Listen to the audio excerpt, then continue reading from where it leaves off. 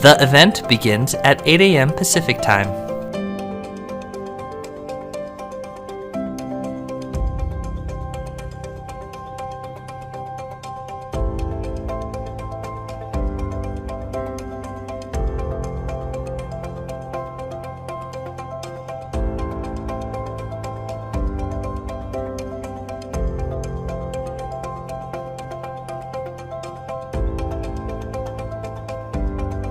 The event begins at 8 a.m. Pacific Time.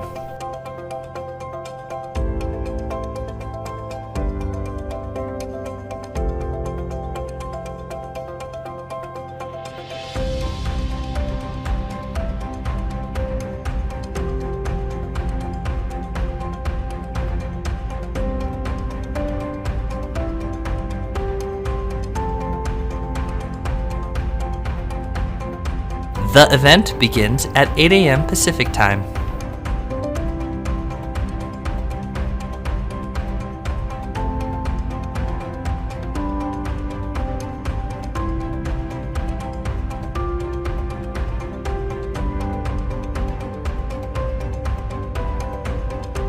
The event begins at 8 a.m. Pacific Time.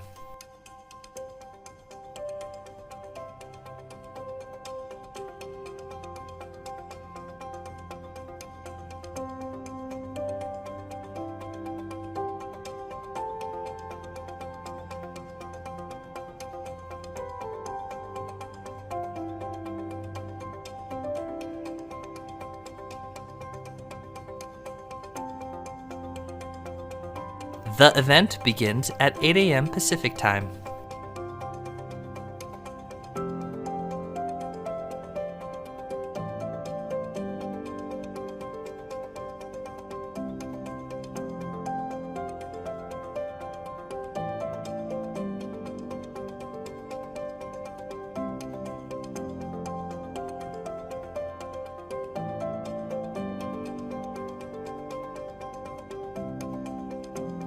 The event begins at 8 a.m. Pacific Time.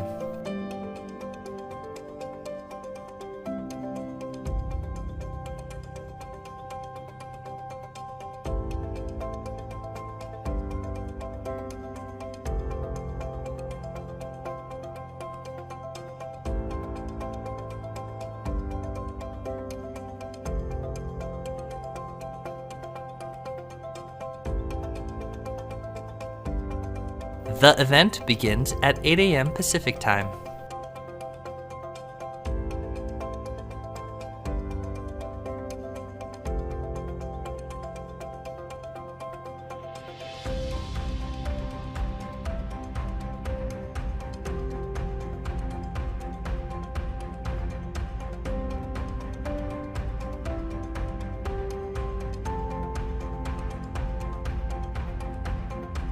The event begins at 8 a.m. Pacific Time.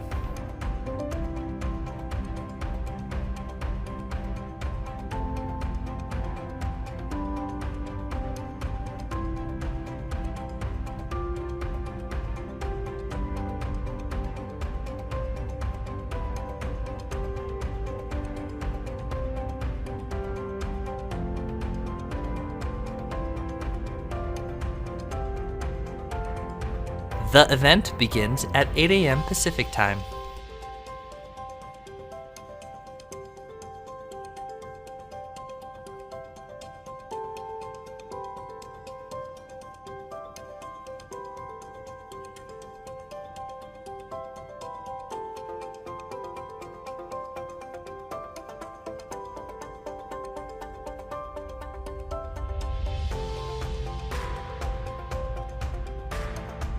The event begins at 8 a.m. Pacific Time.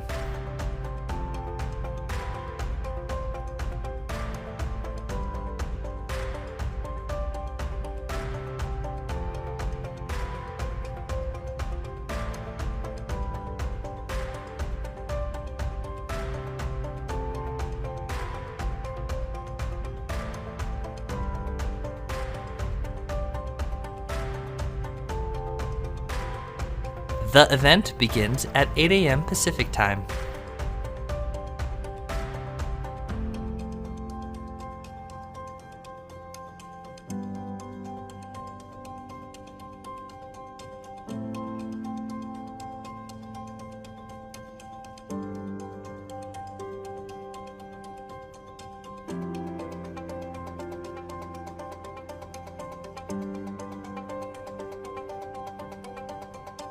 The event begins at 8 a.m. Pacific Time.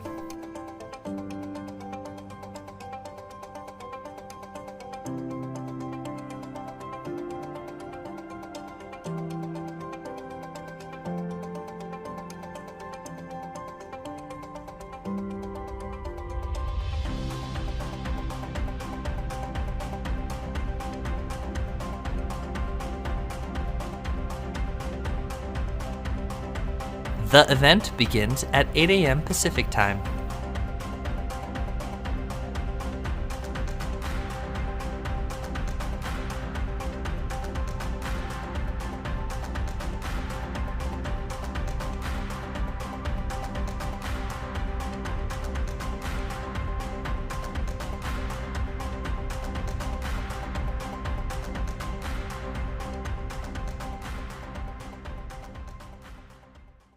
Hello, everyone, and welcome to SiteTech Global 2025.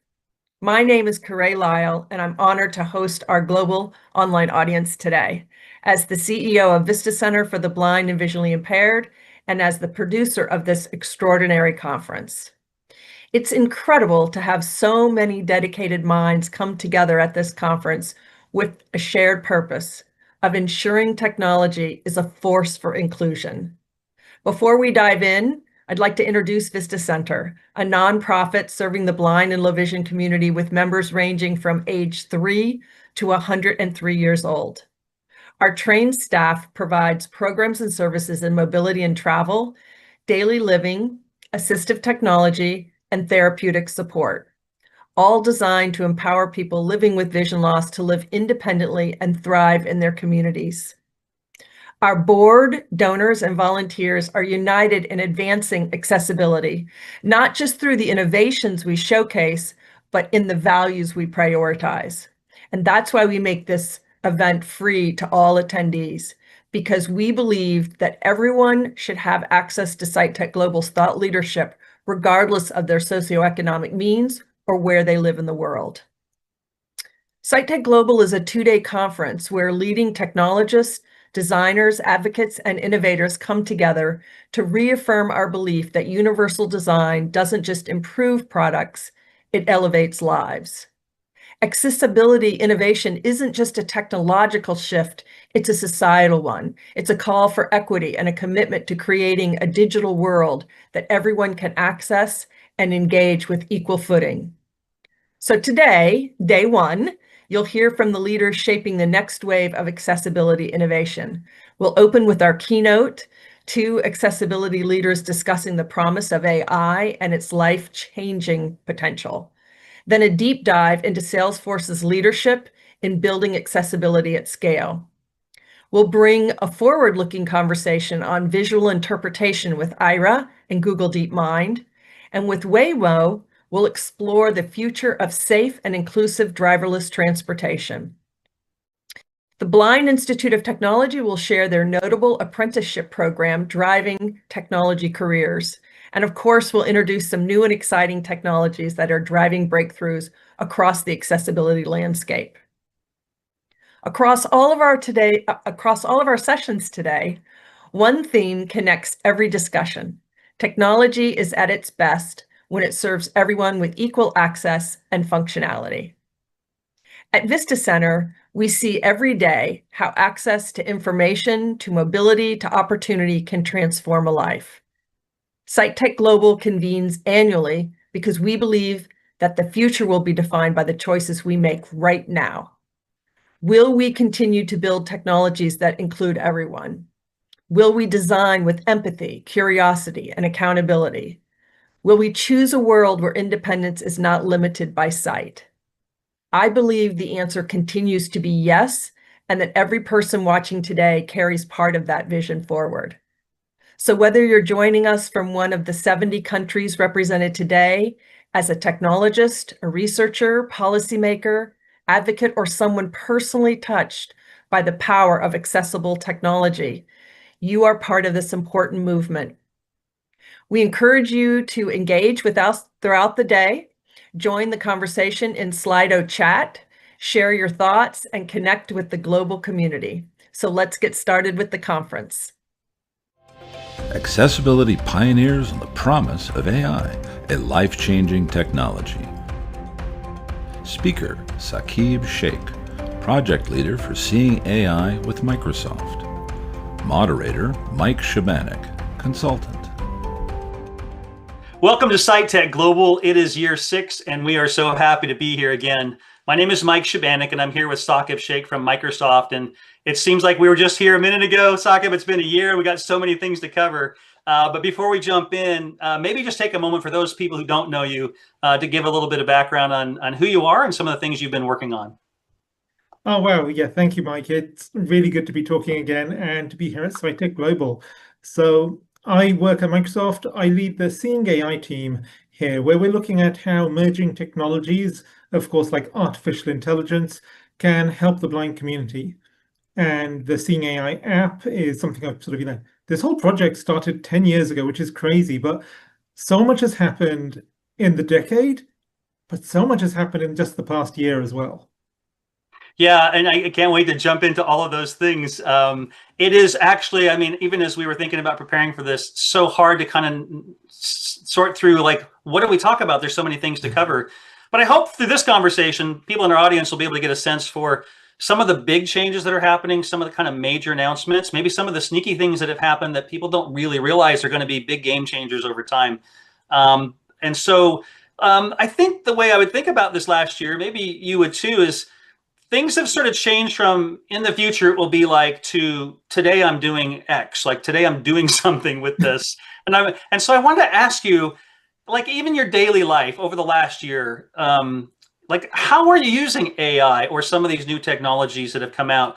I think as I look back to last year in our session, we were talking about, is this the moment? And we were talking about, people will be thinking about AI more and more, but I think it's really become much more real. And I'm wondering if you have the same feeling after, the last year. Yeah, like every year, and the speed that things are changing is getting ever faster, but every year AI can do even more. I remember, like a couple of years ago, so, we can, get really rich descriptions of images. Oh, wow, and now we're doing videos. And now we're like actually doing real-time understanding of the world around you and helping you do things in the real world. And I think the key thing there is it's going from these theoretical things to very practical things that people are using in their everyday lives. It's becoming much more mainstream. And that's the physical world. So I sort of split this then into the digital world, where I find myself just in my daily life using AI to do so many tasks which everyone would find useful, but I, as someone who's blind, probably use it in different ways. So been having a lot of fun with that recently. Now you just moved to a new home, I think, as you were telling me, and you were That's using Copilot for things that I was like, wow, that's brilliant.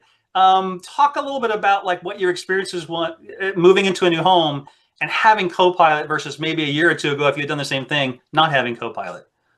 well, And describe what Copilot is for people who don't know. yeah, Copilot is Microsoft's personal assistant, which, sorry, it's equivalent to many of these AI chat interfaces where you can talk to it, you can type to it, and it learns about you and can give you information from across the web. And yeah, it's been really useful as I've been going through this house move for so many reasons. But if I had to pick two, it would be shopping and tactile instructions. So So, tactile instructions, how is that helping you? well, the great thing is that Copilot knows about things on the internet, like, for this particular brand, what is the instruction manual? Like, how am I going to set this device up? How am I going to unscrew this? Or, this bit of plumbing over there, what tool do I need? But then I can say, actually, you know what? Let's do with this with non-visual instructions.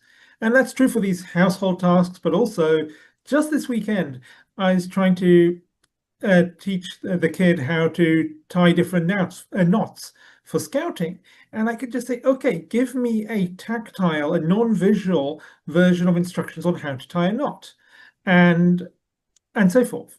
And then I also mentioned shopping, because again, things which sighted people might just glance at, I can now say to Copilot or whichever AI, hey, I want to buy this thing. What are the popular brands? What are the popular options? And okay, now we're looking at these two models. Would you compare these things and, put them in a paragraph instead of a table or whatever it be? It's like the information comes to me in the format that I can consume most easily.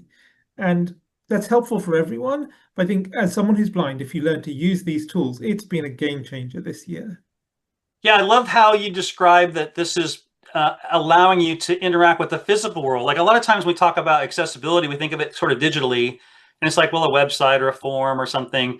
But you're using this to do things like, I think you were telling me, even fold up a sofa or a couch. Like, how would you do that? Or find the water supply turn-off knob or lever, and translating these things into like real life things of everyday living, not just sort of online or digital.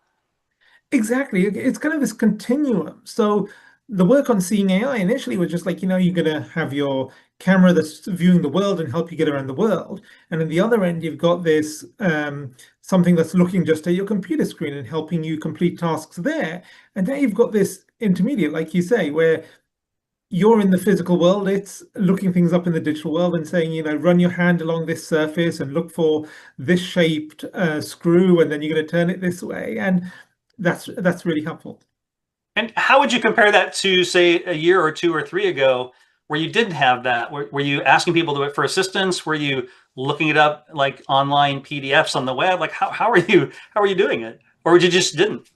Well, no, I think you're always finding the workarounds that work best. But the great thing here is, um, depends on your personal situation, but cited help is a resource that I personally will go to when I need it, but you don't want to be using it all the time. So this just gives me more independence. There are more things that I can do, or I get a few steps further along before I have to wait around to get a sighted person to check something, for example. So yeah, that's very empowering.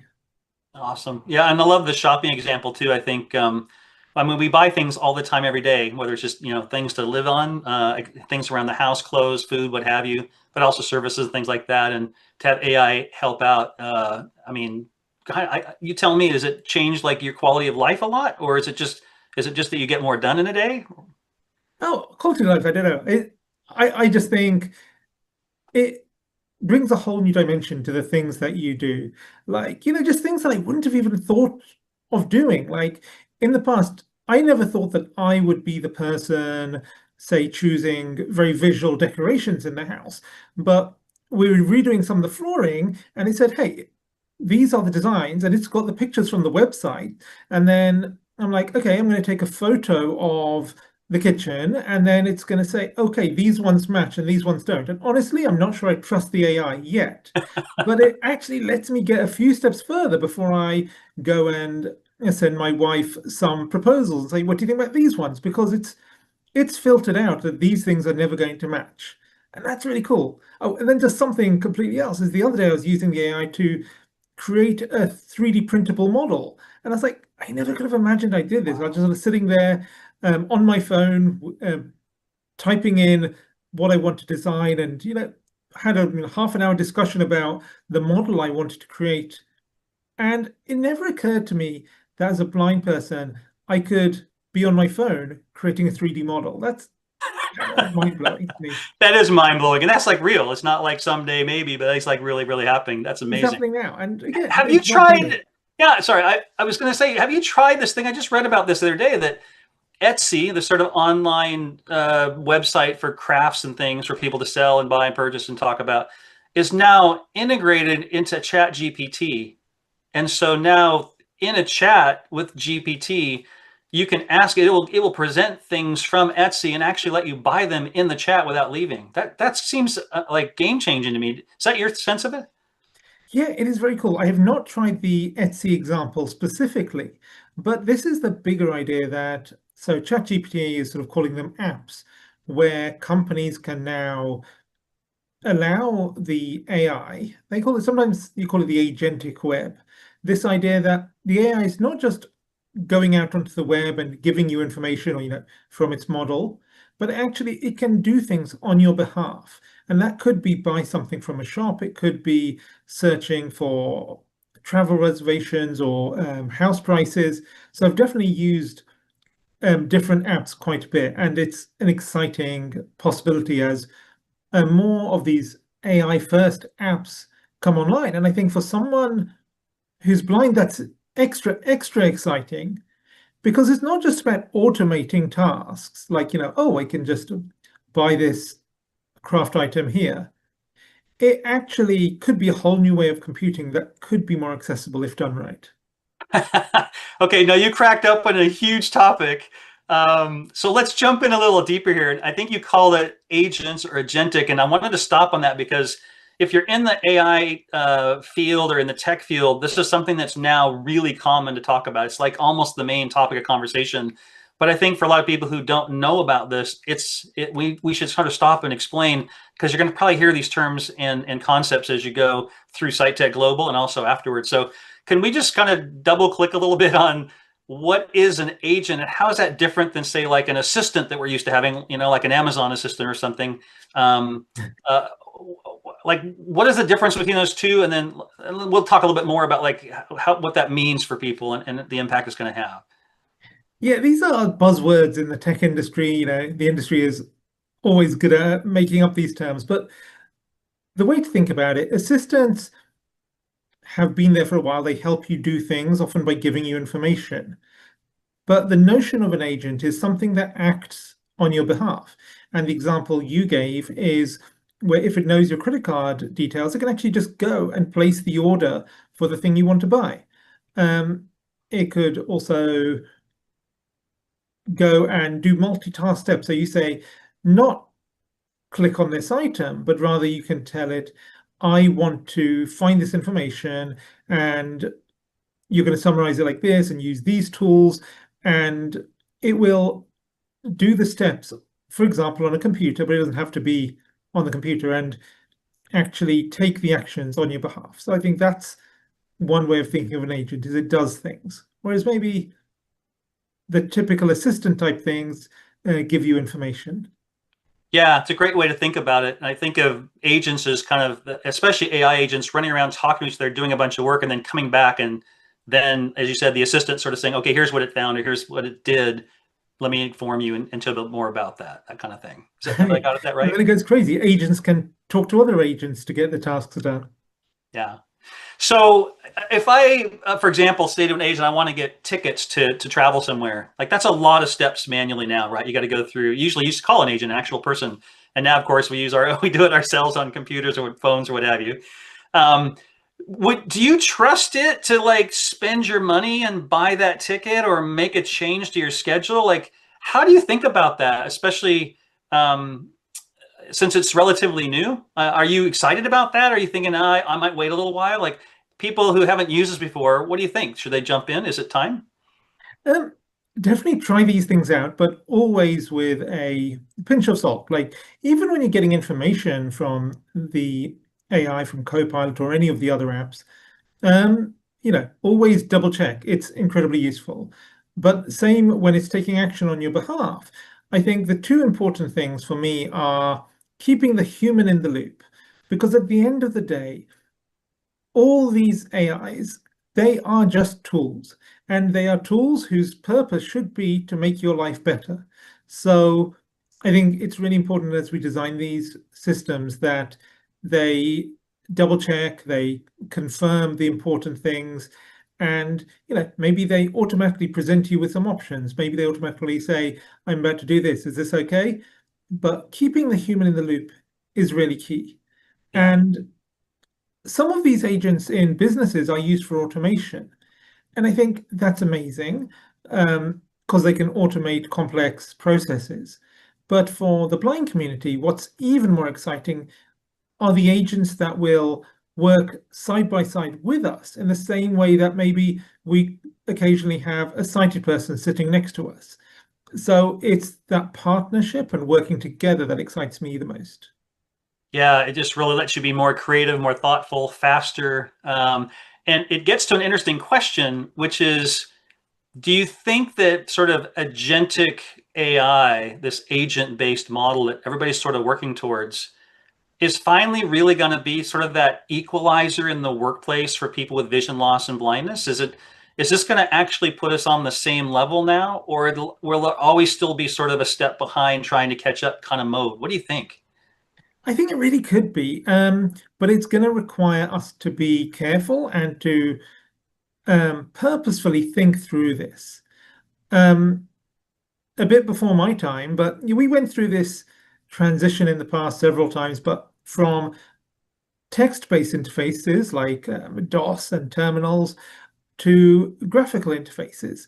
And in the beginning, everything was just, a stream of words, and that was something you could very easily speak out. And you mentioned sort of shopping and so forth using a chatbot. Right now, what I love when I'm saying, okay, I need to buy a new X and it's going to compare them, and I'm having a nice conversation where I'm typing and it's either speaking or, displaying information.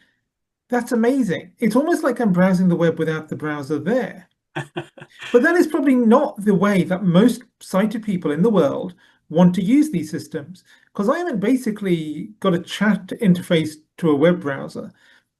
We're going to replace that with a highly visual, highly interactive systems. And it's really important that as those changes happen, that we are included and that those systems remain usable. We have to, and this is so that's the one part, is the visualness of it, but also the security side. People are realizing now that you do need guardrails to be responsible. We can't just let these models scrape all information, especially say corporate information, and build models from them. So then people are putting guardrails to say, okay, you're not allowed to know about this information. But now, as a blind person, if the AI is your equalizer and that assistant agent cannot access certain information because it's highly confidential or business essential, then you have just excluded people for whom that's their primary interface. So, caution. Very, very excited, but a little bit of caution too. I'm going to have to get you a t-shirt that has a caution sign on it, because I feel like every time we talk, it's like, go forward. Oh, but we'll caution too. But you know what? That's true. And it's right. We need to be thoughtful about these things. And some of this is unexplored territory, right? We haven't done these before. So it does make sense to be prudent, but we shouldn't be afraid. We should go try these things out, experiment, be, forward thinking, and take the opportunity to improve our lives through these different technologies and techniques and things. I think, yeah, go ahead. The creator, you have to make sure that you identify these problems so you can solve for them. But I'm very excited that, we're going to hopefully, find those solutions. We're going to go through, because there's still so many things ahead to be solved. And again, as a creator, as an innovator, that's something that I'm always looking at and exciting me, because if we consider parity as, going back 10 years, I used to say a friend on my shoulder, looking around, whispering in my ear. I think in many ways that's still the vision. And there's still so many things. It doesn't matter how much advanced this AI is. There are dozens and dozens and dozens of things in my life which I'm like, yeah, this should be way simpler. But I also think, say, using a computer is one example. I should be able to interact with the computer in whatever way I want, with whatever form of input suits me, given my situation and my ability, and it should be able to communicate back to me in whatever way I want. And agents feel like this path in that direction. If an agent can do all these things on your behalf, we're not talking automation, we're talking empowerment, because suddenly, it's up to me and the agent to converse however we want, and the agent knows what I need, and it can generate new user interfaces rather than the one size fits all that maybe we have today. So it's a very exciting idea that what if you could have a highly personalized interface to all of this AI that is perfectly suited for you, whether that's, visual ability or something audio or language or the writing style, just personalized to you. And now everyone has a personal agent which can go and operate on their behalf. And this is a big vision. It would take the whole industry to align on some of these things, but I get very excited that, yeah, this could really level the playing field. And if we do this right, it could change everything. Yeah, it unlocks a lot of things that are currently blocked by technology. Now we have a new technology, new platform, and suddenly a lot more possibilities are possible, or a lot more capabilities are possible. And as you said, I think one of the things that is interesting is sort of the coordination, the regulation. I happened across a really wild term called ACP. I don't know if you've heard of this. It's Agentic Commerce Protocol. That's a wild term, but what it told me, and there's a whole document people can look up if they want to offline, but it tells me that there's serious thinking about how these will interact with each other, and that it is an open standard. And so this is not sort of like pie in the sky, somebody came up with an interesting thing. This is literally an industry-wide effort to coordinate and allow these agents to interoperate. And of course, in terms of commerce and shopping, the most important one, because finances, money's changing hands. These things have to be secure and private and trustworthy and fast and efficient to sort of power this next generation of how we do things online. So I thought that was actually quite, I don't know if you've run into that term or that protocol yet, but I thought that was quite interesting to come across. Yeah, and what's always been true about this blind community is we often, the people who are maybe the early adopters in the blind community are very much at the frontier of what technology can do.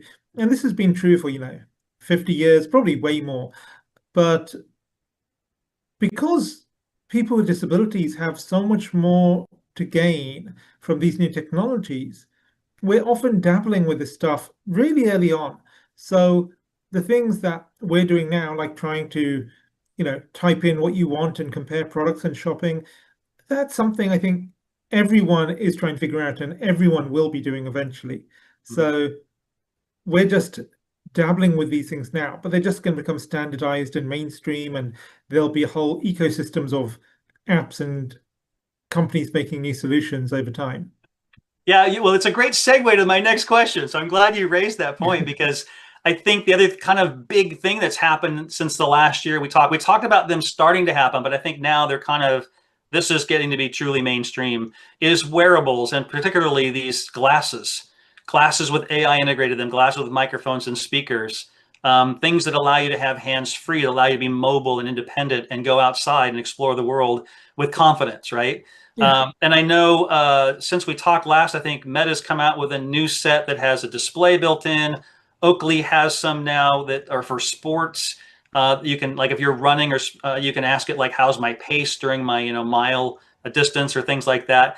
And I know Microsoft had an announcement recently regarding this, so I thought maybe this would be a good chance for you to sort of tell us what's going on there, because that's pretty exciting too. Yeah, that's so cool.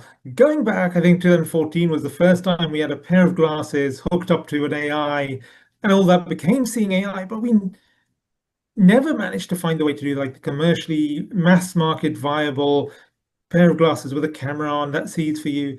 And it's really cool to see products like those from Meta, which actually have the camera built into the glasses. And we recently announced that Microsoft, through Seeing AI, is going to connect with those Ray-Ban Meta glasses and enable you to use Seeing AI and all those tools hands-free.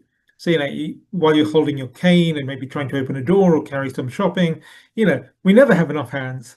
So not needing to hold your phone with the camera is, I think, going to unlock some new possibilities, because suddenly, if the camera is always there and it's pointing wherever you're looking, then suddenly it goes from, okay, tell me what you see right now, to, okay, like we said about agents, me and this AI in my pocket and the glasses we're going to partner on completing some tasks together. And that's a lot of the focus for the Seeing AI team right now is, okay, you have this hands-free solution that's always there. Let's unlock new possibilities for what you can do in the world. Yeah, I think one of the things I love about this that kind of, for me, makes it really real is, in the past there have been prototypes, there have been some commercial products, but they're multi-thousands of dollars, and now the prices on these are literally less than $300, which is roughly the cost of a pair of glasses anyway. I don't know, my glasses tend to cost me more than that when I go, even with insurance coverage in the US. So that price seems like it's making it more accessible in terms of, price and cost, but also they're available now at so many different outlets. Like, they're easier to find. Before, you kind of had to know about these, someone needed to tell you, and you kind of need to be on the inside. But this is just regular old stuff now, and kind of speaks to the idea that traditional products are just becoming more inclusive by design in a way that really hasn't existed in the past. And I've heard from people in the blind community that say, there's never been a better time to be blind because of all the technology available. And I would love to actually get your thoughts on that. Is that just the perception people have at the moment, or is that actually true that there's just more available now than there's ever been before? Oh, well, you're asking a tech enthusiast here. I've dedicated my career to this, so a bit of bias there, but I hope you're biased, but I want to hear your answer because I think people would be interested, right?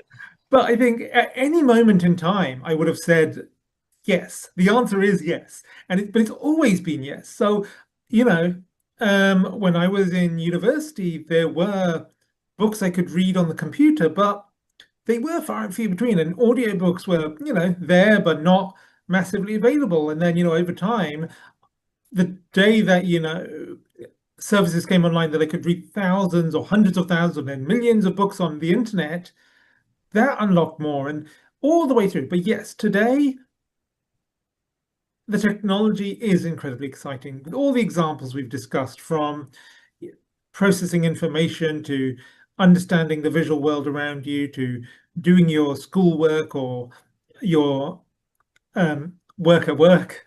There is just so much that is possible now that you couldn't have done even a year or two ago. So I'm very optimistic, and year on year, there's going to be more and more things. So excited to see where this all goes. Yeah, absolutely. And I wanted to ask you, as we kind of get to the close here, we've touched on so many things. How do you think we ensure that people with vision loss are always part of the development, not sort of just as a consumer, like, okay, thank you for making this for me, I'm so grateful, but really to be decision makers, policy makers, product designers? What are some of the things, you've been in this industry a long time in the tech field, you've worked with a lot of people in these roles. And so for people maybe in the audience who are in these roles, maybe they're focused on accessibility, maybe they're not, and this is their first, contact with this topic. What are some of the ways they can be part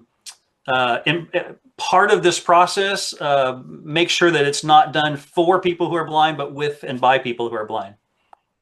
Yeah, I often think of my work in seeing AI as a conversation between the blind community and the scientists.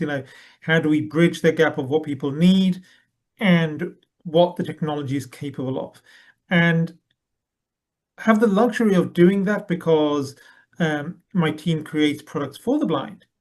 But everyone can do this in their own way. Like, if you are in a role where you define policy or are creating the technology, then make sure that people with disabilities are included as early in the process as feasible. But everyone can play their part in some way.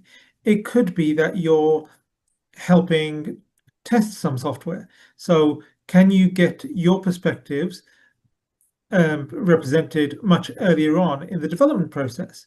It could be that you're an advocate and you're going to talk about the specific needs of this community. It could be that you're reporting bugs because you find these models are not representative of people with disabilities or so forth. So make sure that you speak up and people know that. You might be teaching others. So you may be a tech enthusiast, but then there'll be others who are nervous about technology. So you might be the teacher. So I would just say, whatever your thing is, this is life-changing technology. And yes, we need to make sure that the companies making these technologies are aware of our needs, that the products meet our needs, and that it scales so that that everyone out there benefits and learns about it as well. Fantastic. Well, Thakib, thank you. Unfortunately, our time is up, as it always is too soon. I can't wait till next year to hear what's happening. Again, in another year, it's going to be incredible. But thank you, as always, for joining and giving your thoughts on what's happening on the inside of the industry, but also as part of the blindness community. your perspective on these changes and what we should be thinking about and getting ready for. No doubt, a lot of these topics that you've touched on will be discussed throughout SiteTech Global this year. So we're excited to hear more from a lot of presenters about some more details of these things that we just sort of touched on. Thank you, everyone, for joining. Thank you for listening. I hope you have a great SiteTech Global, and we'll talk again soon. Thank you. Always a pleasure. And if I can give a brief plug, Yes. seeingai.com, and you can always get in touch, seeing AI or sakibes@microsoft.com. Awesome. Thank you. Thank you, Sakib.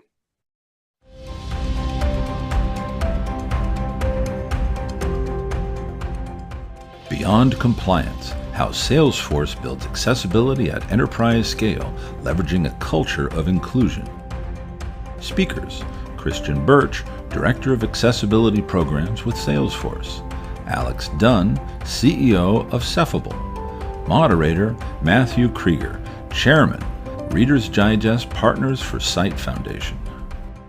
So first I want to say thank you to Vista Center and SiteTech Global. My name is Matthew Krieger. I'm the chair of the Reader's Digest Partners for Site Foundation. We are a nonprofit grant maker that provides funding to services for blind and visually impaired people. I'm also the president of Kober. We're an industrial equipment manufacturer. I'm an advisor to several companies, including Creative Coefficient and Tech to Success. I do a lot of presenting and speaking on topics of AI and finance and technology and the intersection of all of those. Christian?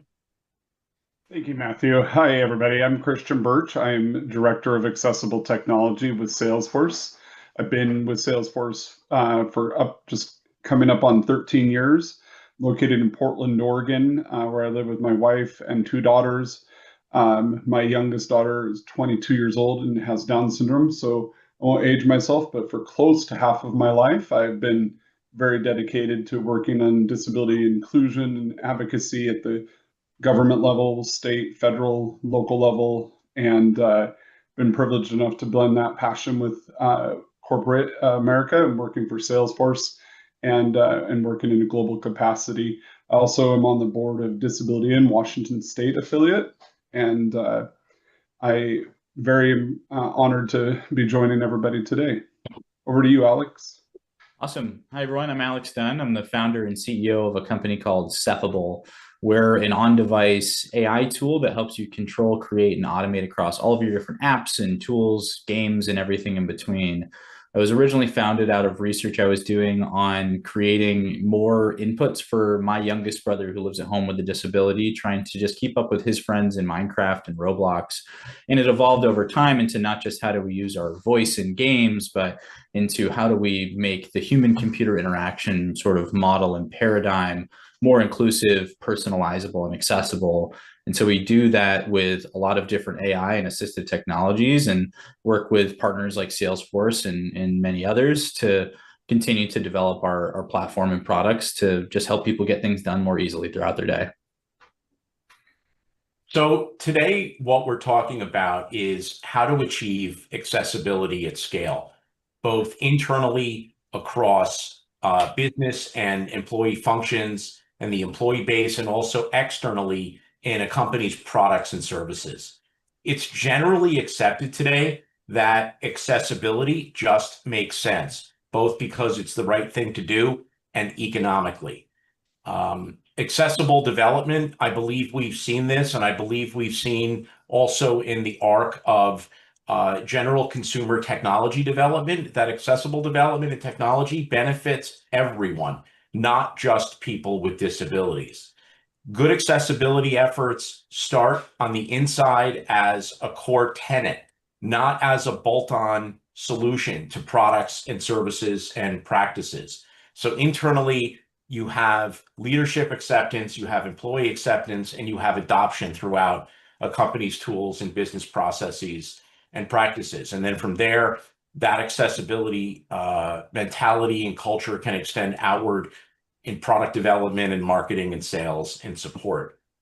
So the first question, which I'll ask Christian, is how do you drive assistive tech at scale at Salesforce? Matthew, I think the first thing that when we talk about scale is we need to make sure that that it's a global effort and that we're respectful of the language and probably even more so the privacy of our colleagues with disabilities that do need assistive technology.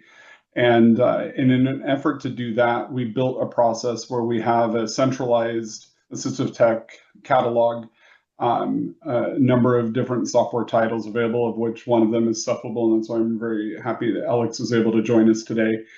And and it is not just assistive tech; it's productivity software like Sephable. It's any type of software that's going to allow any of our colleagues with disabilities to be able to come in and do their jobs with the least barriers possible.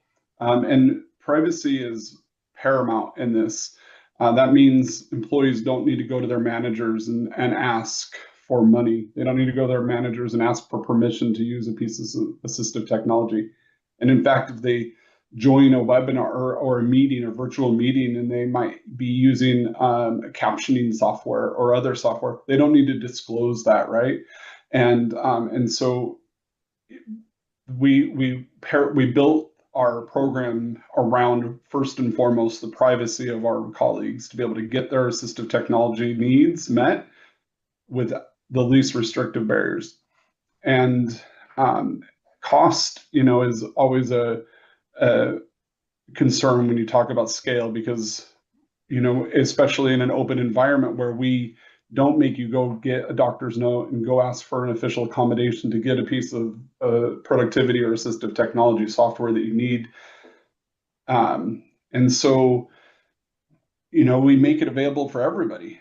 And what that means is we have to find a level of comfort to know that there's going to be colleagues that maybe are requesting assistive technology titles that are helping them because English is their second language even.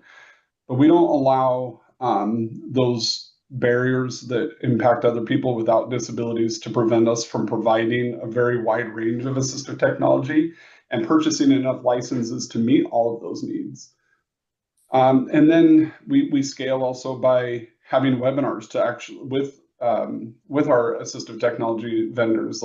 So in fact, earlier this week, Alex and I hosted a webinar for all Salesforce employees to learn about Sephable and how it can help everybody be more productive.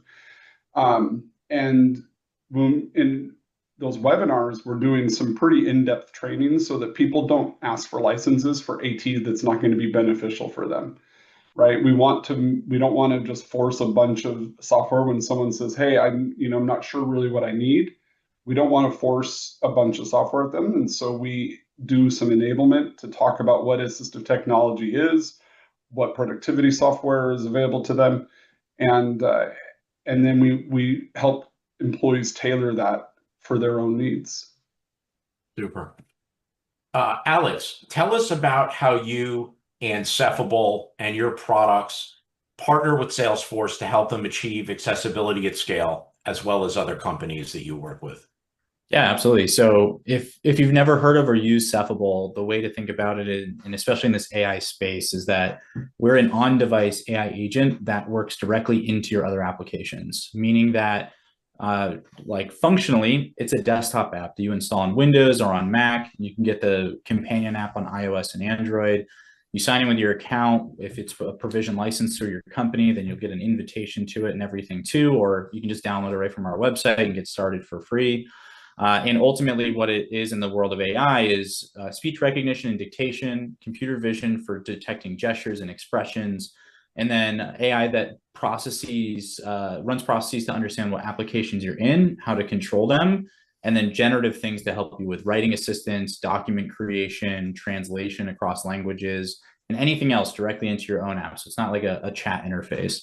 And so not only do we have our professional apps, we also have SDKs to embed that agent into your own applications to help it make your experiences more accessible or adaptive to someone's personal preferences and needs too. So the way that we work with Salesforce is kind of on both of those fronts, where we support Salesforce employees that are looking for adaptive inputs or note-taking assistance or dictation tools.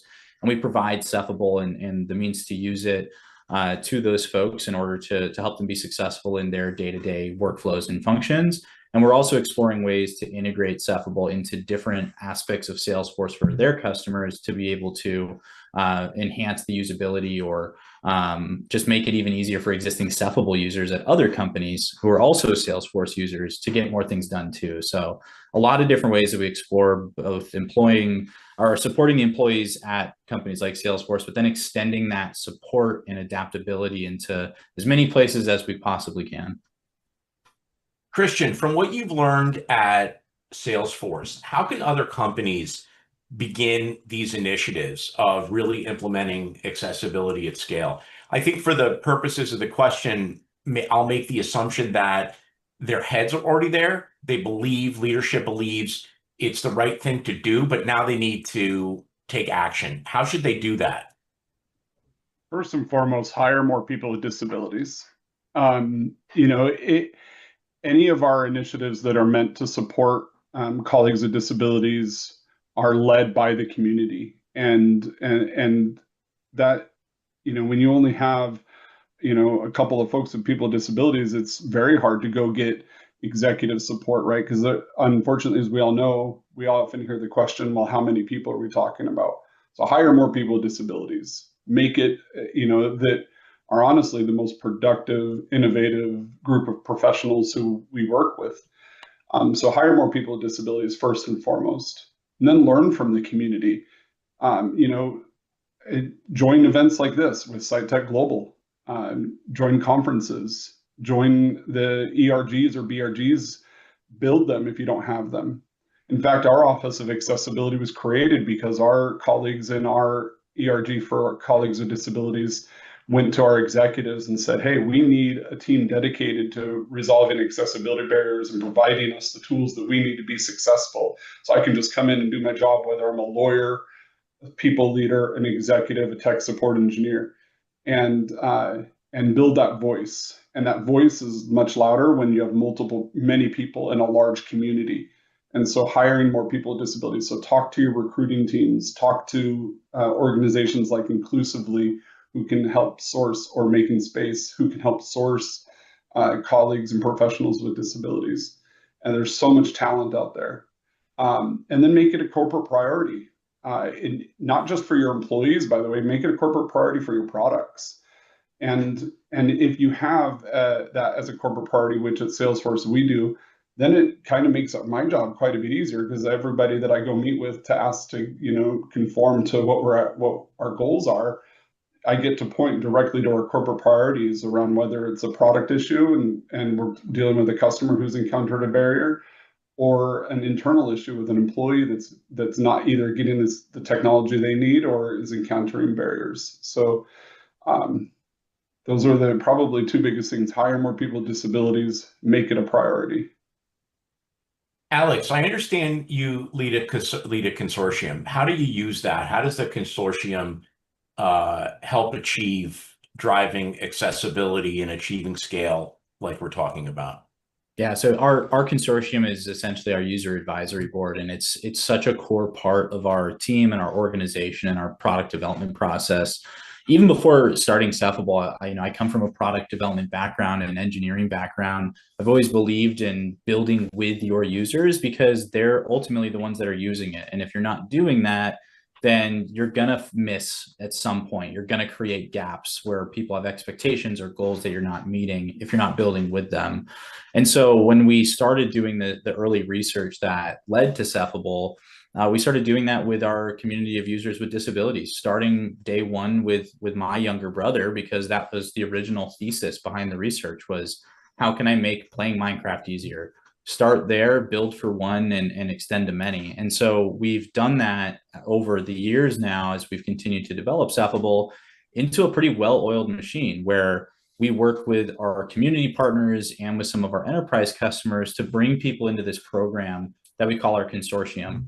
And ultimately what that looks like is we get to know the individuals that before they even use Sephable most of the time, that we want to go in and learn their lived experience, what their goals are, what challenges are that they're facing in their day-to-day, if any, where they want to see the world go and technology be. And then we start introducing Sephable to them and start to observe how they're interacting with the world using an on-device AI agent like Sephable or these adaptive controls that come with it.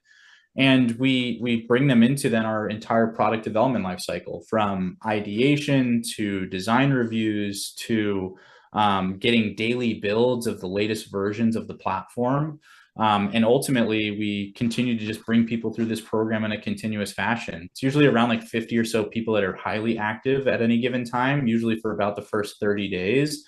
And then we have people that stay on and they build almost like this community within our community of users, which is really cool to see.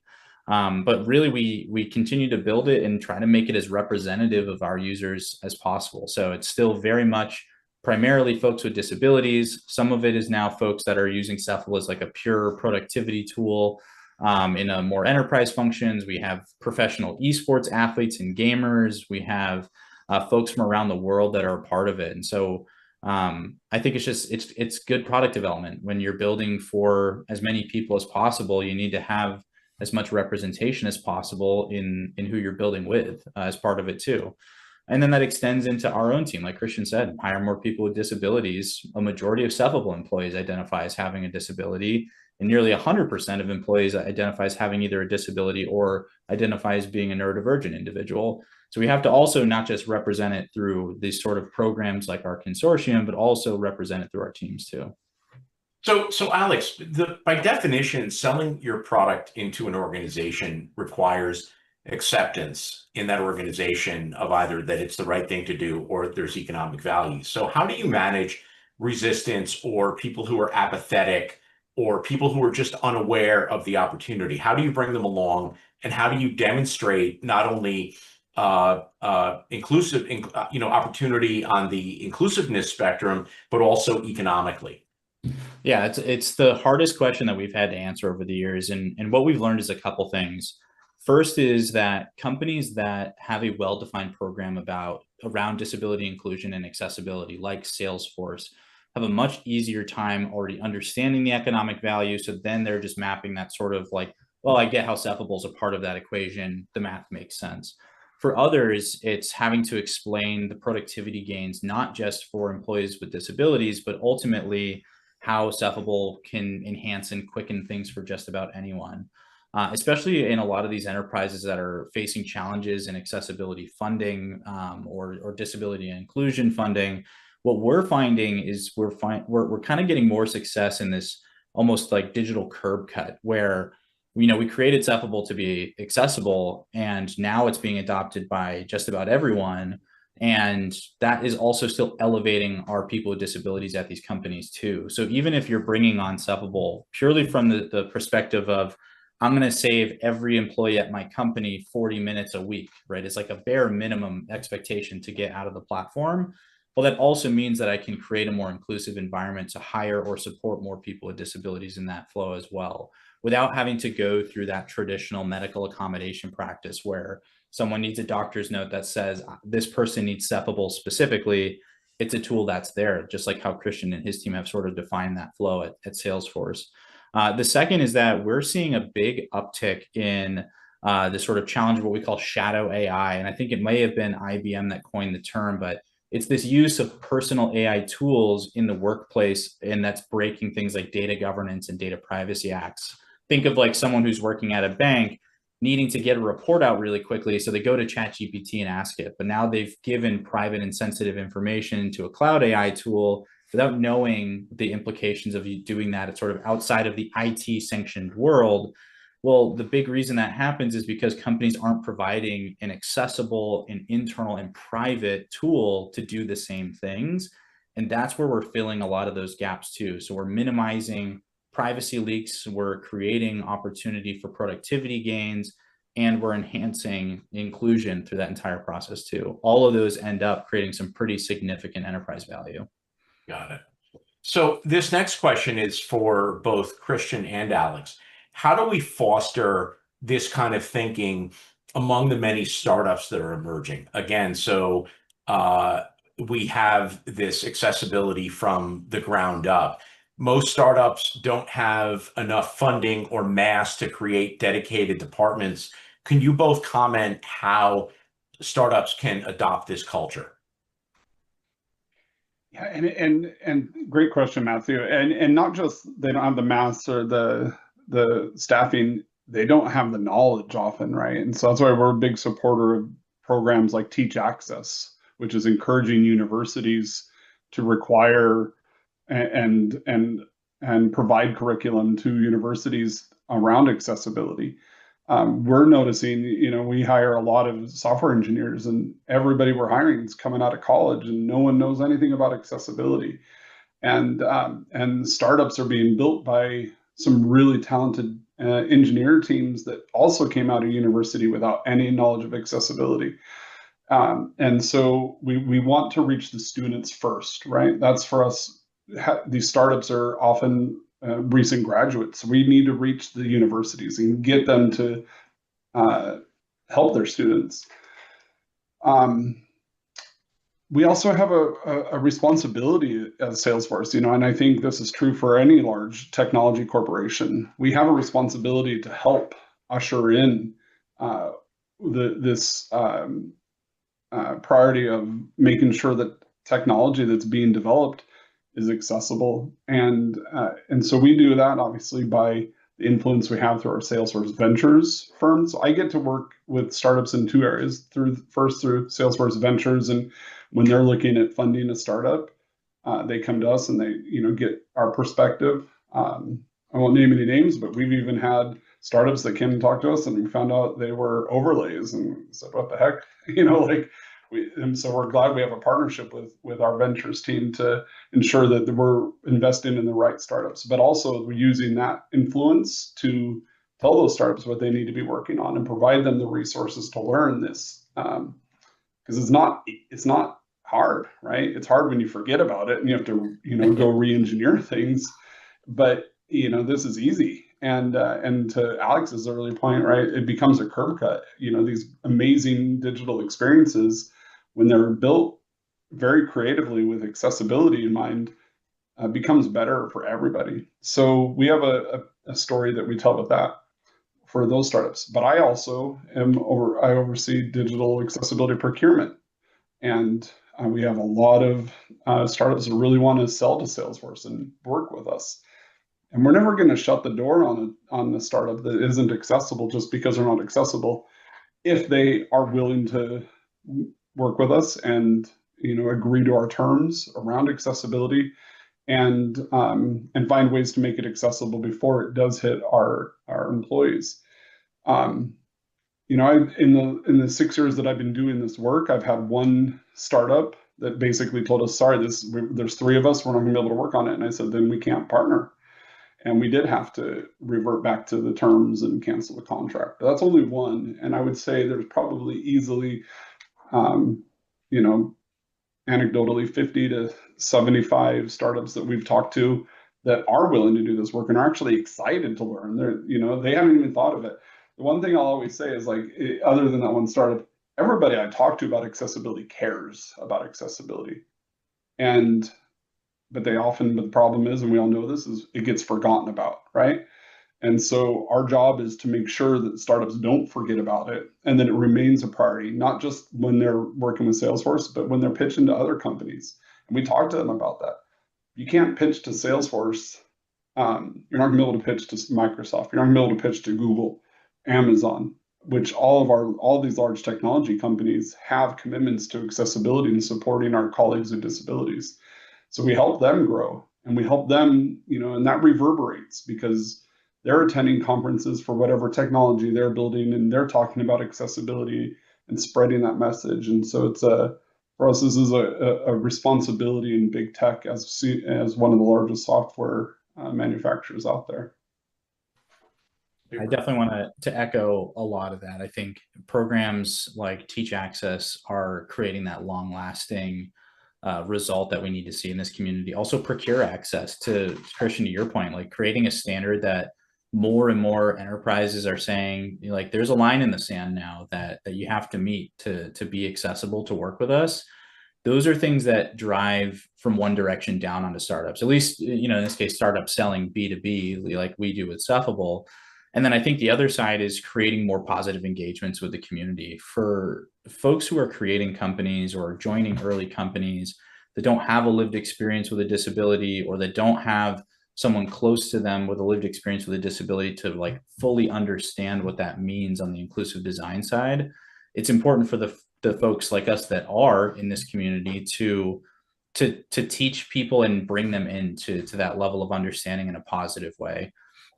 It can definitely be hard, and I'm speaking from experience in previous startups, when an enterprise says, hey, there's minimum standards and good luck.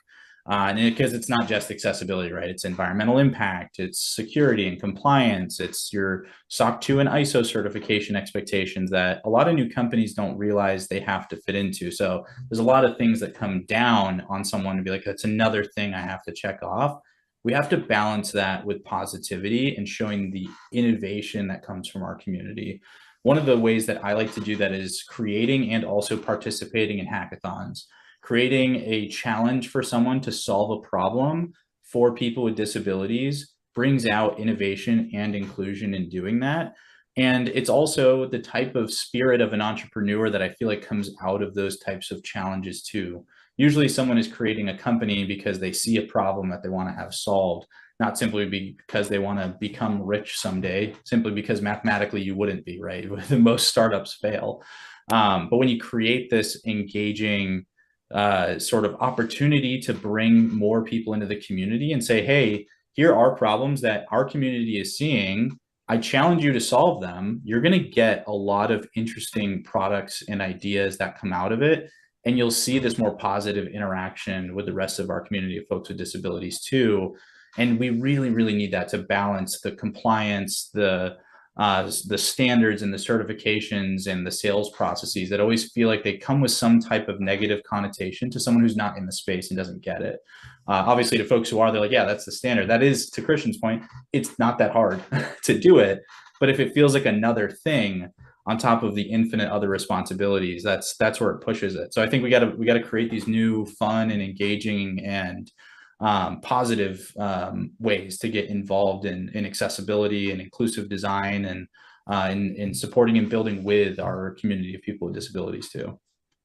As we get into final thoughts, I'd like to state three kind of themes that I think I'm hearing. Number one is accessibility and accessibility at scale need to be looked at really intentionally. They don't just happen. Hope won't do it. You have to really proceed with intentionality throughout the organization. Number two, accessibility, I think, is most successful when implemented from the ground up as a core tenet. I sort of draw an analogy to information security or cybersecurity. It wasn't until security in the software development industry was looked at as a core tenet that products really started to get more secure. When security is bolted on as an afterthought, when accessibility is bolted on as an afterthought, it will always be half-baked. And the third thing is that what's good for the disabled community is good for everybody. And I don't say that as some sort of feel-good statement. This is a real thing. One of the first wider spread uses, for example, of text-to-speech technology was for blind and visually impaired people. And now we see text-to-speech as a broadly consumed mode of, as a broadly used mode of consuming information. It benefits everybody. The other thing that is associated with that is, disabilities are not binary. It's not that you have one or don't have one. When you have somebody who's aging and you begin to lose faculties, you begin to get on the disability spectrum. So everybody benefits from accessibility enhancements. So as we wrap up, I'll ask Christian and then Alex for final thoughts.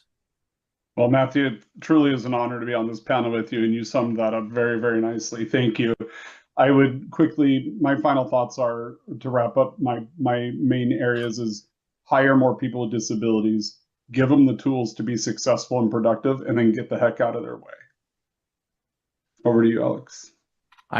Also thank you so much for having me, and I feel like this is such an important topic for us to be talking about, because I think a lot of people face that scale challenge. And really what I see, to your point, Matthew, is when when you do it intentionally, it takes a lot of intention to do it. But what I'll say is when you do the intention once and you create those standards, including bringing in more people with disabilities on your team, creating standards and expectations, and making some fun out of it, it does become easy. It does just become part of the process. And it feels like you don't have to bring as much intention all the time to it because it's just the same intention you bring to everything else you do. And I think that's the hard part for people to kind of get to is like you do got to do the work.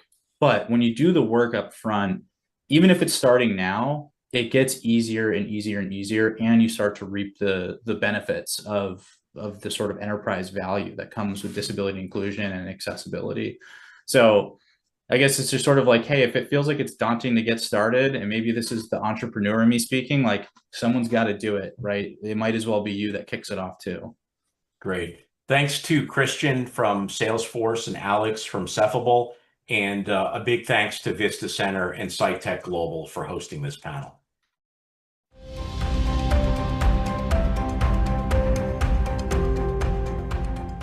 Connecting Dots, Dr. Josh Miele on innovation, accessibility, and a life without limits. Speaker, Josh Miele, author with Amazon. Moderator, Ned Desmond, founder and former executive producer of SiteTech Global. Thanks, SiteTech Global. Hello, everyone. My name is Ned Desmond, and I'm really happy to be here today. SiteTech Global is very close to my heart because I launched this project back in 2020. I couldn't be more proud of all the great conversations about blindness, tech, and accessibility that we've spun up on this platform since then. I'm also really pleased by how the Vista Center has carried this project forward since I stepped back last year. Today, I'm really deeply honored to lead a conversation with our very special guest, Dr. Josh Miele, about his fantastic memoir, Connecting Dots, A Blind Life. Before we get started, let me provide a brief bio of Josh and his truly remarkable journey. Josh is a blind scientist, community leader, and inventor with a history of developing innovative information accessibility solutions for blind people. In 2021, Josh was named a MacArthur Fellow for developing devices to enable blind and visually impaired people access to everyday technologies and digital information. Currently, he is a principal accessibility researcher at Amazon, where he helps guide the non-visual customer experience for device accessibility and advises widely across Amazon on inclusive design and research methods. Josh's work integrates disability inclusive design, accessibility engineering, disability studies, and other disciplines. Prior to Amazon, Josh worked at Smith Kettlewell Rehabilitation Engineering Research Center on blindness and low vision, leading a team of engineers and scientists dedicated to addressing accessible information challenges in education, employment, and entertainment. Josh holds a bachelor's degree in physics and a PhD in psychoacoustics from the University of California at Berkeley. That is an incredible curriculum vitae, but it barely scratches the surface of the life you've led, Josh. It's great to be here with you. It's thank you, Ned. Thanks so much for being here and for kicking off in 2020. I remember I was there when we started, and it's such an honor to be here in conversation with you. Thank you to the Vista Center and to SiteTech Global for the opportunity. This is really, really cool. Thank you. Yeah, likewise. I'm so excited to be here with you. But let's start with the memoir. So it's 1973, and you are a 4-year-old living happily in Brooklyn when a terrible incident leads to awful burns on your face and the loss of your sight in a really harrowing medical odyssey. And you might think that that's the story. Hold on, but it's not. It's not the story at all. The story is about this very determined, scientifically inclined kid without sight whose life is all about discovery and getting where he wants to go. And at the very start of your memoir, there's a recollection that captures this perfectly, and I'm going to read it.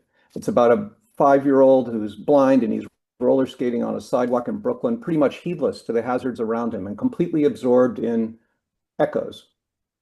Let me read this passage. They were heavy things with metal wheels and spring-loaded mechanism that clamped over your sneakers. Another family friend gave them to me. It was easy to adjust them and put them on before ranging around the first floor, clattering past the round table and along the terracotta tiles in the kitchen. My mother stopped me. She was sure I'd damaged the tiles. She told me to go roller skate on the sidewalk. The skates clattered even more on that uneven surface of bluestone and cracked concrete, each joint between the rectangular slabs providing a new jolt. I turned right in front of the house and headed downhill. I used my white cane to tap or touch the wrought iron railings and brownstone stoops and planters in front of the row houses, which were similar but certainly not uniform. Each was off a slightly different design. Each one was a little higher than the one next to it, and the different things and front yards jutting unevenly out into the sidewalk. Then I noticed something. I could hear the echo of my roller skates.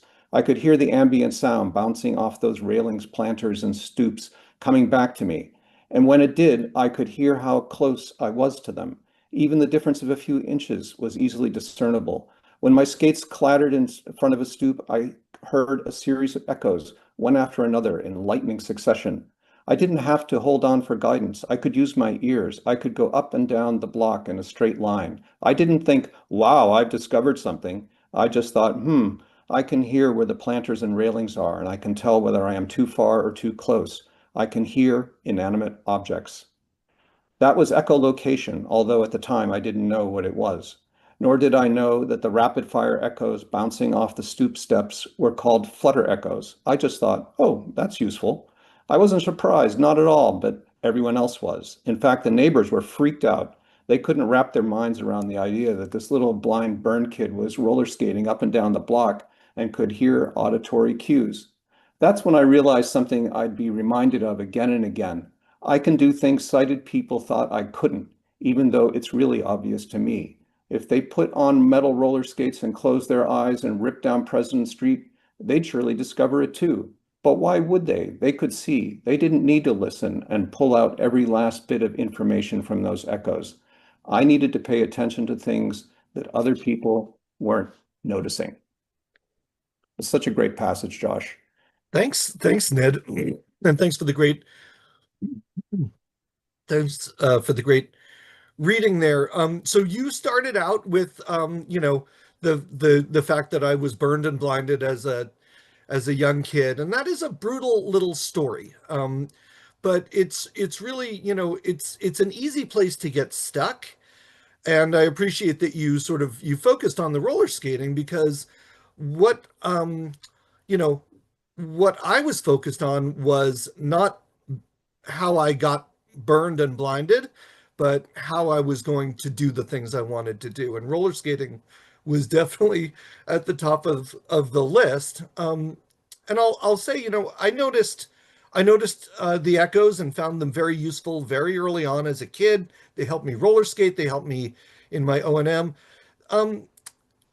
Echolocation is not magic. It is not something that only special, people can do. Anybody can do it. Anybody who pays attention to what they hear can do it. If you've got, some people, of course, are probably going to be better at it than others.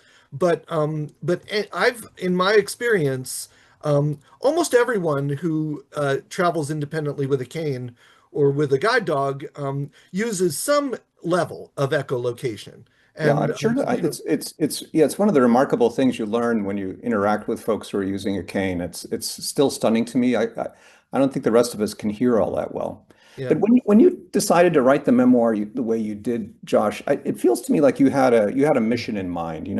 What was really stirring you to write this in the first place?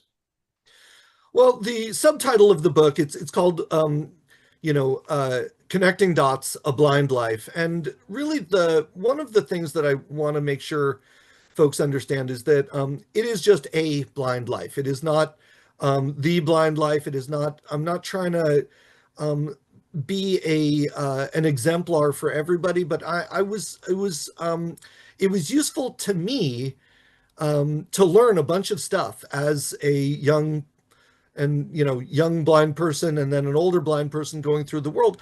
I learned an awful lot of things and thought about an awful lot of things.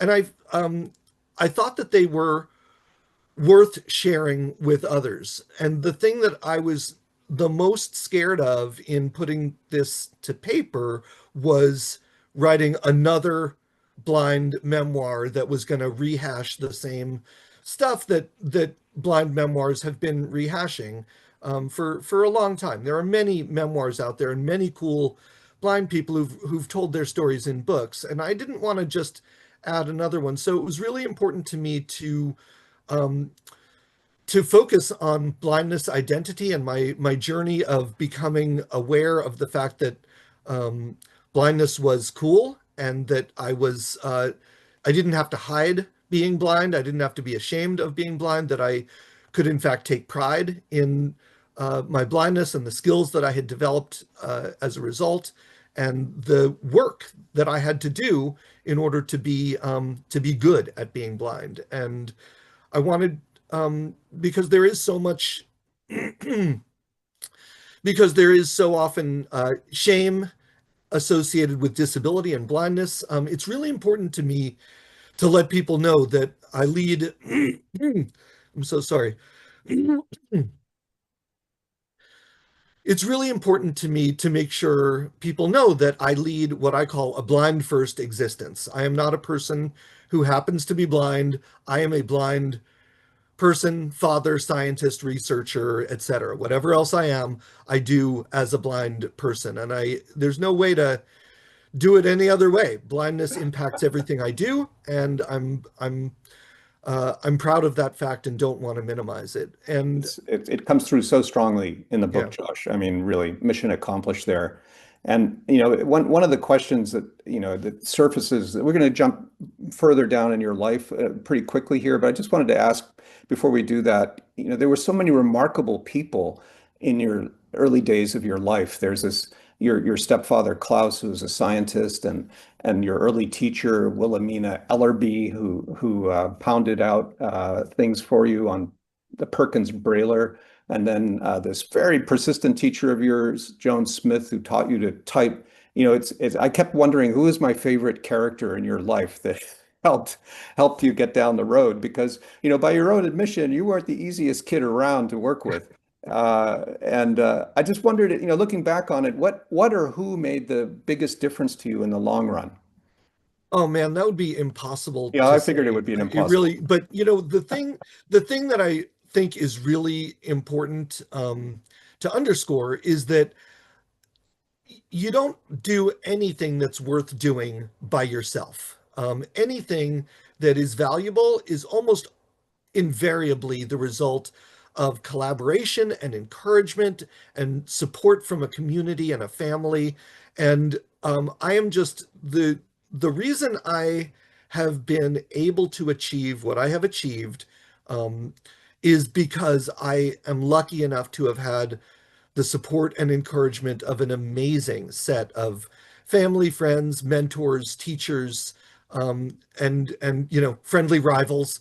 There's so many there are so many people that have pushed me to do the things that I've done and helped me do the things that I've done. You know, the technologies I've created, I have not created by myself. I've created with teams of people who were collaborators and contributors and invaluable workers in getting things done. And so, you know, Joan Smith, you mentioned Joan Smith as, you know, she was my TVI, a teacher of the visually impaired. She was my dedicated teacher from the time I was in third grade to the time I was in 12th grade. She brailled every handout I ever read, she brailled. Every piece of homework I ever handed in braille, she wrote into print. There weren't the kinds of you know, we couldn't use computers. We didn't have computers to do stuff in the early 80s and late 70s when I was a student in, you know, elementary and high school. And she was not only dedicated, but she was hard. She would not let me phone it in. She would not let me slide. She would not let me Yeah. just kind of go along to get along. She made sure that I pushed myself. And when I didn't push myself, she pushed me. And it was super annoying, but I have her to thank not only for the encouragement and support,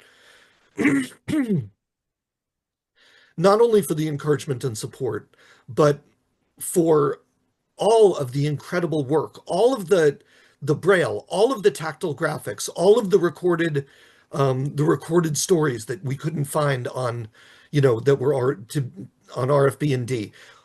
She did all of that. It's And remarkable yeah, figure. I mean, yeah, really something. I mean, people, such dedicated educator, remarkable. a Uh, successful blind kid doesn't come out of nowhere. well, it's true of all kids too, right? So there are interesting series of threads in the story that begin in your youth and carry through into your adult life. For instance, your PhD at Berkeley is in psychoacoustics, which probably somehow ties back to your early interest in echoes. But another big one is tactile maps, and maps that people can understand with their fingertips. And Hmm. there's this great little passage, a shorter passage this time, where you write about visiting your stepfather's workplace, which was the Lamont Doherty Earth Observatory. And you notice the maps on the walls. These were three-dimensional maps made from thin vacuum molded plastic in which geographic features like mountains, valleys, and rivers were represented by raised or depressed areas that I could feel, that I could see with my fingers. It was heaven when I could conscript any passing grad student or scientist into reading the labels. I spent hours with both hands and all 10 fingers engaged in actively feeling my way around some of the world's most distant and geographically compelling corners. And then years later at Berkeley, you invented a way for blind people to use a Braille printer to print out neighborhood maps called TMAP. Can you tell us about that and why it was such a big deal and what it really unlocked for you?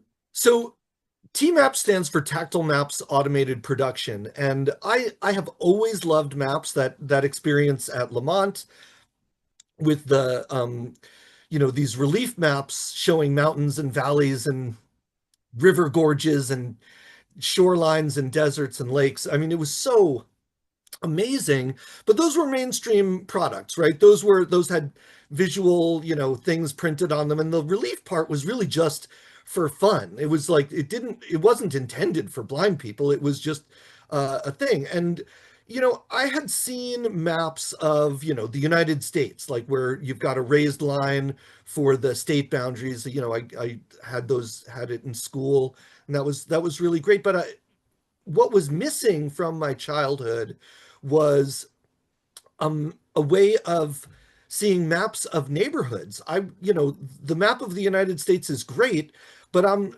not walking to Florida. I'd really like to know how to get to the 7-Eleven or to school or to my friend's house. And so maps for wayfinding that were accessible to me, that I could feel, were missing completely. And one of the things that I've always wanted was the ability to get a map of any place I wanted so that I could see how the streets connect. I could see the shape of the intersections. I could feel, where the dead ends were and so on. And so that was one of my first projects that I did after I got my PhD. It was one of my first postdoc projects was to develop TMAP, and I used this was back in maybe 2003 or 4 that I started the project, and finding the data, the street map data for it was perhaps one of the hardest parts. I did find the right data, first with an open source data set from the Census Bureau, and then later Mike May and the Sendero group gave me access to the data that they were using for their early GPS tools, and we used that data to create a standard model or a standard design for a street map anywhere, and created an interface that would allow any blind person who had access to the web and a Braille embosser to go to the website, specify the map they wanted in using text means. So you would type in the address of the place you wanted. You would tell it how big the paper was that you're going to use. You would tell it what scale you wanted, and you could then download and emboss a printer-ready file of a map of the place you wanted. And it was really, it was just an incredible experience. When I was designing and developing this thing, so many times I really got just shivers down my back because of the coolness of what was going to be available for people. And I'm so thrilled that it's still available. The San Francisco Lighthouse is still producing TMAP That's TMAPs great. for anybody that wants them. You can look on the Lighthouse website and order a TMAP if you want, of any Incredible, place in the incredible. world. Well, another interesting thread in the book that played itself forward for you was movies. That was another huge influence on you because you had such a great time with your movie-loving mom and your sister Julia and her friends going to the cinema in Flatbush. So another short passage. I could discern from the various crashes and guffaws of other audience members that something really funny had just taken place. I'd laugh right along with everyone else, but blanks needed filling in, dialogue needed context, and my mother and Julia provided that. They'd tell me who was doing what and how. The back and forth between them came naturally. It's not as if one said to the other, okay, it's your turn. They just ran on instinct. Sometimes they'd whisper, sometimes not so much, and inevitably we'd be hushed by someone sitting nearby. My mother would snap, "He's blind." The thing that those narrations was that they were tailored specifically to me. We were always a family with a lot to say. Everyone got into the habit of describing this or that. They enjoyed it and would race to be the first with an especially apt or comic description. But we also used shorthand because my family knew what I was interested in, and I already knew what I liked.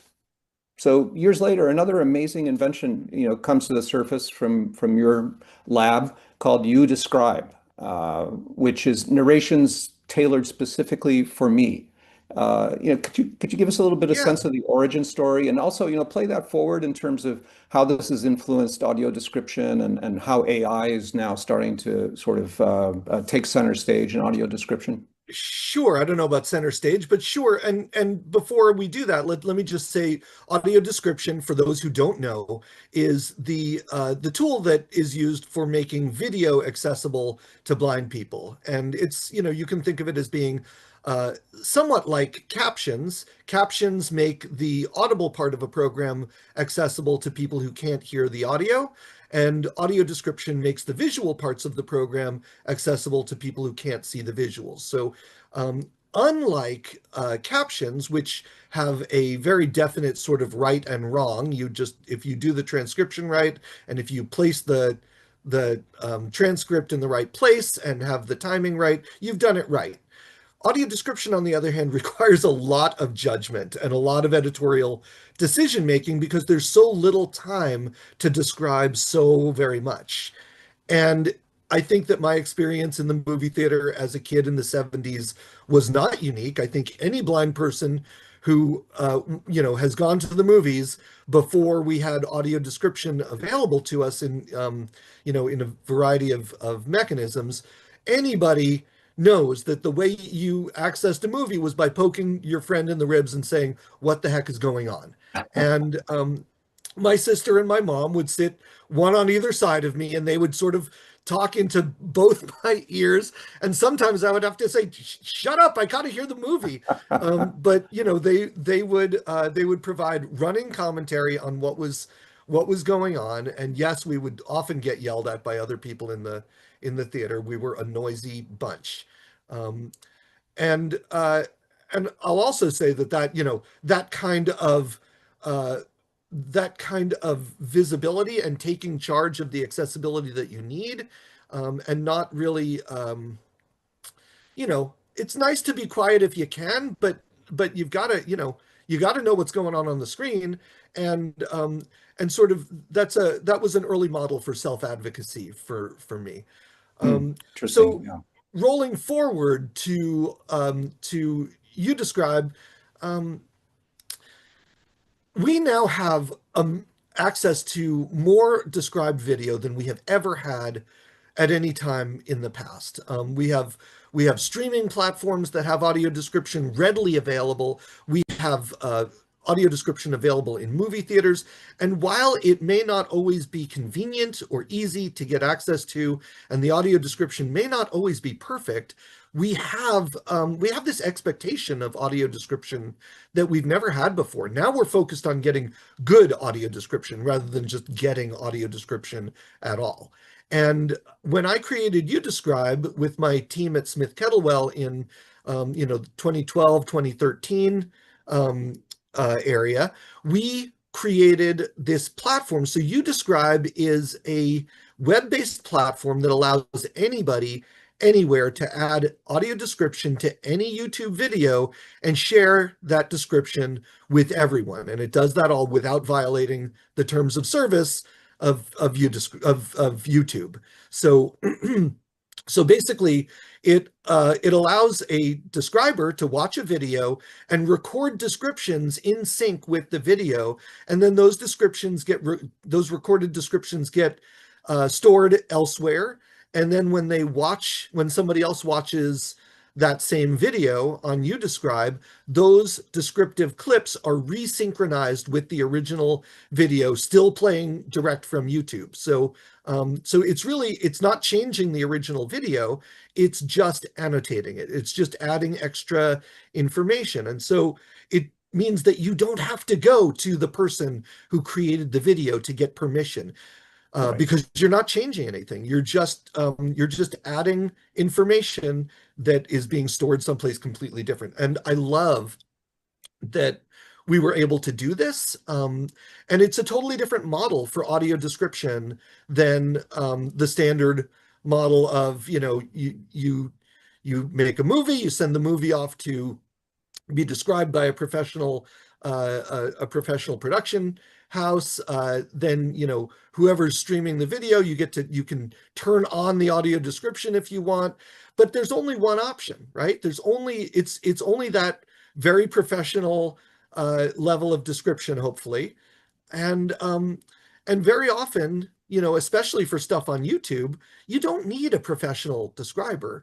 You just need someone to describe it. And one of the other cool things about UDescribe is many different people can describe the same video. So you might have, 10 different descriptions for the same video, and one of them might be, let's say it's a cartoon. One might be recorded by a mom. One might be recorded by a brother. One might be recorded by a friend. One might be recorded by a teacher of the visually impaired, and etc. And all of these descriptions are going to be slightly different. And I love the idea that audio description is an art. And unless you allow people to play with the medium, to experiment and try new things, and allow the ability for different voices to be part of the description narrative, if you will, that's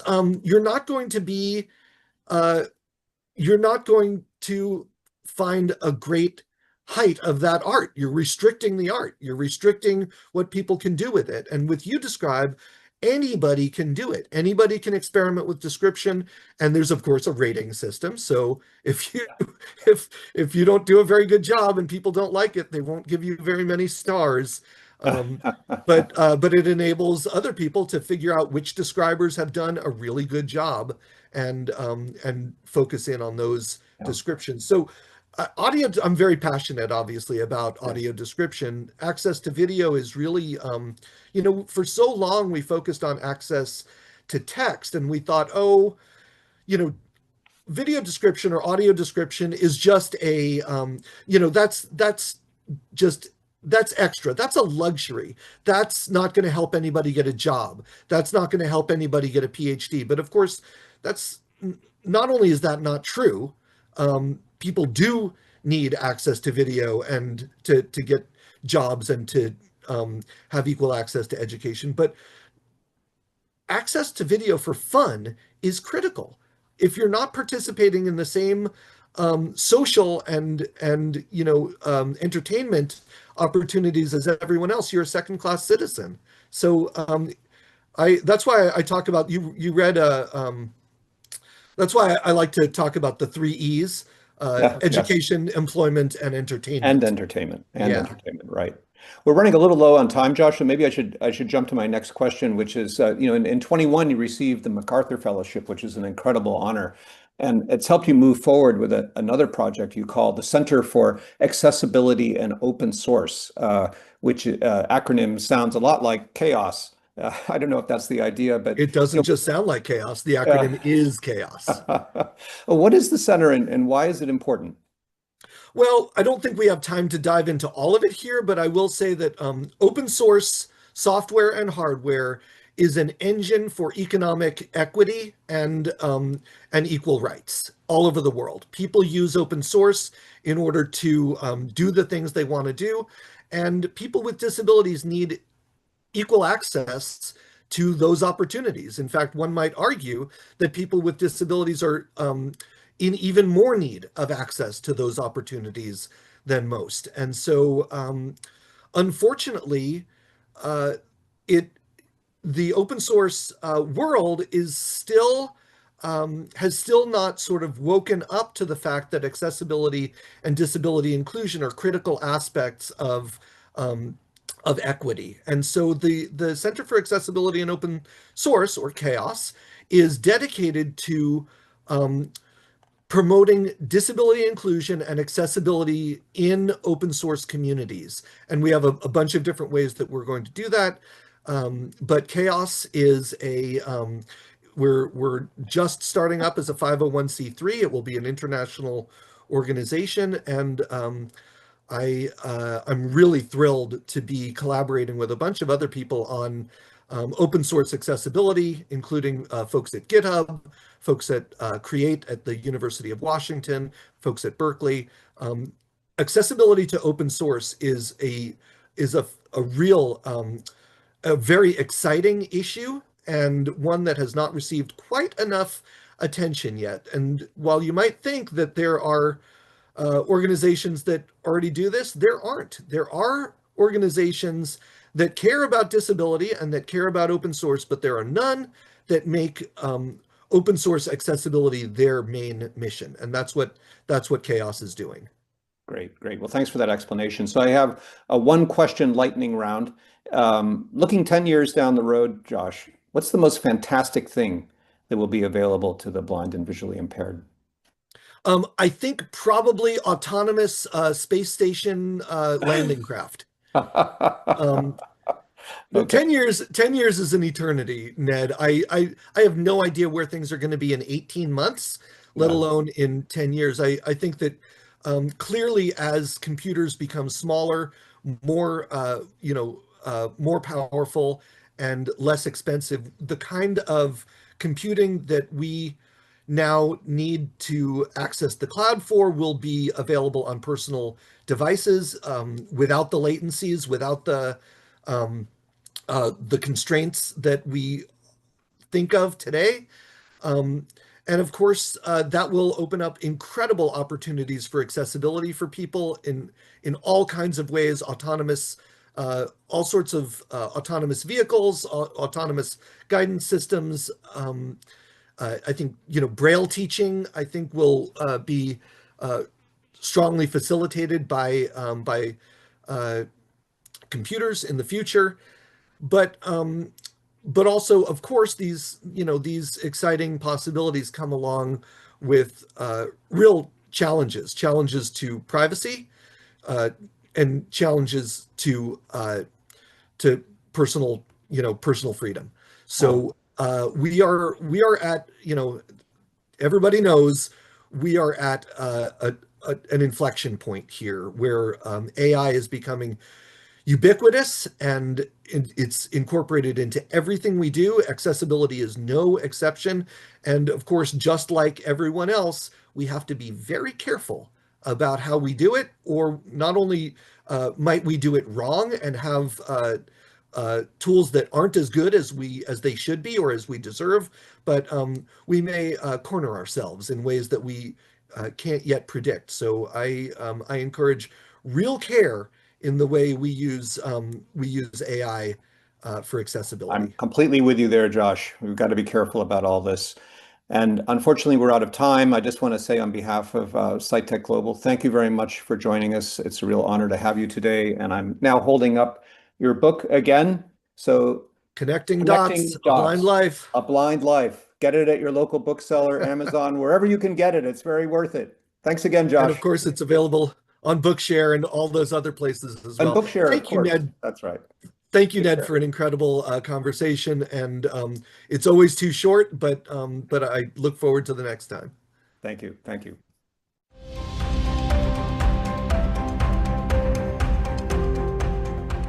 AI meets human insight, the future of visual interpretation with IRA and Google DeepMind. Speakers, Jeffrey Peddle, CTO of IRA. Everett Bacon, Chief of Blindness Initiative, IRA. Alastair Muldall, Senior Staff Research Scientist, Google DeepMind. Greg Wayne, Director in Research, Google DeepMind. And moderator, Troy Otilio, CEO of IRA. Hello, I'm Troy Otilio, CEO of IRA, and I wanted to begin by recognizing SiteTech Global for its leadership in exploring how rapid advances in technology, especially AI, can drive future barrier-free access for people who are blind or have low vision. And special thanks to Vista Center for the Blind for producing this outstanding event and continuing to champion inclusion through innovation. So at IRA, we believe that access is a human right. And for nearly a decade, we've connected people who are blind or have low vision with professional human interpreters, trusted partners who turn visual information into independence. Today, that partnership between humans and technology is evolving once again through the power of artificial intelligence. This session, Human plus AI, Building Trusted Intelligence for Access, explores how people and AI together are reshaping a more inclusive and accessible world. I'm honored to be joined by an incredible panel representing both deep research, AI, and lived experience. So with that, I'll introduce Jeffrey Peddle, coming to us live from Toronto, our Chief Technology Officer at IRA, who leads the development of IRA's platform and its integration and design with advanced AI systems. Also from IRA, Everett Bacon. He's in Salt Lake City. He's our Chief of Blindness Initiatives. Everett brings more than 20 years, I think it's more than that, 20 years of leadership in the blindness community and ensures that everything we build starts with lived experience. From London, way over in the UK, we're honored to have Alastair Muldall, Senior Research Scientist. Alastair's work focuses on visual reasoning, how AI interprets complex scenes and understands context, and from DeepMind, of course. Also, Gregory Wayne, also in London, also at DeepMind, is the Director of Research. Gregory leads the Project Astra research team building AI assistants. So what a panel. So together, this group represents what happens when human expertise, research, artificial intelligence, and community insight come together to make access stronger. So let's get started. Let's talk about how this collaboration begins and why it matters. I'm going to pick on Gregory. Gregory, obviously it started with you and I having a conversation, but I'm the moderator. So you're going to have to talk about how DeepMind and IRA came together around accessibility and AI. So I think I've been thinking about AI assistants that are multimodal, that can understand the world around you for quite a while. And it always seemed to me that one of the most impactful things we could do as we were developing systems that could see and talk would be to enable people who are blind and low vision. It was a kind of a weird sort of coincidence, actually, that when we were trying to think about whom to partner with, I remembered that my upstairs neighbor actually had been the chief marketing officer at IRA at one point.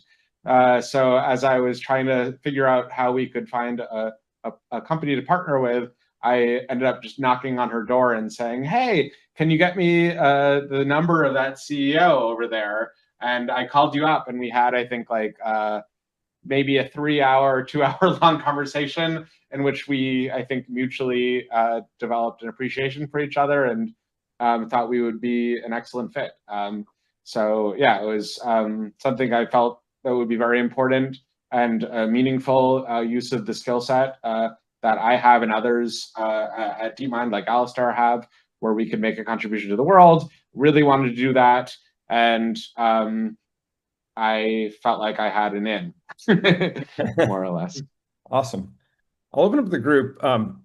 sometimes people want to know, like, how does this collaboration, this effort reflect in either your personal mission or your professional mission? We heard from Gregory, but I'd like to hear from the other panelists. Sure, I can jump. Oh, sorry, go ahead. Go ahead, Alistair. Yeah, I can jump in. Yeah, I mean, like this is, the first project I've ever worked in, like in the accessibility space and in the visual impairment space. It's just been such an amazing kind of experience learning from you guys, from the world experts, kind of in this area. And it's been, kind of certainly like the most meaningful and personally rewarding thing that I've ever worked on. So it's made a huge difference to me, and I hope that we can make a huge difference to you as well. Yeah, I have to jump in and comment that many people who get into the accessibility space get stuck because it is a exciting place to learn and to contribute. I think I heard Everett. You want to go next? Sure. I would say that, I talked to a lot of blind people. Blind people really love technology. We look to try to be leaders in the fields of technology because technology makes a huge difference in our daily lives.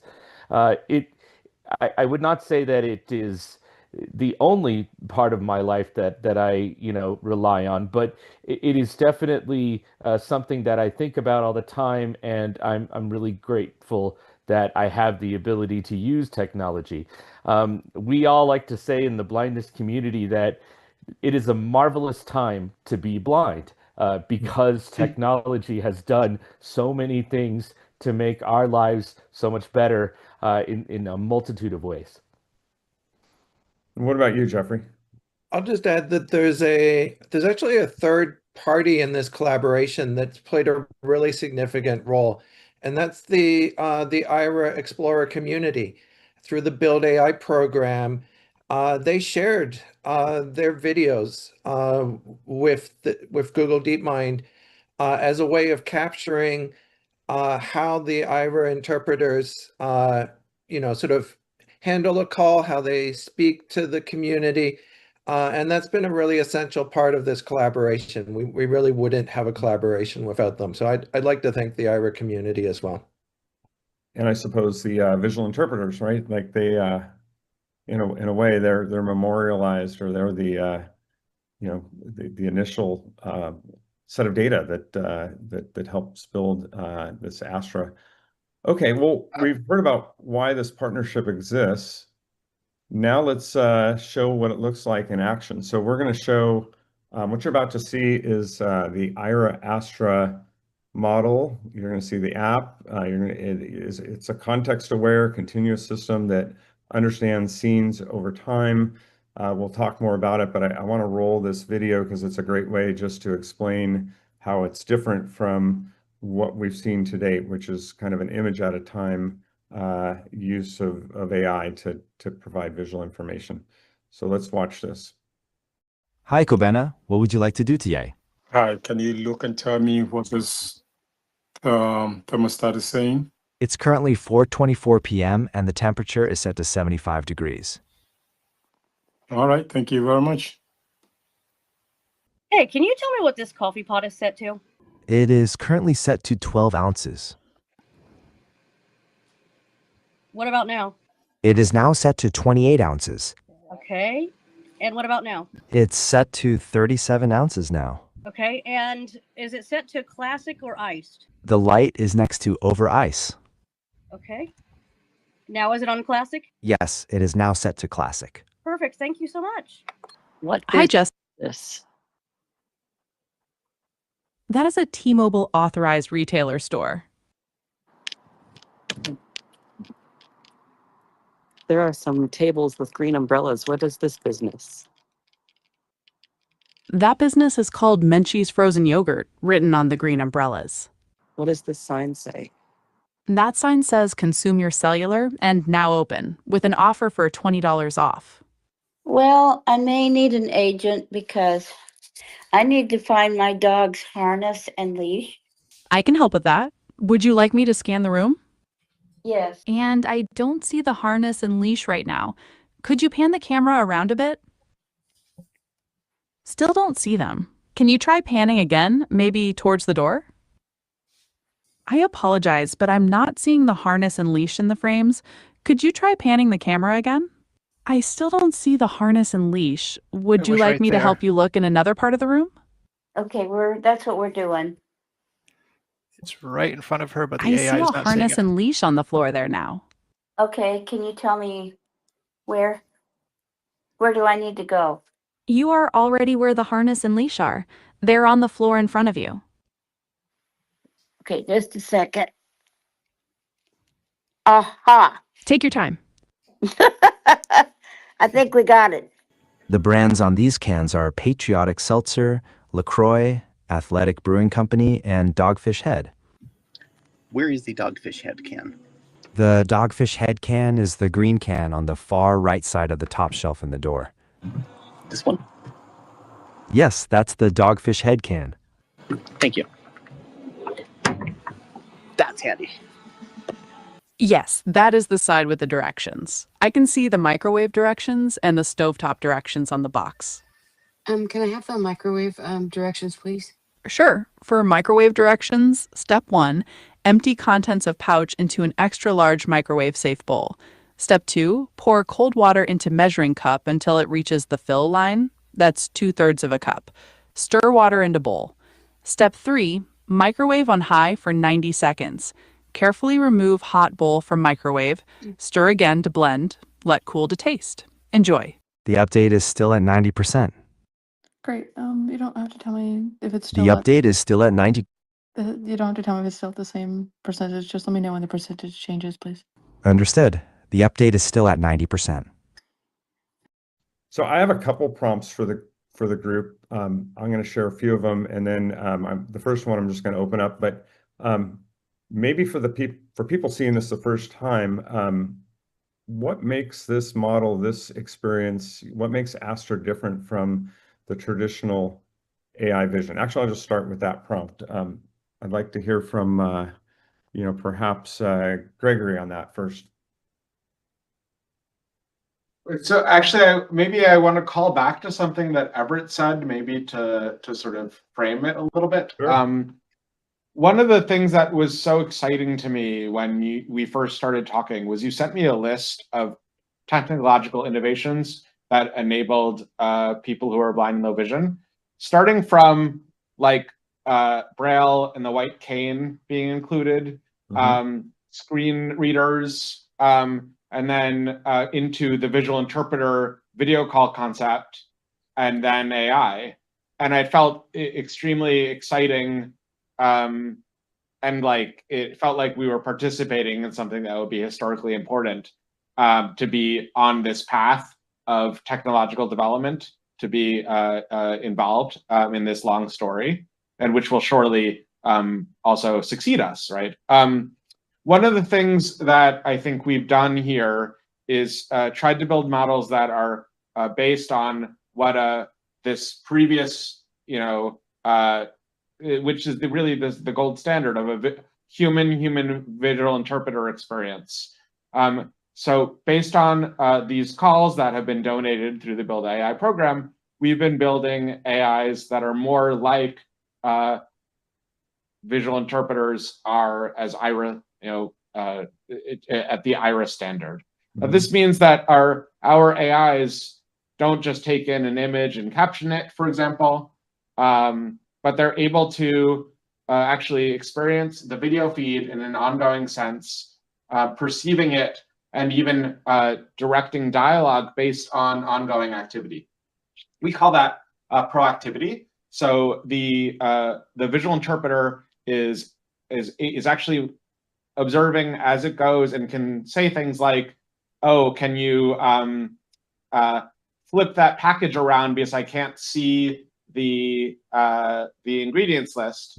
Okay, now I can see it, and it doesn't have to be prompted by the user. It actually is able to do it on its own behalf. It is able to understand what's going on and talk.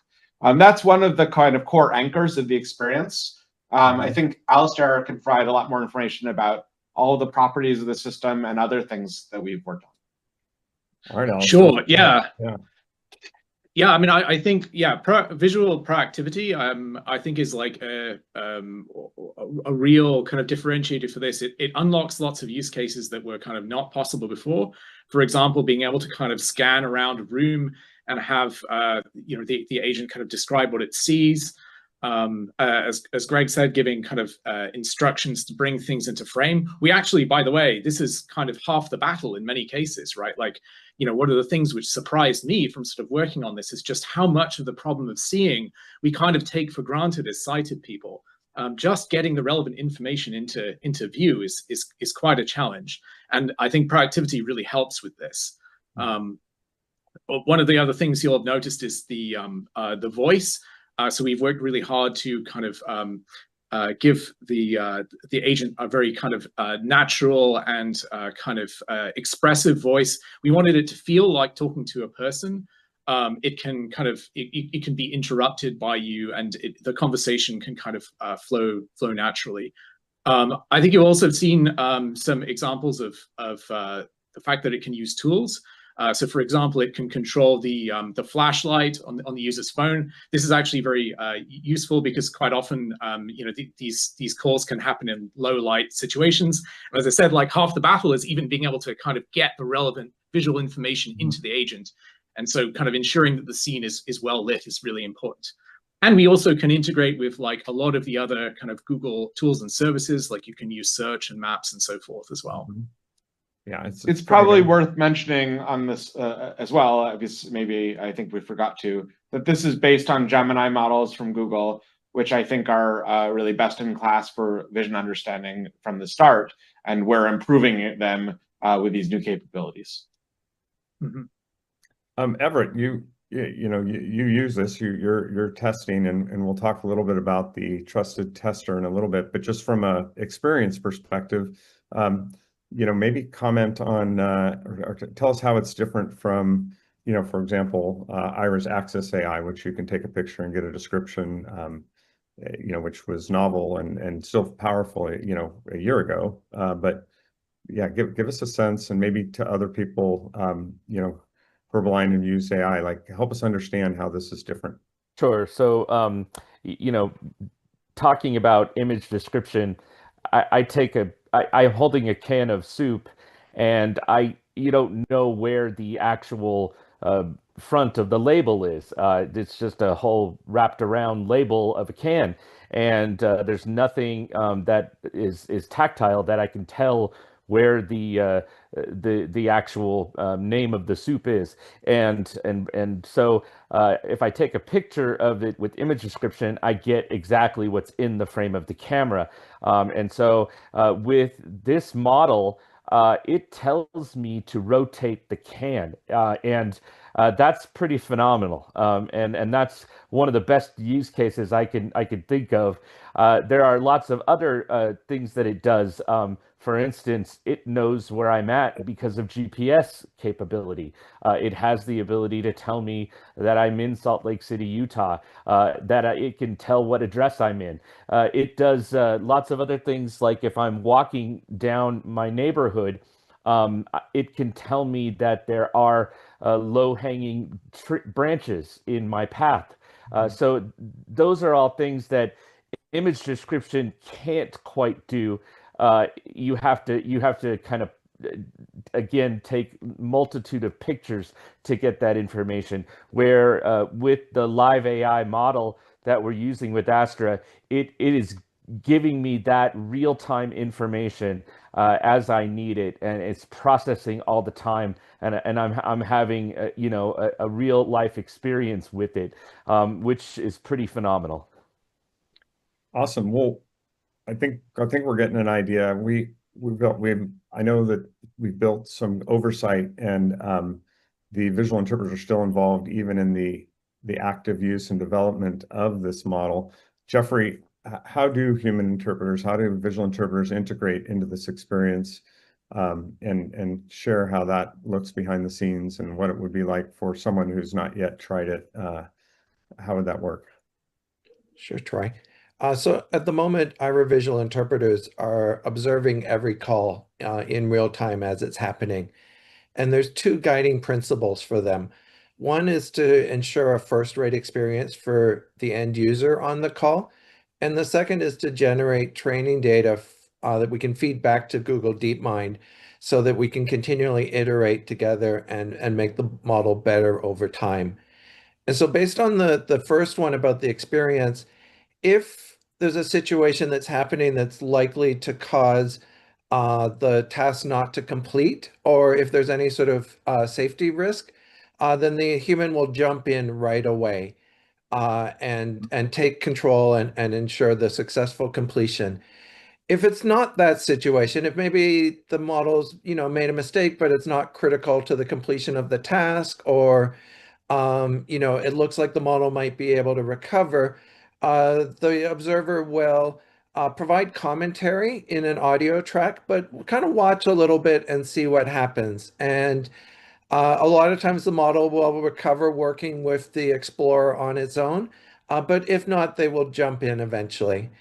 And the end result of that is that the task completion rate for these calls is essentially the same as on a human-initiated call. I think they tend to be a little bit less efficient at the moment. They may take a little bit longer, but we end up with a completed call, which is great. A couple of the advanced capabilities actually make the observer's job more challenging. Occasionally, the model will launch into a different language, and sometimes the explorer will respond. And so a conversation that started in English may transition to Spanish, which could be a problem. Or I was watching one call where the explorer was asking for instructions on how to bake an apple pie. And it seemed that the model had looked that up on the web and was relaying information based on a web search rather than visual information on the call. And so it was challenging for the observer to validate whether it was right or not, though it sounded like pretty good advice for baking an apple pie. Notice we're talking about food a lot, soup and pies. Those are important tasks. It's almost right? lunchtime. Yeah. Either Alistair or Gregory, DeepMind, you guys have been at it for a long time, and you are I know a research organization that, obviously then provides technology to Google and in partnership with Google. But what are the research principles that guide building a system like we're building, a system that people can trust? Yeah, I think Jeffrey already kind of touched on this, but like having our kind of overriding concern is to ensure that like the users have an experience that's safe and that gets their task done. And so we kind of thought carefully about having this sort of human in the loop supervision in a way to kind of ensure that like we always have that fallback to ensure that the interaction is successful. Our goal primarily is to improve the quality and the accuracy of the responses that the agent gives, and like the data that we get with this setup is absolutely crucial for doing this, because it gives us this view onto what the real world kind of failure modes of our agent are, that we can then use to kind of feedback and improve our model in this sort of self-improving kind of cycle. Yeah, that's one of the really key considerations here. I guess I could add, I don't know if it's exclusively a research principle, although it's a human principle. We aren't doing this in a vacuum. We're partnering with the best company in the world, and we're partnering with the community of people who are blind and low vision. And that's, I think, a sensitivity requirement and a thoughtfulness requirement, as it is also a research requirement, because we would also be in the dark otherwise. So I think we're trying to be deliberate and as much as possible here. I have to break out of my moderator role and share that I got to visit you all at the headquarters in DeepMind, and I hadn't thought about it, but you guys had different stations set up in your lab, including I think it was a bar actually, right, where you're testing out. So I guess it's not only used for soup, but ultimately what I saw there is a lot of real world practical stations where you could just live test how the model's working in addition to everything else we're doing. So we've seen how this is working. Let's close by talking about who it's built for and what comes next. And if there's other things you want to add that you think the audience will benefit from, we don't need to follow just these prompts, but ultimately, I'll start with Everett. What does it really mean to truly build this technology with the community? Like, give us some practical examples and maybe even elaborate on what you've heard from the community, who, the folks that are in the Trusted Tester program.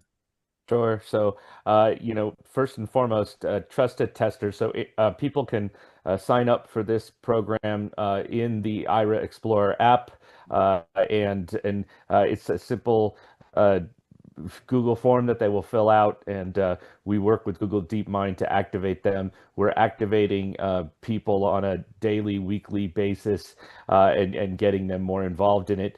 I like to quote my friend Anil Lewis with this type of AI technology and kind of where we're going.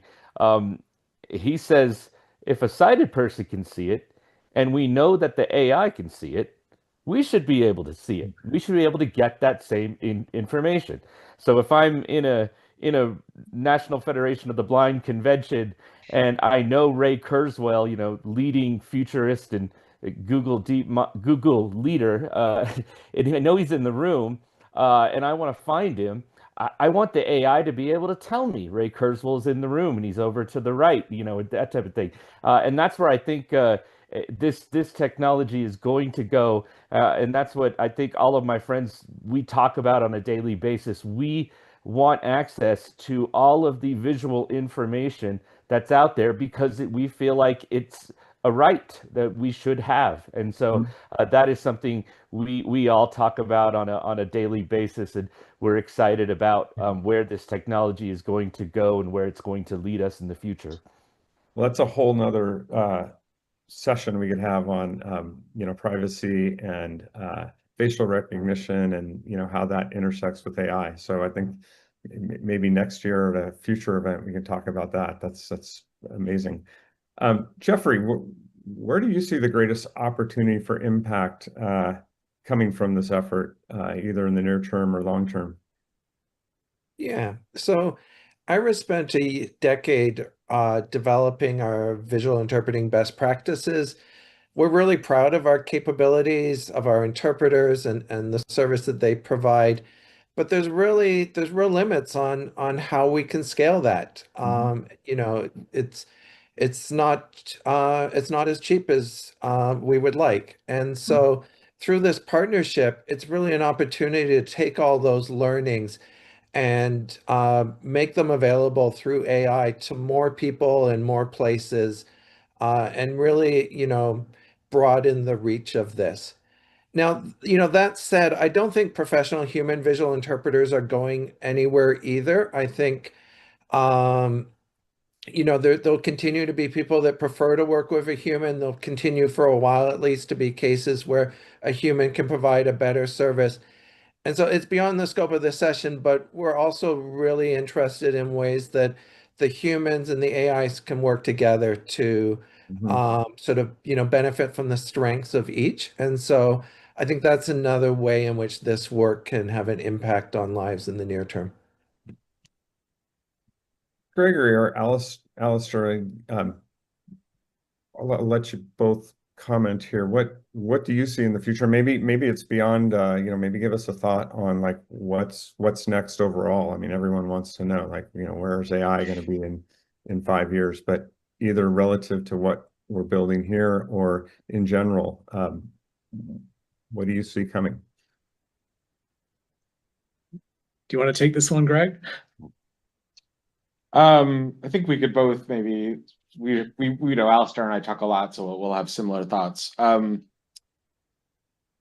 think we want to get this to be working 100% reliably. That's just a small thing, right? But oh, that one, we want it to really work all the time. I think it's exceptional and it's extremely promising. But I think until we can get to very high tolerances of reliability, you just can't trust the systems. So we want them to be very good. Very accurate. And then there's, I think, also a range of problems that we really can't solve with the current systems. For example, many, I think, of the visual interpreter sessions involve digital technologies, like doing something on a remote desktop and so forth. And these are not accessible to us right now. And I think we've talked about how future work could also, open up those kinds of problem domains. Yep. So that's kind of in the near future what we're thinking about. I'd say there's probably things that I've also forgotten about. So and maybe other ideas Alistair has. So yeah, I think one thing that will be really interesting is as we start to get closer and closer to kind of what a human visual interpreter can do. I think we should also be thinking about kind of what we can do to push beyond that, right? And we're already kind of seeing this to some extent. Like our agents have some capabilities which are kind of superhuman. So, for example, Gemini can speak, lots and lots of different languages, and it can access information from the internet instantly with a Google search, and it can use GPS, and there are all sorts of these other kind of capabilities which we can use to even kind of push beyond what's currently possible with a human visual interpreter. So I'm kind of excited about kind of what new things we can unlock, as well as just scaling up the great experience that IRA are able to provide now with human visual interpreters. And I think, like, as we've kind of already touched on, right, like, so this is kind of a long-term project, right? Like, so I'm impressed by like the huge range of different tasks that we see when we kind of look at the human visual interpreter sessions, everything from very simple things like kind of reading labels to, kind of assembling furniture and tasks that can take like more than an hour long. So there's this huge range of different sorts of problems. And in order to be able to kind of tackle all of those different things, we are kind of having to build almost like an artificial, kind of human visual system, and more than that, like a vision and speech system. So it's a very ambitious, kind of when you consider the goal to be to do everything that a human can do. And I think I like the analogy of, kind of building a self-driving car, right? Like, so it took like a kind of a decade to go from, prototypes that were able to work autonomously in some situations to something that was safe enough to be used without human supervision. And I think that the setup that we have now with IRA, where we're able to have like human in the loop to supervise some or all sessions, is a really nice kind of system to be able to kind of push the frontier of like what we're able to do while still ensuring that things are safe and that we're able to solve the tasks that the users need us to do. Well, that got my heart racing because, yeah, it's like, you're right. It's just such a broad set of tasks, yet there's this need for efficiency and safety. And yeah, it may be one of the most challenging AI missions that have been out there. I don't know. I'm not the expert you are, but it certainly is real life and impacts people, positively, which makes it, exciting and rewarding. All right. So we're going to wrap up here. If I'm going to go down the list, I'm going to go, so get ready. I'm going to go Everett, Jeffrey, Gregory, Alistair. If you had to summarize today in one line, trusted AI for access means, how would you complete that? I think what that means to me is that IRA and Google DeepMind understand that blind people have capacity and access to visual information. While I know how to do things alternatively without vision, it's still a world that I live in that relies on vision. And so getting access to that visual information through live AI is an amazing principle and something that I think is going to unlock the real capacity of blind people in leveling the playing field for all of us. And I mean, for me, I'd probably go back to something that Alistair said at the beginning, right? This is a project that feels like, we're making a real positive difference in the world. And I remember watching the demo at the Google I/O conference, earlier this year, and it was one of the proudest moments of my career. And it's great to be a part of this. It was, I think it's my turn. Trusted AI for access means was the exact tagline. Yep.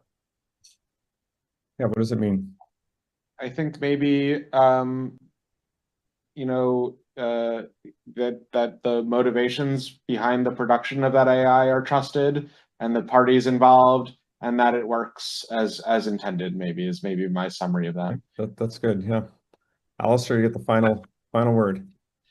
I think it means for me like safe, reliable access to visual information whenever and wherever you need it, to as wide a group of people across the world as possible. Well, that's awesome. You can see I'm smiling because I love this topic, and I love thinking about the future here, and I love the partnership that's been developed. So thank you. I'm going to close. Thank you to our incredible panelists for your insights and your experience you've shared today. The perspectives, I think, remind us that progress and accessibility isn't just about smarter technology. It's about people working together, right, to make it meaningful. And if there's one message to take away, it's this: trusted AI is built through collaboration between people, technology, and purpose, and with the community that it's serving. And at IRA, we see this every day, how partnerships transform access, independence for the real world. And a heartfelt thank to SiteTech Global for hosting this important conversation, and for Vista Center for the Blind for their continued leadership in producing this exceptional event. Your work keeps the conversation and the innovation moving forward. I invite everyone to stay connected, to keep learning, and to continue supporting inclusive technology, because it takes all of us to build it right. And I'll close on this thought. Together, we're proving that when AI learns from people, it can help everyone see farther. Thank you very much.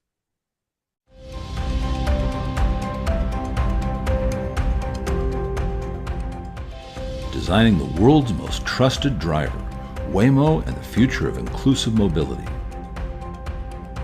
Speakers: Aaron Lai, Senior Product Manager with Whimo; Eamon Completano, Senior Safety Researcher, Whimo; Lucas Watson, Senior Software Engineer with Whimo; and moderator Sven Biker, PhD, founder, Silicon Valley Mobility.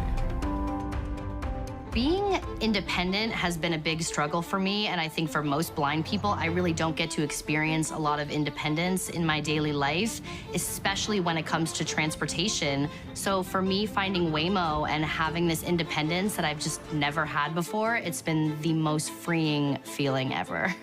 I lost my sight when I was 25 years old. Giving up driving was probably one of the hardest things that I had to do.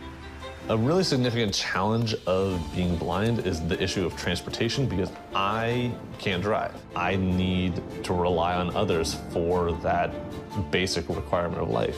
I started relying on rideshare options, and the biggest downside is service denial. I would have a service dog with me, and the drivers would drive right by me because they saw the dog.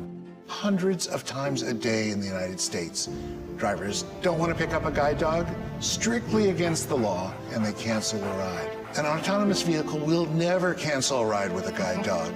A woman and her guide dog, followed by a man and his guide dog, each climb into the backseat of separate Whimo vehicles. When I got in a Whimo for the first time by myself, I felt like I was driving again. 30 feet to your left. A rider holds her phone with the Whimo One app open, integrated with screen reader capabilities and assistive audio cues, as the Whimo vehicle pulls up to the curb. Just get on the app, tell it what to do. There's nobody else that you have to negotiate with. It was so exciting to have that feeling back of independence. It's really powerful that Whimo has allowed us to kind of look under the hood as they're developing this new technology. Waymo, in particular, understands and values the fact that we have something to contribute, and Waymo has something to contribute, and that makes it a true partnership. The steering wheel turns by itself as a Waymo turns a corner in San Francisco. And 24 years ago, this technology didn't exist. In fact, when I first lost my vision, I remember sitting in my driveway behind the wheel of my car just crying because of the independence that I had lost. I could never imagine something that I could just go so freely and jump into. Now I can't imagine life without a Waymo. It can open a lot of doors, not just practically, not just, oh, let me go shopping, but also emotionally. Also like, okay, I'm not dependent, I'm not reliant, I'm not a burden on somebody else. I'm my own person, I can do my own thing. It's a new sense of liberation. That's why it's so special. It's about freedom. Partnering to build a future with safer, more accessible transportation. The Waymo logo appears, followed by the logos of World Blind Union, Lighthouse for the Blind and Visually Impaired SF, Arizona Council of the Blind, Foundation Fighting Blindness, Texas School for the Blind and Visually Impaired, California Council of the Blind, Braille Institute, National Federation of the Blind, Foundation for Blind Children, Avista Center for the Blind and Visually Impaired, Blinded Veterans Association, American Foundation for the Blind, and American Council of the Blind. Hello everyone, and welcome to a discussion designing the world's most trusted driver, Waymo and the future of inclusive mobility. I am Sven Biker and I'm delighted to be the host for this exciting discussion. A special thank you also goes to SciTech Global for the opportunity to bring this important discussion to our audience today. Before we dive into it, let's see actually who will be discussing this important matter with us today. And for this, I would like to invite our great panelists here to say a little bit more about what they do at Waymo. Aaron, maybe we start with you. Awesome. Hi, my name's Aaron, and I'm a product manager working on the perception team at Waymo. Great. Thanks, Aaron. Eamon, tell us a little bit more about what you do at Waymo. Yeah, thanks. My name is Eamon. I'm a senior safety research engineer at Waymo, and my background is in biomechanics, so I think about the ways in which people can get injured, both inside the vehicle and outside the vehicle, and how we can protect them as best we can. Great. Thanks very much, Eamon. Lucas, tell us a little bit more about your background and what you do at Waymo. Hey everyone, I'm Lucas. I work on the motion planning team and I focus on the car's behavior around pedestrians. Very cool. So a lot of knowledge that we're bringing here to the discussion about self-driving, autonomous vehicles and what Waymo does. And I assume that many of our viewers and listeners are familiar somewhat with self-driving cars because I observe that they are really becoming mainstream. But before we talk more about how they work and so on, let's talk a bit more about the benefits. So why are we doing this? So what are some of the benefits of autonomous vehicles? Lucas, maybe right out of the bat, how would you describe it? So, some of the benefits are we are able to see in all directions all the time. We're able to see in the dark with our various different sensors, and we're able to pay attention to all these things all at once and keep our attention on everything. And as we developed the Waymo driver, we ran many lifetimes of driving in simulation, and then that continued to play out in the real world, where our safety record has been demonstrated over 100 million plus miles that we've driven now.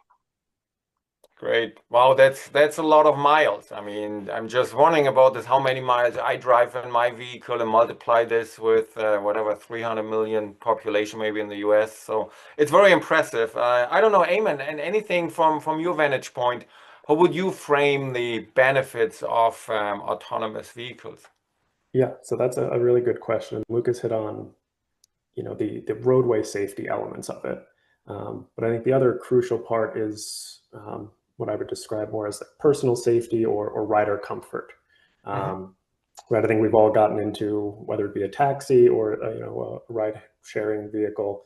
Maybe the vehicle's dirty, the driver is driving erratically or something like that. With the Waymo driver, there's no driver in the front seat. All the vehicles are the same, so you're getting that same experience, which really adds to your feeling of personal comfort and privacy. And then I think specifically for the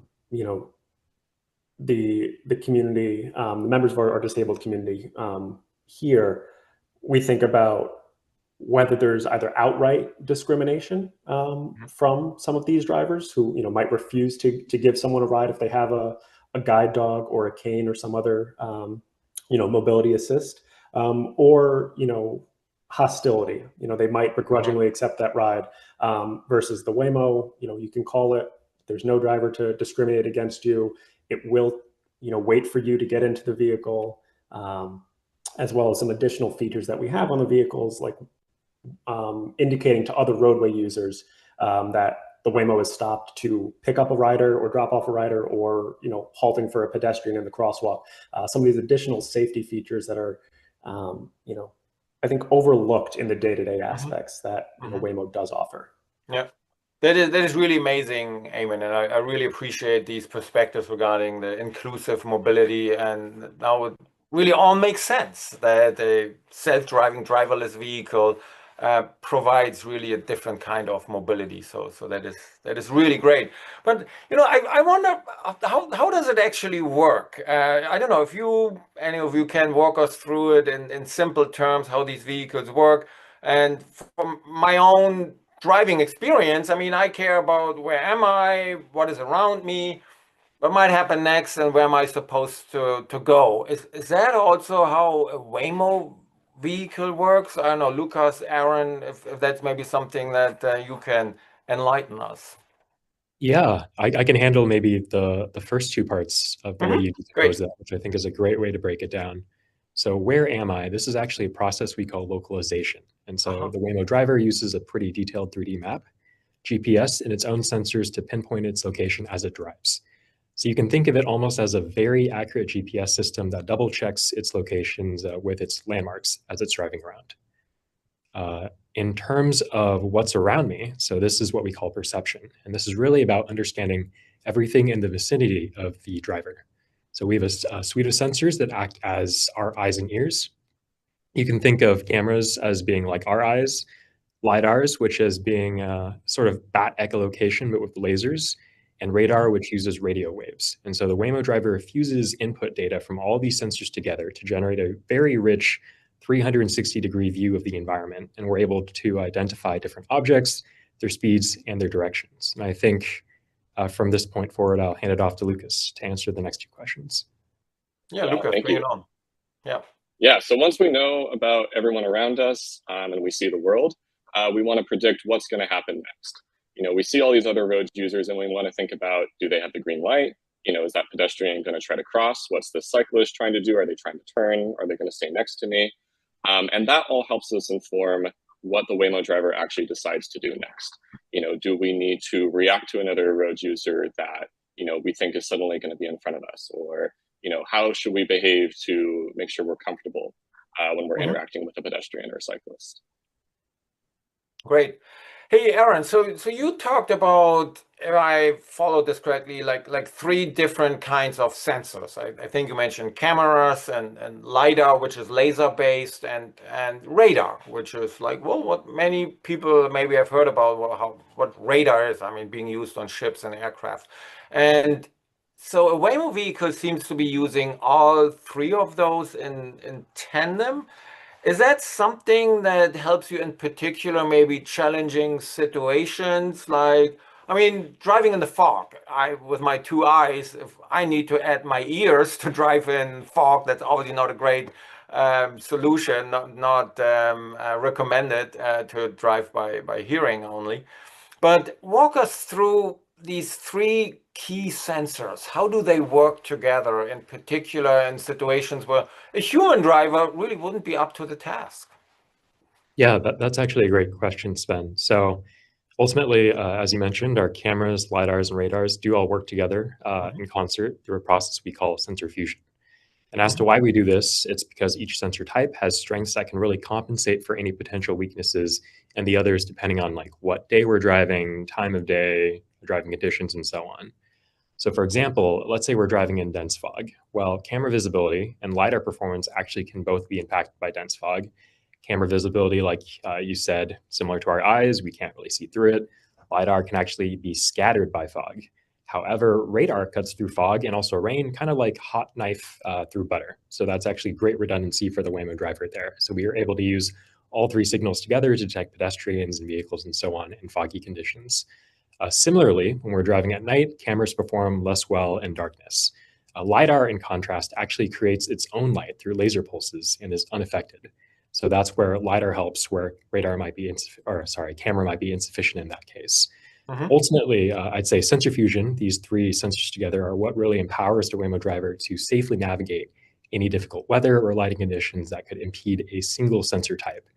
And this is not even mentioning benefits when, let's say, sensor hardware might fail.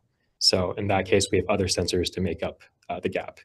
We actually also do have our own ears on the Waymo driver, which we call external audio receivers, which also stands for ear.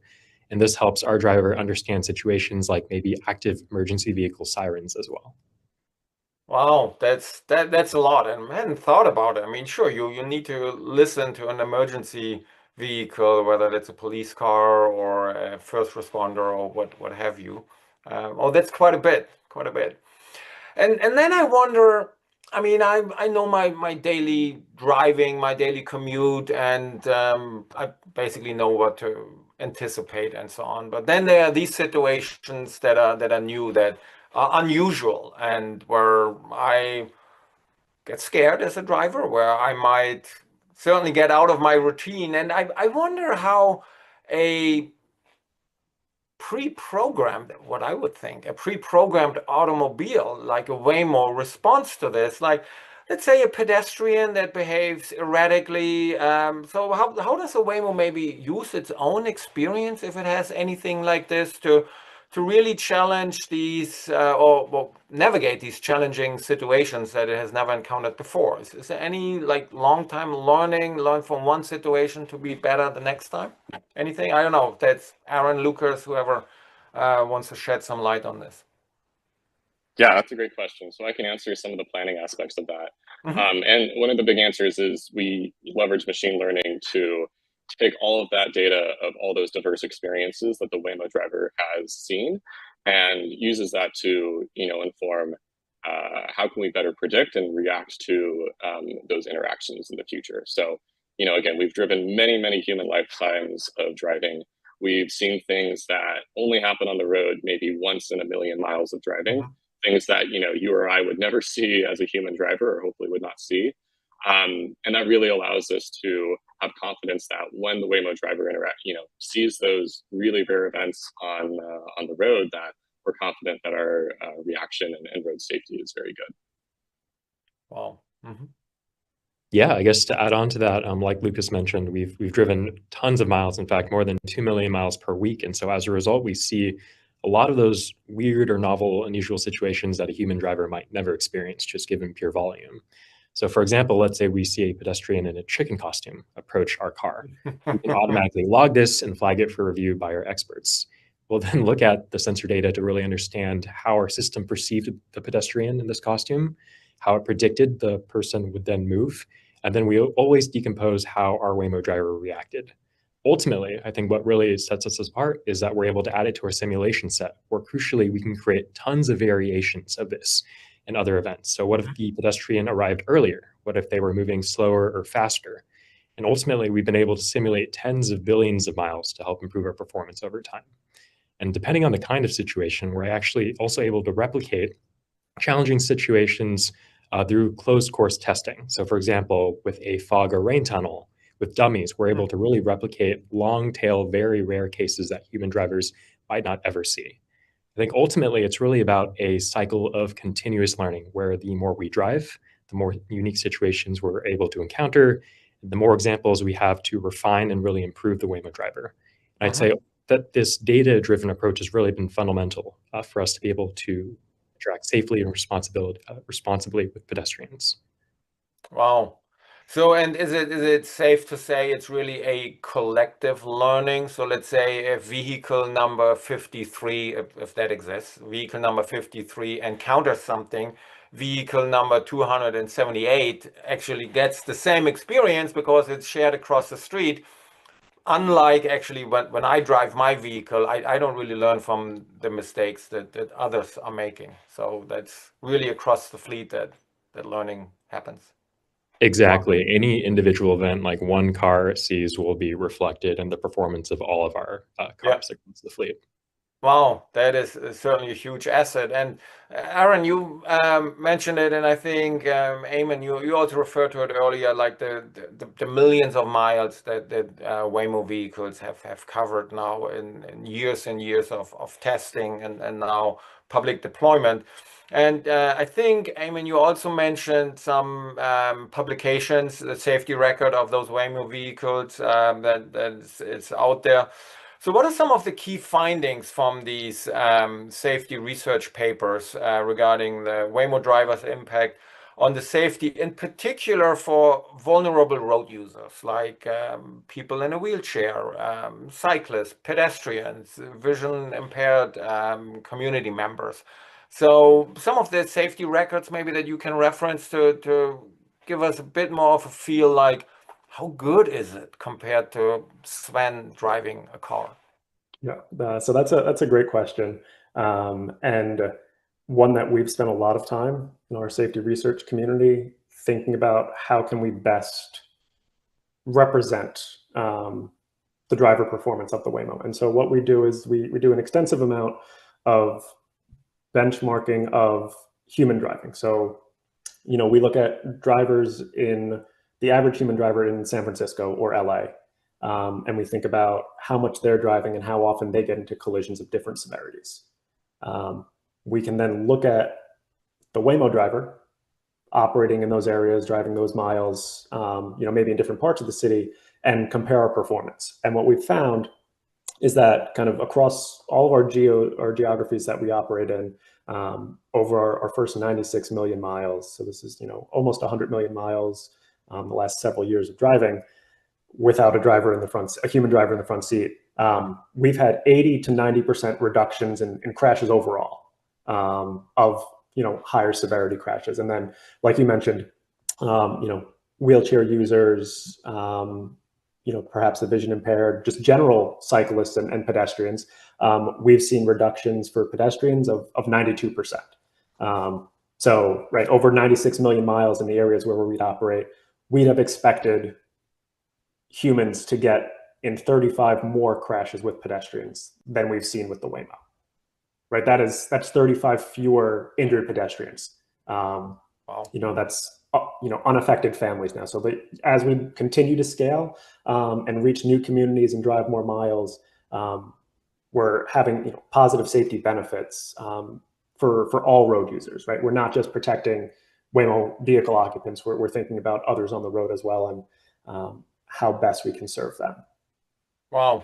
That is impressive, and well, hey, I mean, quite a contribution to the community, and so I'm also then wondering, how do you get input from the community? So how do you involve community members, maybe including those with assistive needs, disabilities, pedestrian safety advocates, and so on, in the testing and proving that these systems work, especially for those community members who have special needs? So how do you involve them? Is that something, I don't know, Lucas, can you maybe shed some light on that?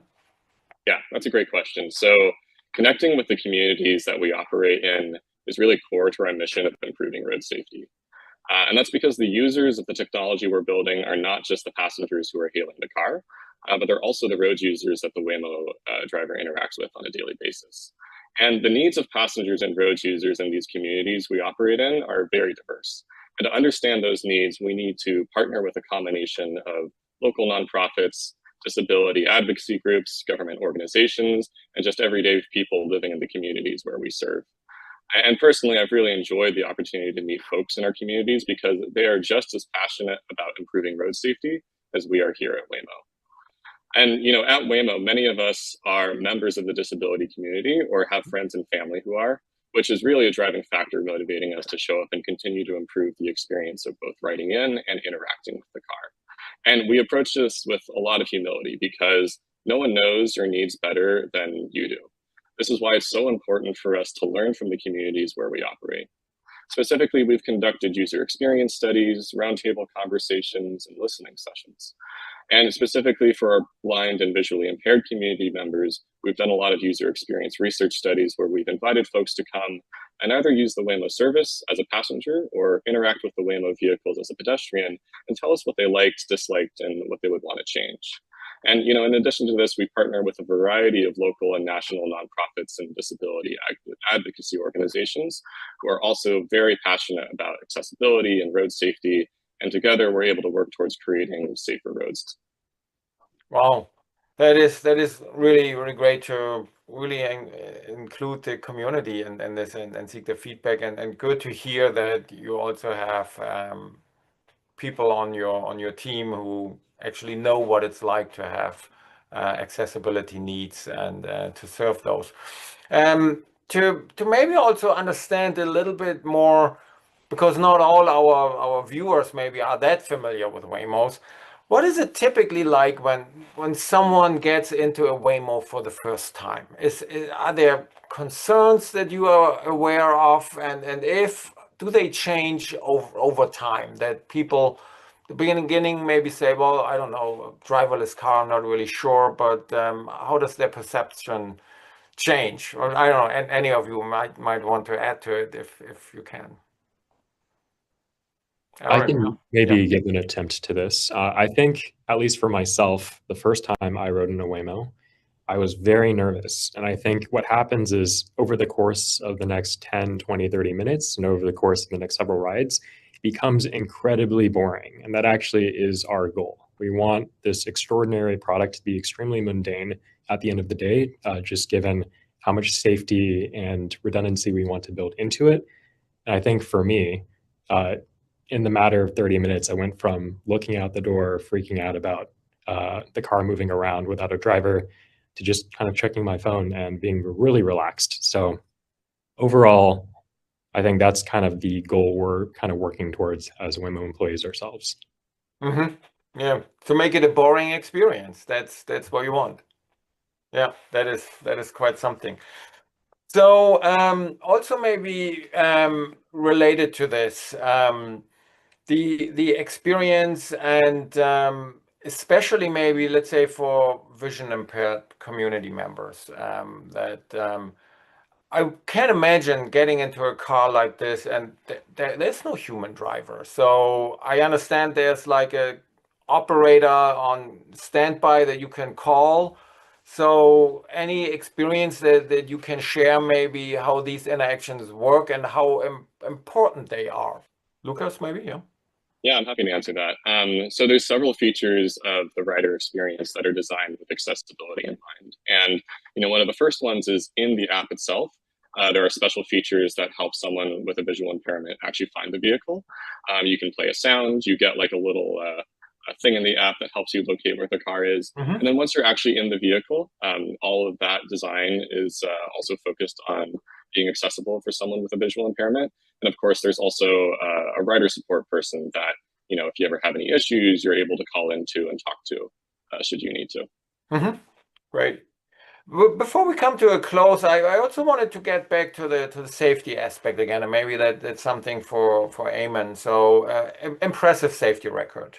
So if you can maybe tell us a little bit more about your work, how to even further improve the safety of Waymo vehicles. Is there something that you can point to? Yeah, so that's a really good question. And I'll sort of answer it in two parts.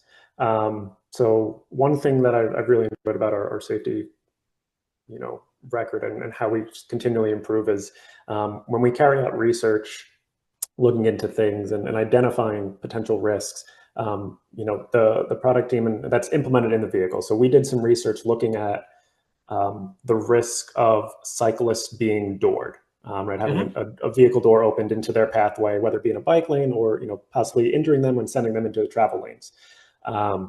Right, as a ride-hailing company, we're constantly pulling over, dropping off, potentially interacting with cyclists on kind of daily basis in large frequencies. So we need to make sure we get that right. And so as part of that, result of that research, we added a safety feature to the vehicle so that when it's pulling over for a drop-off, and the vehicle, using the sensor suite, detects that a cyclist is coming by, you get a warning in the vehicle, alert, a cyclist is coming by, please be careful when you exit. And we've seen that, play out and work, and people have, social media have taken videos like, oh, Whimo told me there's a cyclist, and then a cyclist appears nearby, right? And so it's encouraging people to act safely and think about that. So that for me has been, I don't know if that fully answered your question. Oh, it's a great example. But Hey. just an example of, a safety issue that, Yes. maybe the general public might not think about, that we've had to encounter and think about, and, how we've worked to mitigate that as best we can. Yeah. Which almost gets me to the closing question that I wanted to put in front of each of you here. So you're doing amazing work, and safety record is really great. Amazing technology that goes onto the vehicle, and really working with the community that Lucas talked about. So if you have to think about it, what has been your greatest moment at Whimo? Really, the one that you would point to, wow, that was simply amazing, unexpected, and anything that comes to mind? I don't know, and any of you, what's the greatest moment at Whimo? Aaron, you might think, or Lucas was nodding, anything that comes to mind? It's a little bit out of the blue, I understand that. Aaron, yes, please. Yeah, so I guess for me, it's not so much an individual task that we've done, but the day we opened up pretty much all of San Francisco to the public was absolutely a crowning achievement. I think we overcame a lot of technical difficulties to really enable that and to ensure that we were doing so responsibly and safely. And just being able to take a Waymo car myself from, say, a friend's place in Potrero to our office that's closer to the downtown core was so simple, but also like really meaningful to me. Yeah, I mean, it is magic. I remember, I mean, it was April 4th, 2023 that I took my first driverless Waymo ride. I will say this, and it was like magic. I will say I've been following Waymo, and before that Google Self-Drive quite a bit, but being in a car without a driver and it works at that performance level, amazing. I know, Lucas, Eamon, and anything to add? What would you point to? What's the greatest thing that you experienced? Lucas? Yeah, I think it's hard to really pinpoint just like one single moment, but I'd say the transition from running all these millions and billions of miles in simulation and having confidence that we know our system is very safe, and then transitioning to, oh, now we're driving millions of miles in the real world and we actually see the reality of that safety story play out. I think that's like the most rewarding thing, because we've spent so many years investing in building the Waymo driver, and to actually start to see it scale and have like a real impact on road safety where we're operating is really incredible. And we've started to post like some of these like really incredible interactions that the Waymo driver experiences, online, to Twitter, to LinkedIn, and those are the events that we see every day that are really the rewards of showing like, yeah, we really designed the system well and it's really performing excellently. I can only confirm. I mean, that's what gets me still excited as an automotive engineer. You see it in the real world. It's not something that just is in the virtual world, but especially when it moves from the virtual world, as you point out, from simulation to our roads and neighborhood streets. That is amazing. Eamon, anything to add? Maybe safety perspective, like the greatest realization that you had or something? Yeah, I think, and I meant to plug this before, but we make all of our safety data available publicly on waymo.com/safety. So I'd encourage any of the audience to please take a look at that. Interrogate the data yourself, look at some of our technical papers. But I think similar to Lucas and Aaron, a moment, and this happened fairly recently. The mayor of Chattanooga, Tennessee, unprompted, called for, oh, Waymo, you should come test in our city, right? And it's that desire, and others are seeing the benefits of the Waymo driver and its effect on road safety, and general public safety in these communities where we are operating today, and they want that for their own communities. You know, people who come to San Francisco and go out of their way to take a Waymo as part of a tourist activity, right? Like, you know, the future is autonomous driving and removing the human element from, you know, this public health crisis on our roads today. And it's happening, you know, in some communities, and we'd like to continue to expand that. So it's really cool to see that play out, you know, from the larger public, where places that want us to come to them.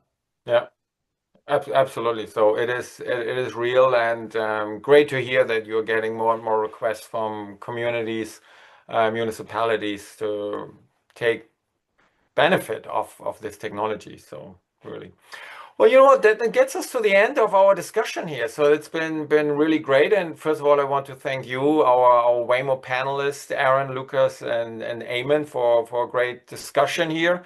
And we are really honored that we could provide this as some food for thought and further inspiration for Vista Center's mission in helping community members with those needs. And really the participation today with SiteTech Global, a really great partnership that helped this discussion come to life here today. I learned a lot, and I'm certainly looking forward to my next Waymo ride, which I think will be this afternoon in Mountain View, California. Looking forward to it. Thanks, everyone. It's been a pleasure. Bye now.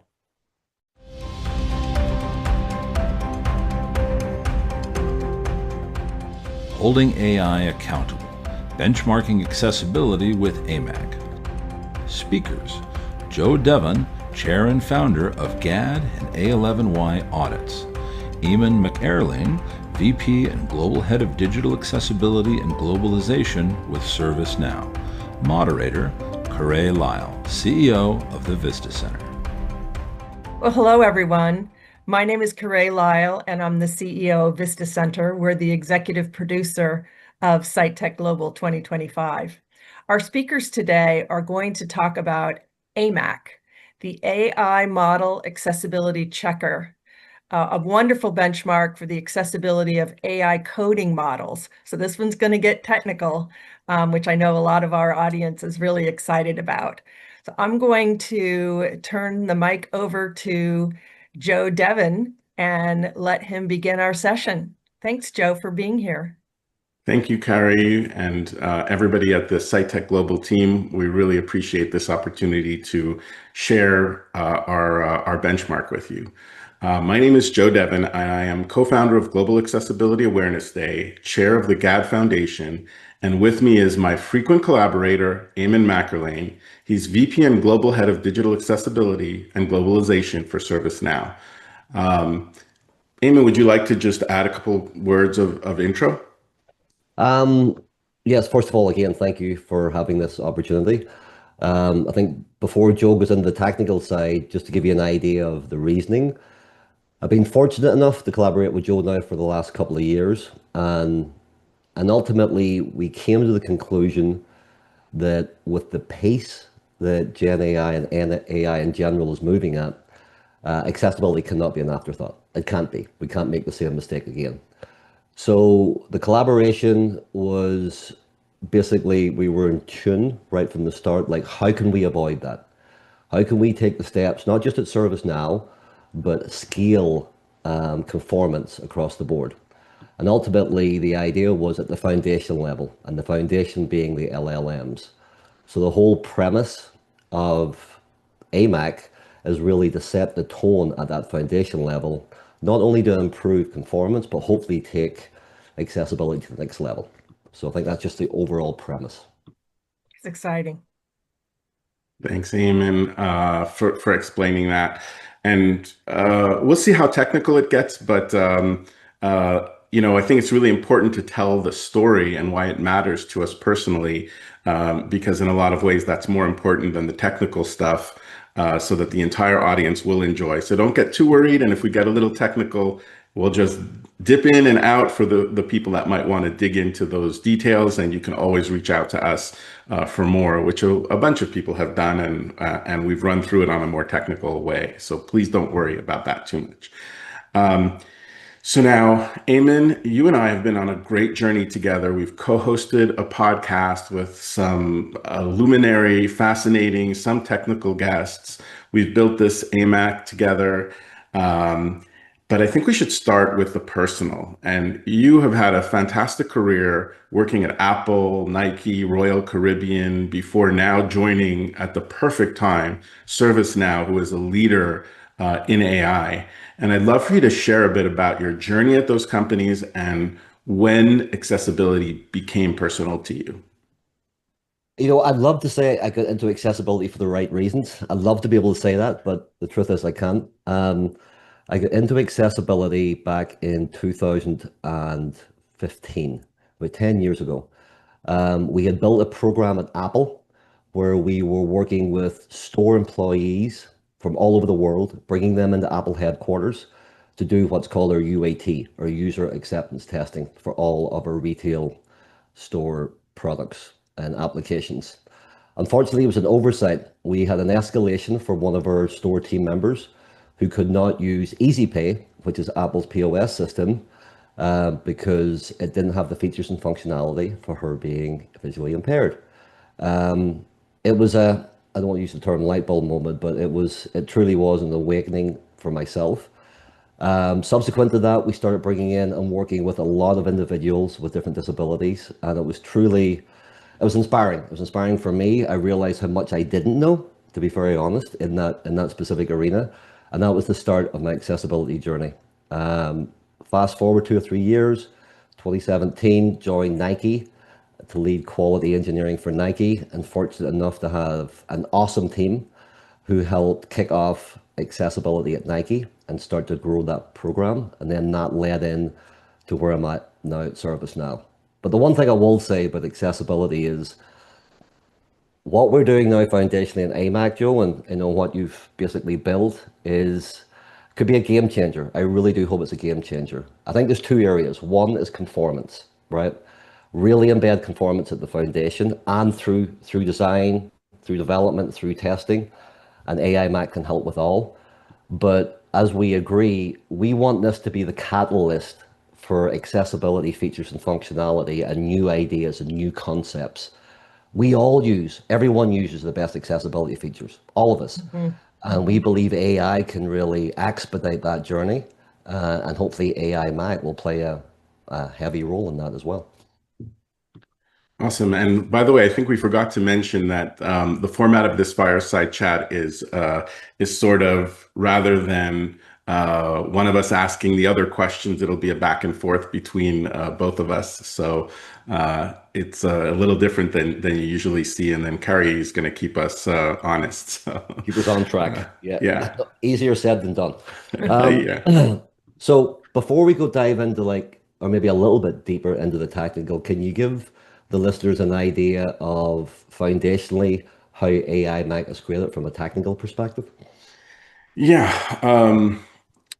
it might actually help if I share my screen, and I'm gonna do this. We talked about how we were gonna do this, and I'm gonna do it totally differently. Sorry to the tech team here. I'm going to share the full screen here because that will make it a little bit easier. So the way it kind of started was WebAIM Million. They created a report that tested the top 1,000,000 websites, and they found that about 97% of them were inaccessible, and the top failures were low contrast text, missing alt text for images, missing form inputs, and things like that. And they have, sorry, I'm scrolling here. They have a list of 29 categories. And so what I thought I would do is ask AI coding models. And what I really need to explain is a lot of people might be using AI just to ask questions and help write a report or things like that. But programmers are using it to actually write code. And And the HTML is what we are trying to see how good the HTML is by default when developers are asking for HTML. So since we already had some data from WebAIM where they have these 29 categories, I thought, why don't we go after these categories and ask these AI model companies to give us HTML around it. But notice one little problem I had was that one of the categories was adult content, and I didn't want our model checker to actually ask the LLMs to create adult content. So we just have 28 categories. And then there is an organization called Open Router that allows you to hit their what's called an API, to ask any of 566 models to generate HTML or code, but we're just testing HTML. And they are the only company I know of that has a list of top, that says these are the top models. So they have a programming category, which I'm showing on the screen here, that shows, okay, these are the very top models, and there's a way to programmatically get that. So what we're doing is we're asking the top 20 models or so, approximately 20 models, to generate HTML. And then the website is amac.ai. And last night I just updated the site with a whole new version. And we have this leaderboard where we show the scoring for each of these models across different categories. And literally until yesterday, the variance, I should also say, the lower the score, the better. So we have here GPT-5 Codex has a low score of 3.43, so it's the best model.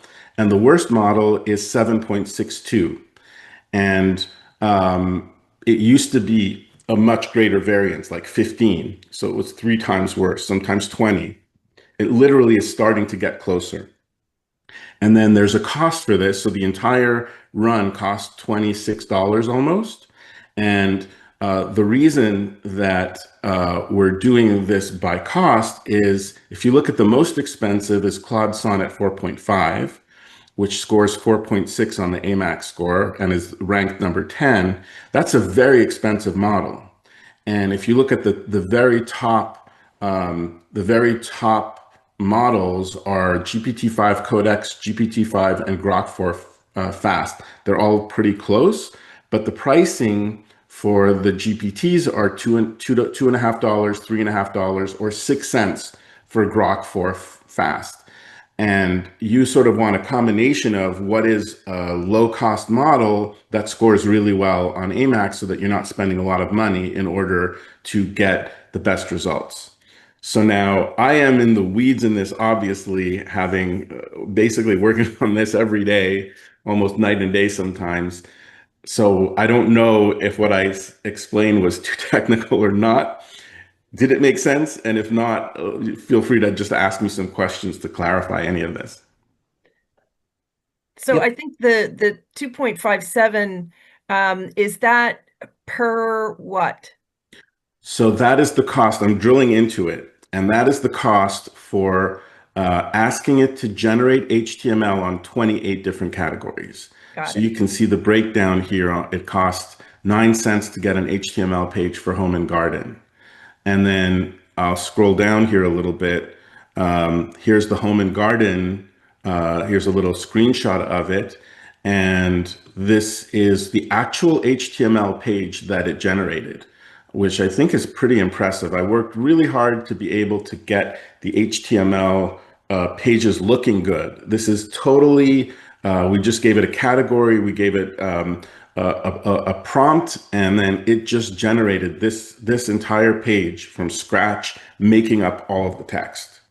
And then you can see the Axe report. Oh, I forgot to mention, we do a scoring of it. So once we get the HTML back, we send that HTML to Axe, which a lot of people in this audience will know, to DQ's Axe core, and we create an Axe report. And this is what the report looks like.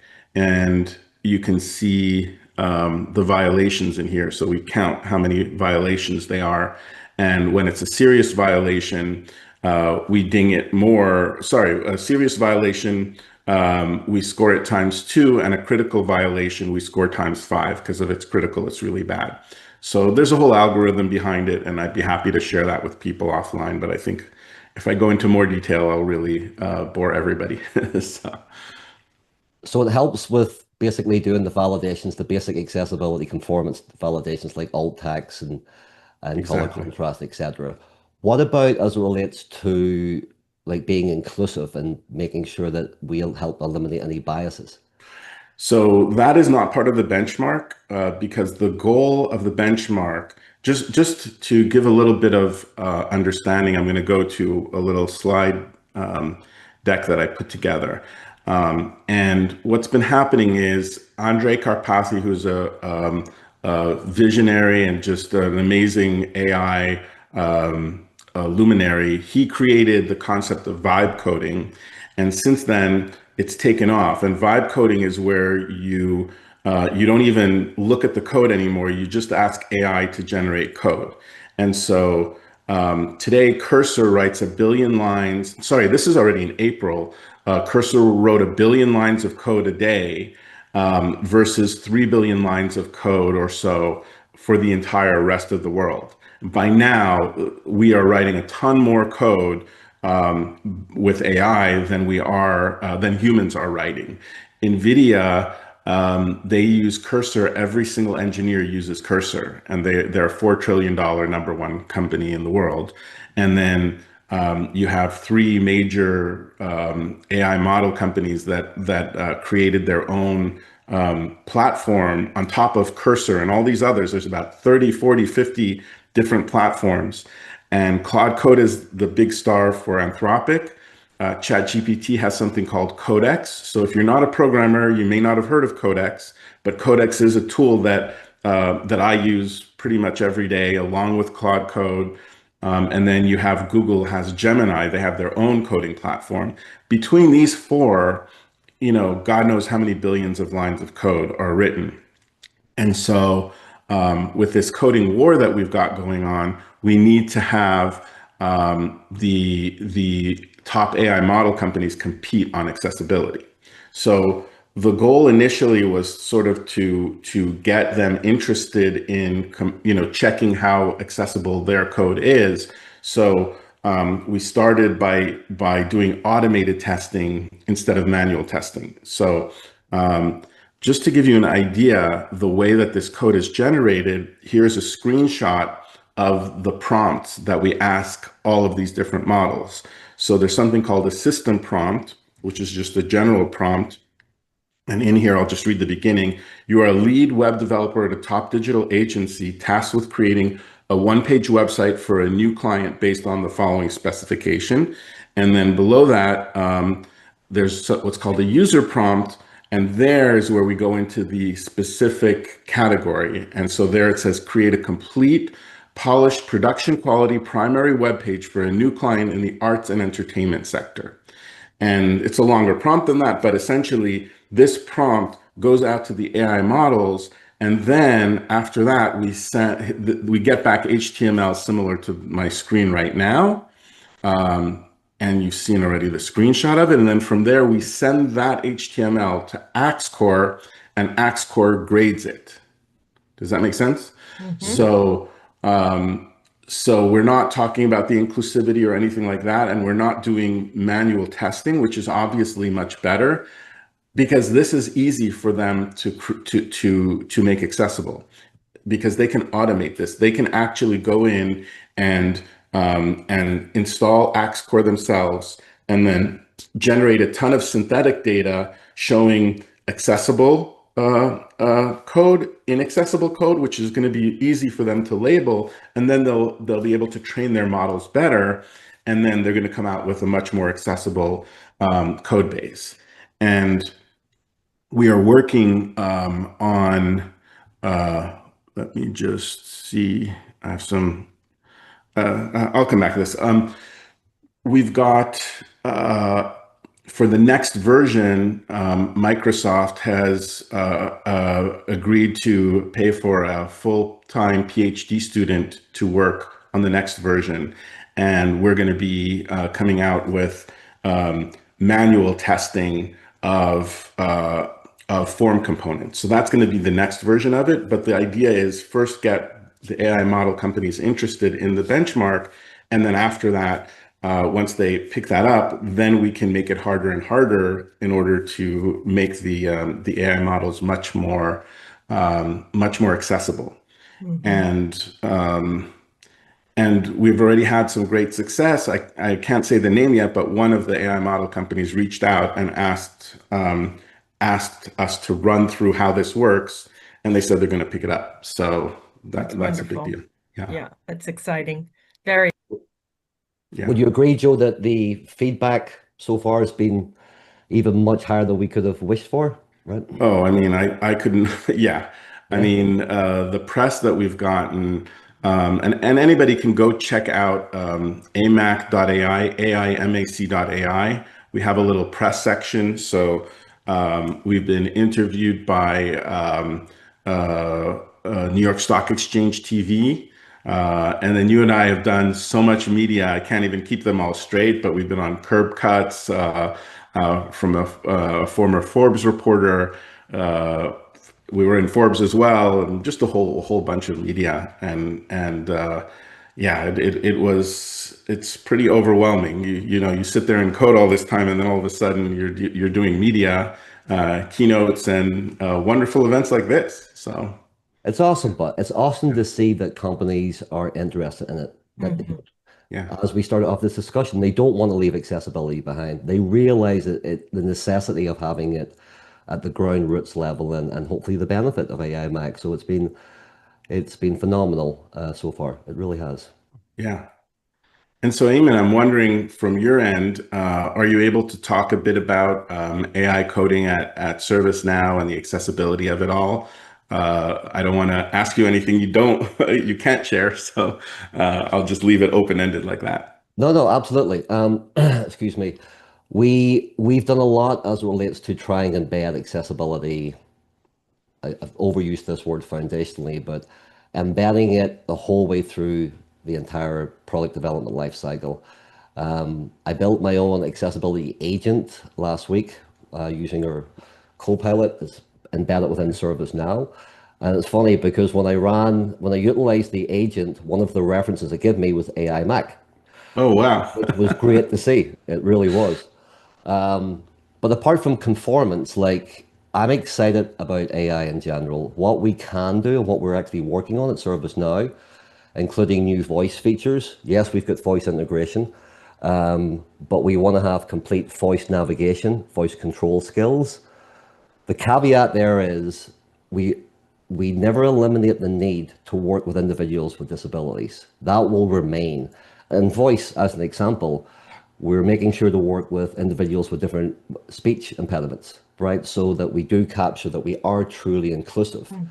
We're working on new preferences, new exciting accessibility preferences that will be AI driven. There's only so much I can share around those. But suffice to say that even page summarization is one I can share. So as we all know, screen readers can be very robotic. You can multiple tab hits. We're working on a new feature, hopefully in Q1 next year. Well, it will give the end user a verbal output of what screen they're looking at, and really more intuitive, more personalized. And then that would kick off the reaction of the entire journey, with the overall goal having a voice end-to-end conversational AI journey. So again, foundational is great. We want to get it right. We want to get it embedded, but we truly believe we can take it to the next level. That's fantastic. Yeah, exciting. I realized I forgot to mention one thing. Sometimes it's hard when you're demoing something visually to mention it for folks that can't see the screen. This is a collaboration. Building this is a collaboration between us, but organizationally, it's ServiceNow and the GAD Foundation. So that is really important. We felt that this was something that belonged under the foundation's auspices because this is 100% a nonprofit effort. And I think that it's really core to our mission, which is to change the culture of digital product development and to make sure that accessibility is a core foundational issue in as far as the culture is concerned. And with a lot of coding moving to AI, this is the way to stay at the forefront and make sure that we aren't left behind. Completely. And at ServiceNow, we ultimately want to use it as a competitive advantage. We do. If you take accessibility to the next level, not only do you eliminate any legislation barriers such as EAA, and you open the doors and make sure there's no issues for new sales and new growth, but you can create that competitive advantage with accessibility. I think we need to continue to communicate that because that can help drive support internally, externally. It can help drive engagement with those individuals with different disabilities. ASL is another thing. We're looking at ASL integration, ASL to text. So it's, again, you bring in more users, you increase that overall participation in your community base and your user base, and then ultimately improve the experience for everyone. That's the goal, Yeah, absolutely. And then before we end, I'd love to touch a bit on our podcast, but I will also mention an idea I've been sort of whirling around in my head for maybe phase 3 of AMAC. I just did a workshop teaching people how LLMs work, which was great because that helped me understand better how they're built. And what I realized or have discovered is there's a data set called FineWeb, where what they do is they take the entirety of the internet and they just take out the text and they remove adult websites, they remove spammy websites, scam websites, and they call it FineWeb because it's a much better version of it. But when it comes to the AI coding, I believe most of what they are coding off of are the open source projects on GitHub. And it's a data set, again, called Codex, because OpenAI seems to name everything Codex. They have like 7 or 8 different products called Codex. And one of them is this data set that everybody trains their models off of. But what if we, as a community, built a data set of code that is accessible or that labels the accessibility or perhaps grades the accessibility inside of those open source models at GitHub, and then as sort of a joint effort, all of a sudden, hey, here's a brand new data set. So now the next time they do a training run, they're going to grab it off of what we've created, and then it's just going to make the accessibility of these AI models much better. Joe, we've had the good fortune of interviewing some phenomenal accessibility leaders with the podcast. Any key call outs from your perspective from all of those dialogues?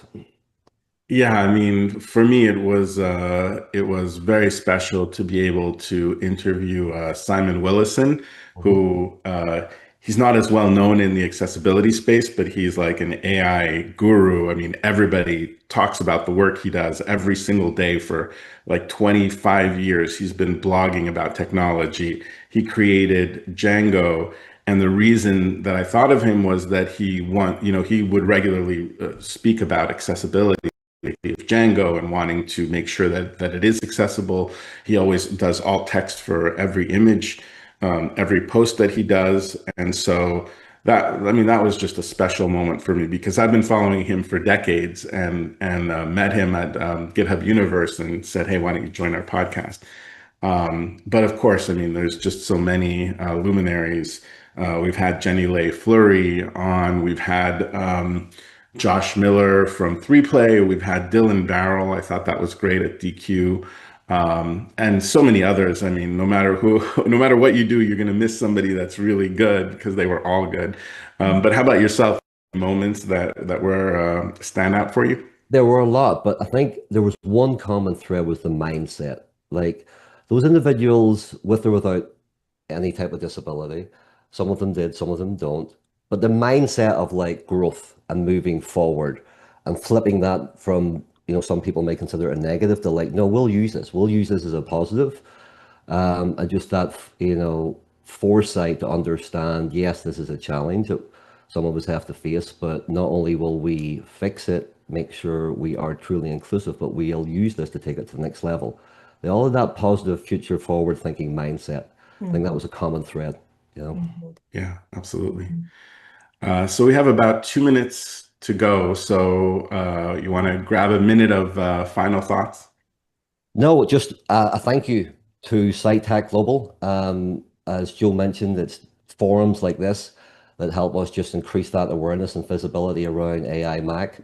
There was no discussion at all about making this open source. We knew right away we wanted to make it open source to try to have a scalable, positive impact, but all feedback is welcome.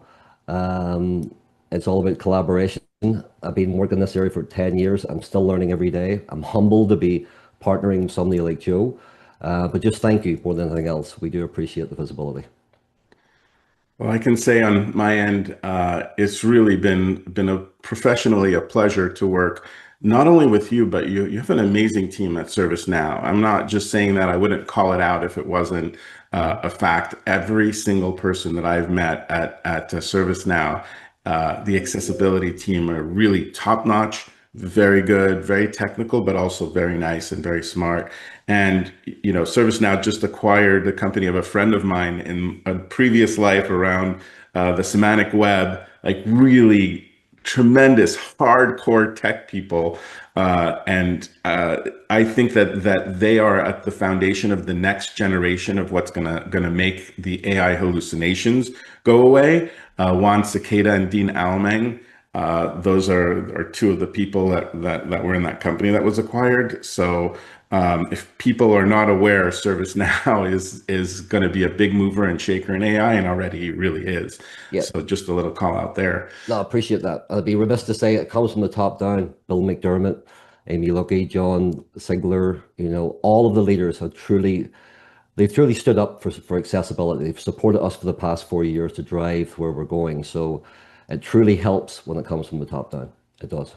Yeah, absolutely. Well, it's a movement that we all believe in at Vista Center, obviously, because we're serving those individuals that are benefiting from your technology and innovation. But I think that you two both are very special humans, and the work that you're doing is important to so many people, and you are making a difference in the world. And impacting many, many lives in such a positive way. And we're honored to have you both speak at SiteTech Global. And so thank you so much for your time, your hard work, your coding last night to get ready for today. We really appreciate it, Joe and Eamon. Thank you so much for joining us today. Thank you. Thank you.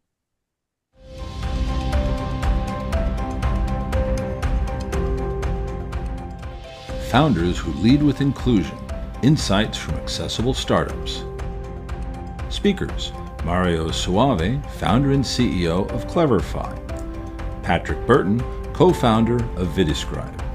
Moderator, Anat Nulman, founder of Assistive Consulting. Welcome, everyone. My name is Anat Nulman, and I'm the founder of Assistive Consulting. I have been in industry for the 12 years, and I help companies bring their innovative technology to markets, focusing specifically on companies building solutions for people who are visually impaired. I'm excited to dive into a conversation about universal design and why designing with people and for people leads to better products for everybody. Universal design is an accessibility add-on that you just slump at the end of your project. It is something that you include from the beginning. It is the mindset from start. When you build with diverse users in mind, you uncover solutions that are simpler, more intuitive, and more usable for all of us. Today, we'll explore how this approach drives innovation, expands markets, and creates products that work for real people in real environments. But before we start, let us introduce our panelists. Mario, go ahead. Hello, everyone. My name is Mario Suave, and I'm the founder of Cleverify. And I created a solution that allows you to teleport your home Wi-Fi anywhere you go, so that we can remove barriers for when you have to access the Wi-Fi, when you have to connect your devices. Patrick? Very cool. Yes, hello, my name is Patrick Burton. You may know me from BenVision or the co-creator of Speakaboo, but today I am representing VidiScribe. I'm the CEO and co-founder of VidiScribe, which is a platform that allows folks to add audio description to their videos in minutes and in a single click. Thank you very much. I'm happy to have this exciting conversation with you. So give us a quick snapshot of your product and maybe one feature that shows universal design in action and who it helps and why. Well, maybe I'll start. And so, for instance, like in my case, when we created Cleverify, we realized how much struggle people have whenever they have to connect to the Wi-Fi that has a web portal. And so building something that from the start remove all of the friction and allows people, for example, to use the Ray-Ban that have Wi-Fi built in, or to have a wearable device that you're wearing and it's an assistive tag. That's definitely like one of the key components that we have from the very beginning. And from my experience, I have seen many devices trying to connect when you travel and you go to a hotel room, and it's just impossible and becomes a hurdle on its own. Correct. So absolutely understand that. And then, yeah, for me, VidiScribe is a platform that makes audio description very easy, makes it very fast, and it makes it scalable. As listeners already know, I take it audio description is to the blind community what closed caption is to the deaf community, where it's a narrated track that plays alongside a video that gives you the contextual information so that you understand what's happening even if you can't see the screen. And while it was born out of my own pain point as a video professional trying to add audio descriptions to my works manually, it was also built out of the perspective of my following careers, rooted in serving the blind community. And one common theme across products for blind people is addressing the problem of cognitive load. It so happens that my design aesthetic is minimalist. That's how I approach design for all of my products, is from a minimalist standpoint. In that way, we incorporate universal design into our products from the very start. Yeah. And so that kind of goes into my next question, Patrick, specifically for you. So what made you design specifically for people who are visually impaired from the beginning? Yes. Well, after I was a videographer in Los Angeles for 10 years, I moved up to Portland, Oregon, where I started a new career. I worked at a charity for the blind, the Whole Foundation Learning Center for the Blind, as their director of business development, and I still volunteer there. It was through connecting with this community that I was inspired for my previous apps, for BenVision and for Speakaboo, which approach navigation in different ways, but especially for VidiScribe. And while I always give the spiel of my own pain point, creating audio described videos manually, the real inspiration came from being at the Whole Foundation as a volunteer. I was volunteering at a winter retreat, and I had the pleasure of joining the group. I think like right before bedtime, we had like a pajama party where we were watching holiday movies. One of them was How the Grinch Stole Christmas with Jim Carrey.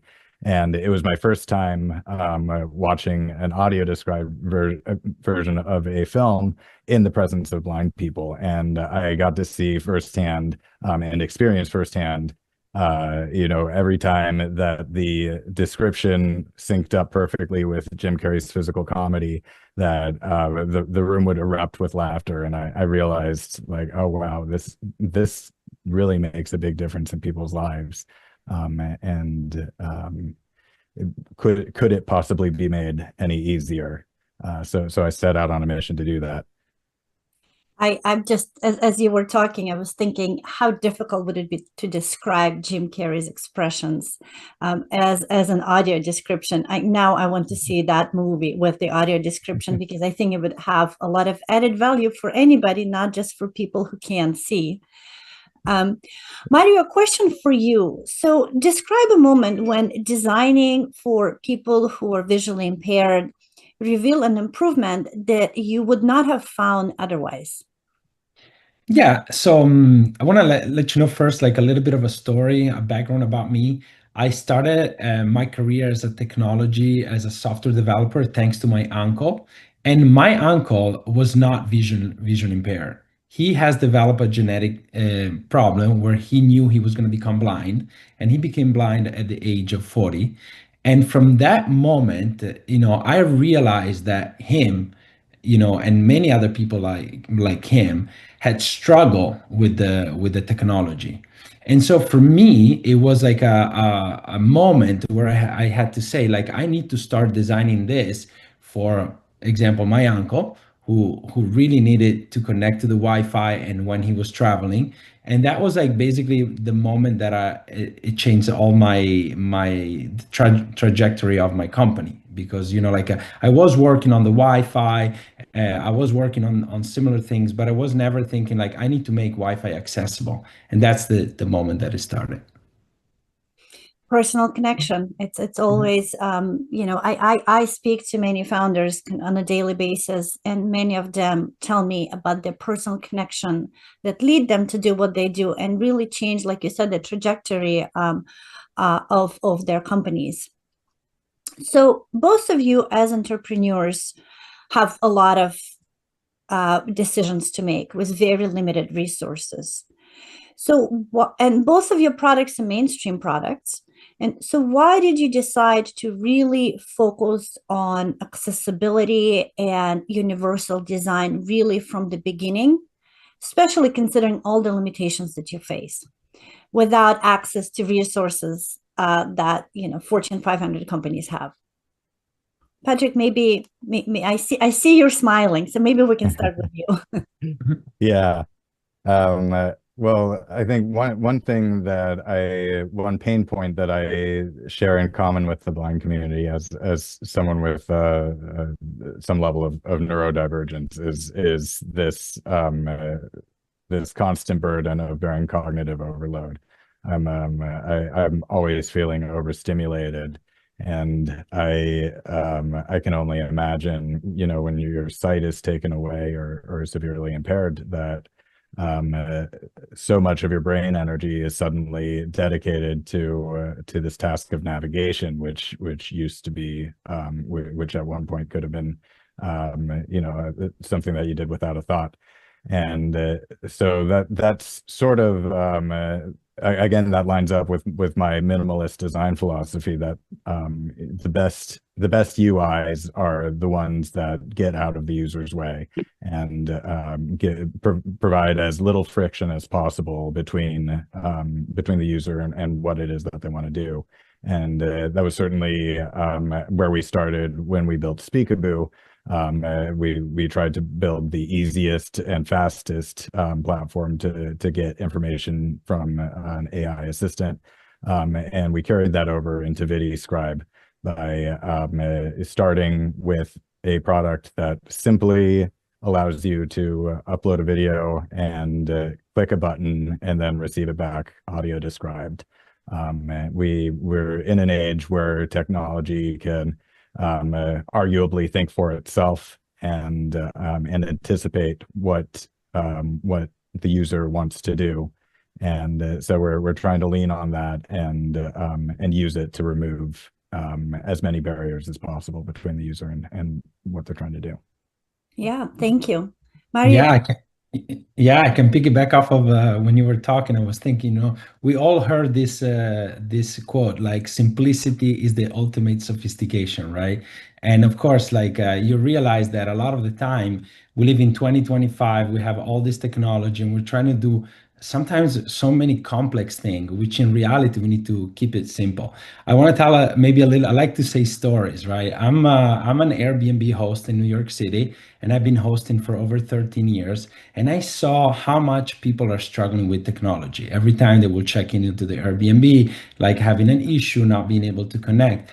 One day, a story where a mom arrived at my Airbnb and she brought her own Alexa, or like the HomePod, like I have here, and she brought a baby camera. And she wanted to monitor the baby while she was there. And obviously, she couldn't connect.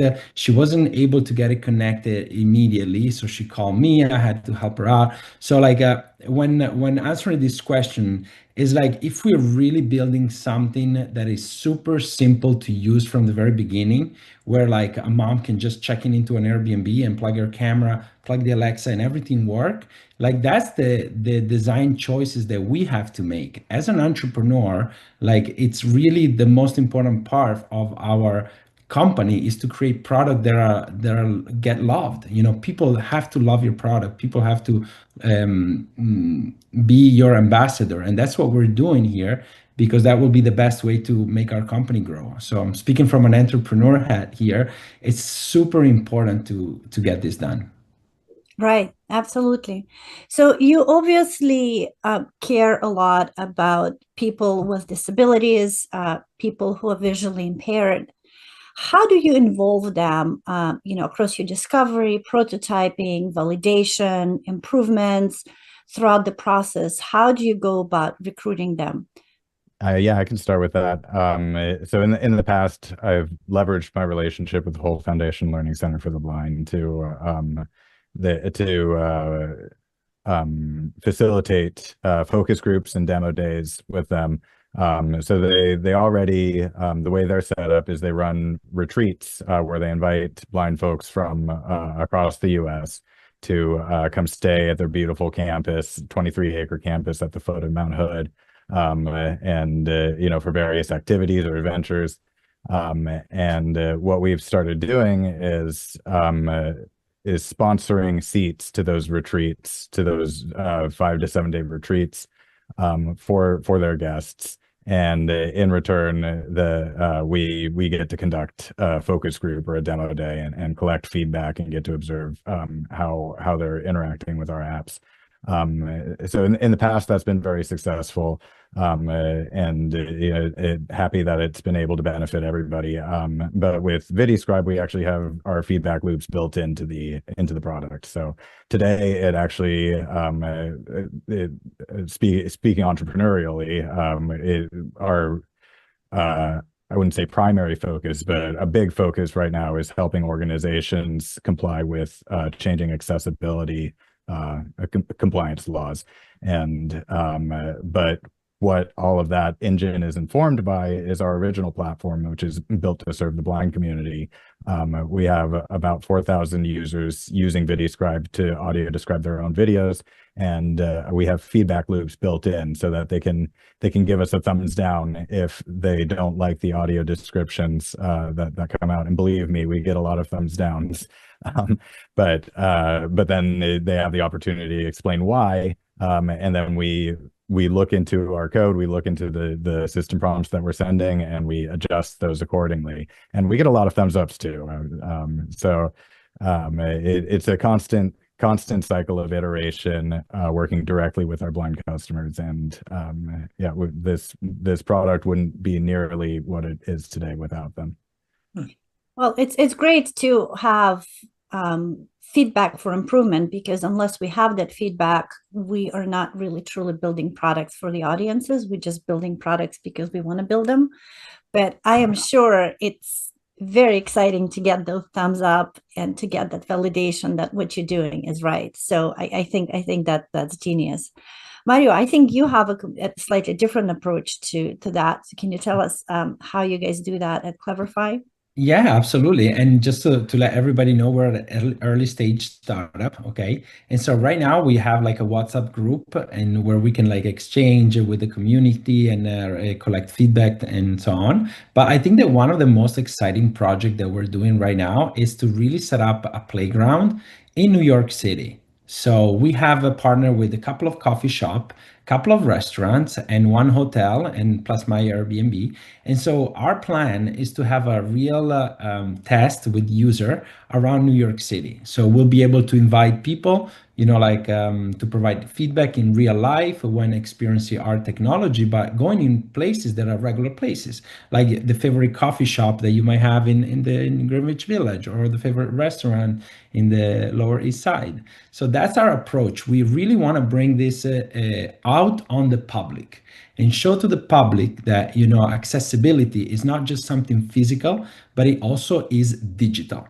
And we want to make sure that there is a sign in this coffee shop that says, this is a digitally accessible coffee shop, and explain what it is and bring awareness with that, and having testimonial, because I think that we want to use, we want to show and tell the story of the people that will use our technology, and of course use social media to promote it, right? Absolutely. Absolutely. Well, if you need an extra tester, sign me up. Yeah. We're all made in New York City. So, I'm sure there are many entrepreneurs who are listening to our session right now. What advice can you give them about some of the things they can adopt? And even if they haven't necessarily thought about accessibility from scratch, how can they adopt it in their next sprint or several sprints and start implementing it so it becomes part of the normal business and not something that you do on a case-by-case basis? Yeah, definitely try to go at least a day with your phone on voiceover, or if you're on Android, then on TalkBack. Enable that screen reader and see how long you can go without throwing your phone into a wall. This has been a great exercise for me, because even as a person with sight, it can get really frustrating to navigate menus, and especially to find websites or other apps that are not designed, that have clearly not been checked with a screen reader. And you're trying every which gesture that you can think of to get to the menu item you're trying to get to, and then there's not even this congruency. That famous double tap gesture doesn't always activate the same way in every app. So definitely turn on voiceover for one day, even after going through the onboarding tutorials. Like, talk about cognitive load. There's just it's like learning an entirely new language, and it's really reframed the way that I approach how I design my apps and how I design my websites. So that's one thing that I think is like absolute must. That's a great advice. Mario, do you have anything to add to that? Yeah, so for me, it's like I'm a big fan of video, Patrick, just so that you know. And so for us, it's really like going out there and have some of our team to record what is happening. So we love the observability kind of things. I do have my Ray-Ban that records video. So whenever I'm with someone, I'm say, can I please record? I ask authorization, and then we share that video with the entire team from the very beginning, so that not only it sounds like the team is working to build just like an accessible thing, but they feel that they're doing something for someone. And that, I think, inside the company, having also a mission that is for the whole team. I see them always wanting to work and always keep like inclusive design in their thinking. So for us, observability, shadowing, that's what we use the most. And of course, sharing video as much as possible, because those video really include every little detail that happens during those sessions, during those product tests. And, you can be possibly put it on an email, or it's not the same thing. Great. Well, that's very interesting. So now I want to ask a question that's really, in all of our minds. So we do the right thing. We understand that it's the right thing to do, to include everybody in and make sure that our products and our solutions are accessible for everybody. But how is designing specifically for people who are blind or have low vision help your adoption rate, reduced, maybe increased satisfaction and contributed to bottom line. Because at the end of the day, as entrepreneurs, you have to make sure that your businesses are successful from a financial standpoint. So how is this universal design and design specifically for specific audiences has contributed to your bottom line? Well, as an entrepreneur, I might start with this. I need to make money. Okay. I need to obviously make a revenue and so on. So for us, to give you an example, we are selling our system to hotels. The hotels, they have to have a special room that are ADA compliant. So for us, it's very important to keep this as one of our target customer. It can be like the hotels, but there's also other type of location. And for them is a responsibility. For us is a revenue generating, and it's very important. Now, are we planning to make this the only revenue? Not, of course. We're tackling the whole entire hotel. In fact, maybe in the future, what we can do is once we go mainstream, we can then give back and provide the technology that we build for free for anyone with assistive technology need. But now it's super important for us. It's a strategy, can be called a go-to-market strategy to go with the ADA unit. Usually they have a separate budget, they have a separate team, and the approval rate is faster than trying to sell a product to an entire hotel, where it require RFP that takes 1, 2, or 3 years. So that's our strategy, and it's to do good now and to do good in the future. I love that. Yeah, that's great. I had the pleasure of joining Stephen Scott on the Double Tap podcast. Actually, just recently, I did a second appearance there, but during my first chat with them about a year ago, I was talking about how it was a really difficult decision to add a paid plan to Speakaboo, and that we really wanted to keep it free for everybody. And Steven stopped me and said, we're consumers too. If we like a product, then we'll pay for it. Like, we want to support the development of assistive tech that helps us.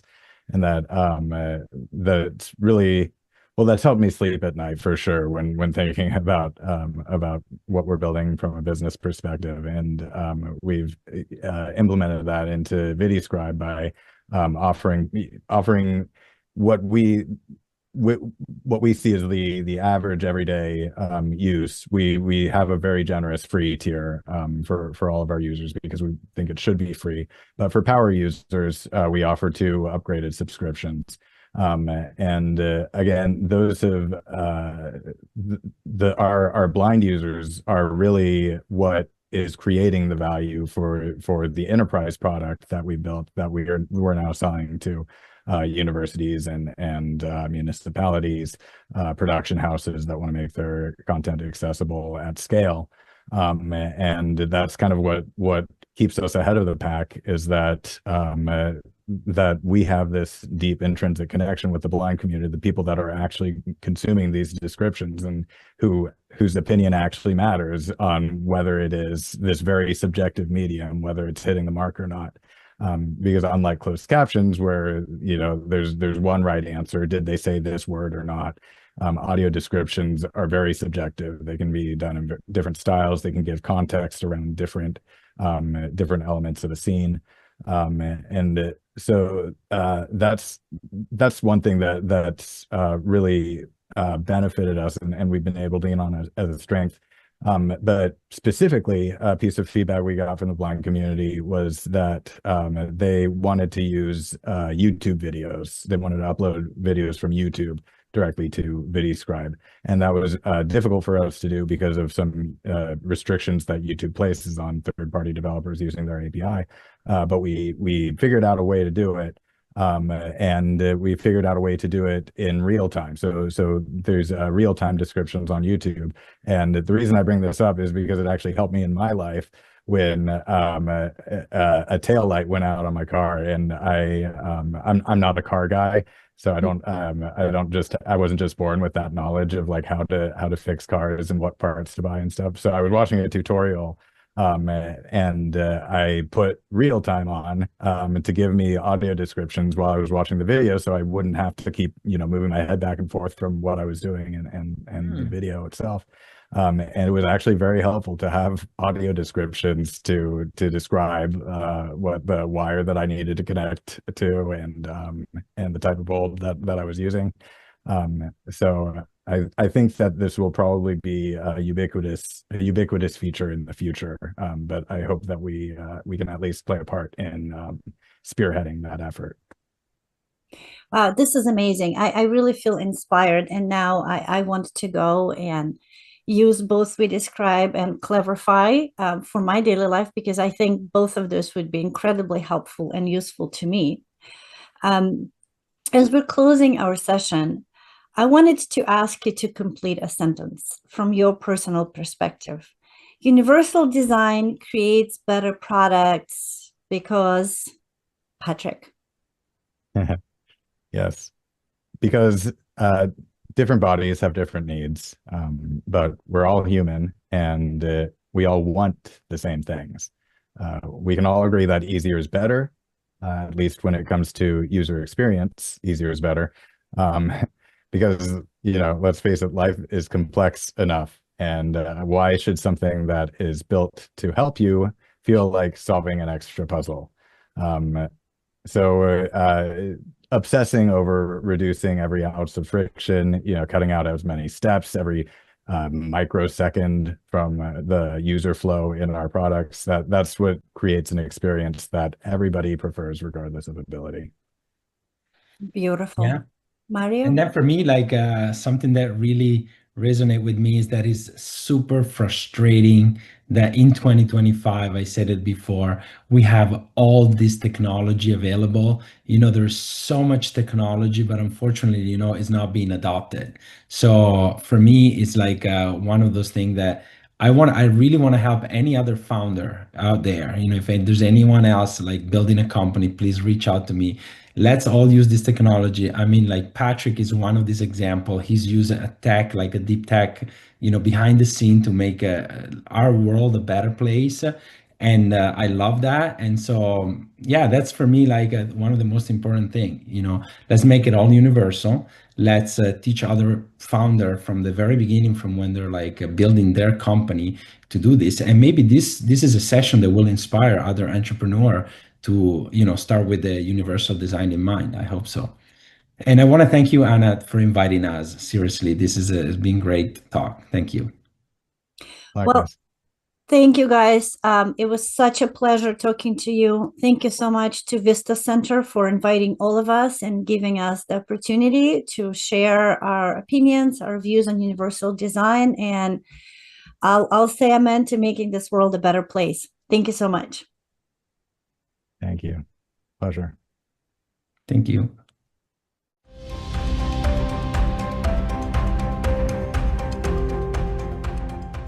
Spotlight. Access for all. How Doc Access advances digital equity in the public sector. Speakers: Matt Clemens, CEO of Streamline; Sean Jordison, founder, The Accessibility Guy; and Carter Tem, Accessibility Strategy and Training Lead, Quality Logic. Hello and welcome. I want to give a special thank you to the Vista Center for putting on SiteTech Global and for bringing us all here together today.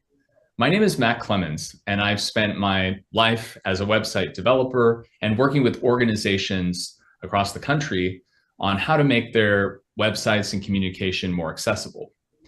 But today, we're here to talk about one of the hardest problems facing institutions, local governments, universities, and that's document accessibility. Despite all the work and progress that's happened on the web, there's still big gaps when it comes to PDFs, and with upcoming DOJ enforcement and the evolving WCAG standards, it is tough to get all those PDFs compliant. And what's happening out there is very disturbing. In order to be compliant, people are deleting their documents en masse. They're getting rid of historical documents. They're having basically a digital book burning in the name of accessibility and compliance, but it's coming at the cost of transparency. So we as a society face a crisis. Do we somehow use technology to bridge this gap and make accessibility of documents available and available now to stop this? Or do we give up and leave this as a hard and unsolvable problem? Well, we know the answer to that. We know the right answer to that, but it's not easy to do. So I have invited two experts with me today to talk about this problem. First, I'd like to introduce Carter Tem. Carter is a lifelong screen reader user. He's helped develop NVDA. He has helped consult with numerous organizations from Wells Fargo and banking to many others to help them improve their accessibility experience. And he's going to talk about some of the tools available and some of the things we're working on. I also have invited Sean Jordison, who is the accessibility guy on YouTube and has remediated maybe 1 million documents. I don't even know, Sean. How many documents have you remediated? You know, it's really hard to guess, but this has been my only grown-up job since I was 18 and I'm 35 now, so a lot. So basically, between the two of us, we're completely unemployable. Sean doesn't work for anybody. So Carter's the only hope for this group. But I think we've come together as like passionate mavericks to be like, there's got to be a better way to solve this. I cannot watch another local government delete all their PDFs because they can't deal with it. Transparency is fundamental to democracy. And if we don't have trust in institutions, which is under threat today, then we will fail in our mission to empower communication and connect communities. So one of the things that we're going to be talking about is like this problem and how do we solve it? So Carter, I want to open it up to you. Like, what is the state of PDFs today for you as a screen reader user? Yeah, for sure. Well, I think a lot of people listening and watching this have experienced a very similar thing, right? You see a PDF document on a website and there's this internal feeling of dread. You don't know whether it's going to work. You assume it's not going to work. And there's a spectrum from a PDF that's been a bunch of pictures kind of sewn together, scanned in with nothing else added to it. We've seen those many, many times. You have the documents that have been scanned in and a little bit of text added, but it's hundreds of pages of just unstructured information. And then you have the documents like the ones that Sean creates that are excellent, but they unfortunately require a ridiculous amount of time to actually get right and to tag correctly and to send over to users to make sure that they're able to navigate them with all of the assistive technology that they use. And when you're dealing with this DOJ legislation, I've heard so many people say, well, we have hundreds of thousands of documents. We want to make them perfect, but Sean's only got so many hours in the day, and there's no possible way to do it through conventional means. Now, most people, when they think of a PDF, they're going to think of the Adobe Reader, which has made some pretty big strides in the last couple of years, especially to try and create accessible versions. Of course, it still relies on being tagged. You have Microsoft Edge and Chrome in your browsers that open PDF documents as well. And maybe you can read the text, assuming it wasn't scanned, until you run into structural information like a table or lists, at which point you get all of the information read out to you at once. So in summary, it's a pretty wild world out there. Yeah. I've heard stories like when Colorado was passing HB 211110, which is a law that would require accessibility, not only of websites, but documents, passed a few years ago. There were horror stories. Like a woman had a wildfire evacuation notice read to her one letter at a time. It was a PDF. It had been, put in uppercase or something, and it was reading it like a giant abbreviation. Like, Sean, is this easy for local governments to make these adjustments? Like, what are you encountering when you're training people on this? Yeah, it's tricky. There's typically two methods that we train to organizations. It's the primary method is start with accessibility in mind. Open up a fresh Microsoft Word document and enter your data with styles and, then convert it to PDF and validate. However, if you're working with a PDF that has been given to you or that you are editing yourself, maybe from some other legacy platform, or even like some online tools that create PDFs, when you go to edit that document, let's say in your case of having the single letter read out, oftentimes you would need to actually update a certain property, or you have to literally change the text in the document. So what feels like some simple process to like swap out a few letters, what tends to happen is as soon as you hit that edit button in PDF and you try to change some letters, it will actually strip the tags out of that entire container for that object in the PDF. So something as simple as changing a couple of letters can turn into, unfortunately, an hour of work, depending on the context. Yeah, and we're seeing this at the local government level, where board clerks are going to trainings and they're like, I'm barely making my agenda packet deadlines. How am I supposed to do all of this and get those right and figure out my multi-page tables? Like, they're losing their mind over this, and they're worried about the impact. And then we see on the other end, in universities, faculty are preparing lesson plans and they're trying to make sure that things work. And MathML even alone is pretty sketchy and hard to get into documents. I would just add into there, like one thing that we see a lot with, I work a lot with educational institutions along with government, but more education. What we see a ton of is the print to PDF feature.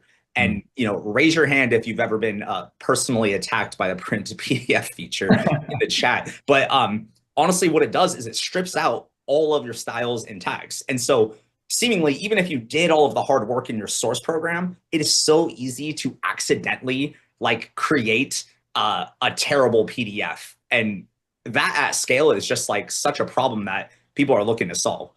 Yeah, that's so true. I'm raising both hands over here, just for a little bit of context. And it's one of those things that even if you do have a good amount of time, you might miss some things, right? But in the event of that wildfire notice that was just very much inaccessible, when you're on a tight deadline, as much as we want to think about doing accessibility right and properly, and even if we do have the templates available, it's just not feasible in a lot of circumstances. And I think that's something that, at least as an accessibility practitioner, I've had to talk about before. And we almost want to dance around it sometimes because it's the elephant in the room, that it's just so much work for so many people.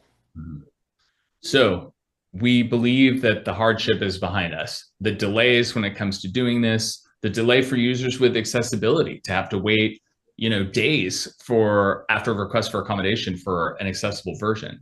We want to make accessibility instant, and we're excited to talk about sort of the first sort of product in this kind of category that can provide near instant remediation. So Carter is actually going to demonstrate for us the experience. He's going to show us the old way and the new way. For sure. So to kind of get this started, I want to start with the math and university angle. When I bring up math, I think there's probably a thought that everyone has, like people are cringing a little bit. And I know specifically when I was going through university and having to deal with math content all over the place, it was extremely difficult. I mean, we have a STEM problem in our community in that it's so difficult to actually render this properly. So what I'm going to do is I'm going to wrap my screen reader so you're able to hear it. And I'm going to go ahead and use the legacy way, which is I'm just going to view a document with algebra equations in the browser. Stop share, Alt plus S button. Math is algebra plus homework. Math is algebra 715 x plus equal heading level 1 equations using the m as square root 3 x plus a right parenthesis n participants can now see k k n heading level 1 equations using the m as square root 3 x plus a right parenthesis n equals n area summation n k right parenthesis scan minus k n k equals 0 math ml version 0 n k n. So I'm sure that sounds very familiar to a lot of people. And I don't know how someone is supposed to read through this equation, figure out what they're supposed to do, and figure out where the punctuation is. This is normally the experience when someone gets a PDF of math content. Now I'm going to go over to our solution that Mac is going to talk a little bit more about. Building from an application. Newsletters. Acme Fire District document. Button to visit link download original PDF. So right now we're looking at a PDF document, the same one that I was looking at before, and it's visually presented on the screen, so it's readable. Now, document viewer frame show accessible content link. if I show and skip to the accessible content, now I'm going to jump down. And seamlessly, what it does is translates that ugly, awful equation into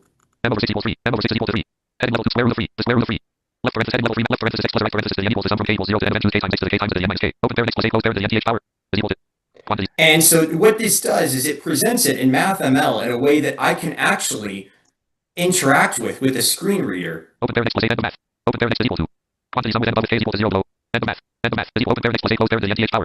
And so I'm able to look at that equation and I'm able to dig down as deeply as I want to actually read what it's telling me, which is the typical MathML experience. Now, you're probably thinking, well, how is this possible? Like, there's a lot of error here when you have a document, you're just trying to convert it into a machine readable equivalent. I'll let Mac talk about that in just a second, but I want to talk about local governments for just a second. So what we see a lot of when it comes to local governments are PDF documents, and again, hundreds of thousands of these documents just sitting there. A lot of them were scanned. Some of them were just taken pictures of with an old camera. I'm going to show you probably the most egregious example of this that I have seen in recent memory. And what this is going to be is a building permit that's actually handwritten. So someone writing this down on a piece of paper and then taking a picture of that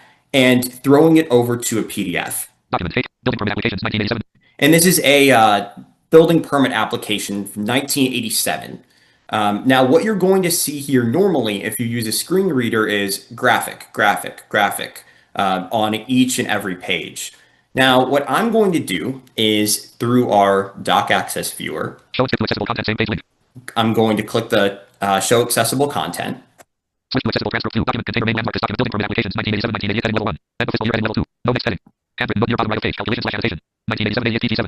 Page 8 separator. SW for 1987/88. Handwritten letter entries transcribed in read order below. Table with 14 row 1 column 1 date. Building permit letter entry date. And so what you have here is every aspect of this document being rendered in clean, friendly HTML. You even have this table down here, which, you know, in any PDF, tables are difficult. In handwritten PDFs, tables are basically impossible. Row 210/87. Row 311/87. Applicant/business column 2 regional. Row 4 regional. Amount column 3 $400. Permit no column 4 SW87/88-78. Row 5 SW87 table amount column 3 $2,000.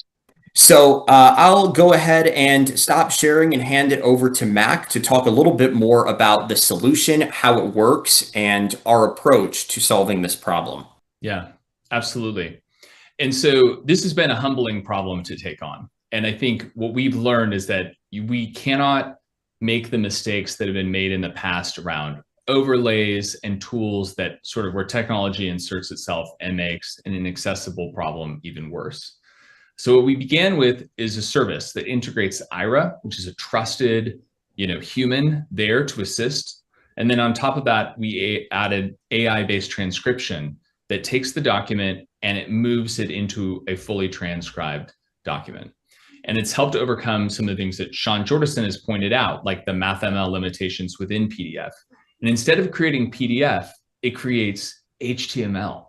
So instead of relying on the annotation layer, which is kind of the separate part of the PDF that is hidden to everybody, it actually takes the accessible view, reads out the alt tags, reads out everything, and puts it in full public view of what is being accessible. Like, we're making the accessible view accessible. So some of the ways we're using it right now is Doc Access can take all of the PDF links on a page and rewire them to open in the viewer. So the print-friendly version is there for the traditional expectation, but alongside is the accessible transcript view, a view where you can ask questions, you can get that live assistance, you can even get a live translation. And that is what is made possible, because of the HTML-based modern format. I don't want to say death to PDF, but if you say it, Sean, and you say it. I'll say it. Is this thing on? Death to PDFs. Yeah, I mean, it's just like, it's one of those things where we have to usher in a more modern format. But for whatever reason, there's so many reasons, that is where everything is stored today. But it's time to invite a mobile-friendly format, which is not currently possible in PDF. It's time to invite other ways that we can take on document and document accessibility. So I wanted to just take a few minutes to just cover some of the edge cases that we're running into. We started this idea of, well, can't we just feed to ChatGPT a PDF and say, why don't you write accessible HTML? And, that got us up and running, but it was so much more than that. And so I just want to share some of the lessons we've learned so far, the challenges we faced, what we're excited to have solved, and what we're looking forward to next. So the first big thing, we used to process every page, one page at a time, and there were so many issues that came from that. We would get also issues like when we just submit a big thumbnail of a page, AI would hallucinate. Like it thought this was a picture of Manhattan. But we added model control protocols to actually allow the AI to decide where it wants to zoom in and what it needs to see. And now this is the transcription. It now describes that this is an easement map of Auburn Valley Country Club. Now, for the record, I can't read this even if I look at it, but the AI can zoom in and understand what is this historic document. And it can add things like legends, line symbols, notes, easements, and describe the map and have an alt tag that's readable. Another thing that's come up is big images of graphs. We've all seen that giant graph that turns into a 2-paragraph alt tag or long description, which has intermittent support, I'd say. And now we have the ability to actually provide a synopsis, like what's the takeaway from this graph, and then a companion table with each chart. So like Carter, why do we need companion tables with every chart? Yeah, really good question. Something we were talking about internally quite a bit. When you have a diagram, you may want to do two things with that diagram. You may want to just get an overview of what is that diagram telling me? Is it conveying a certain trend? Or you might want to dive really, really deep into the diagram and say, okay, in 1999, the number of cases increased by 15%.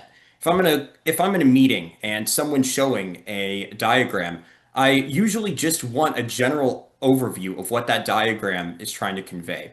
So to do that, we have the alternative text, and the alternative text really summarizes what's in that table, like the trends, the key data points, the things that people want to know if they're just skimming the information.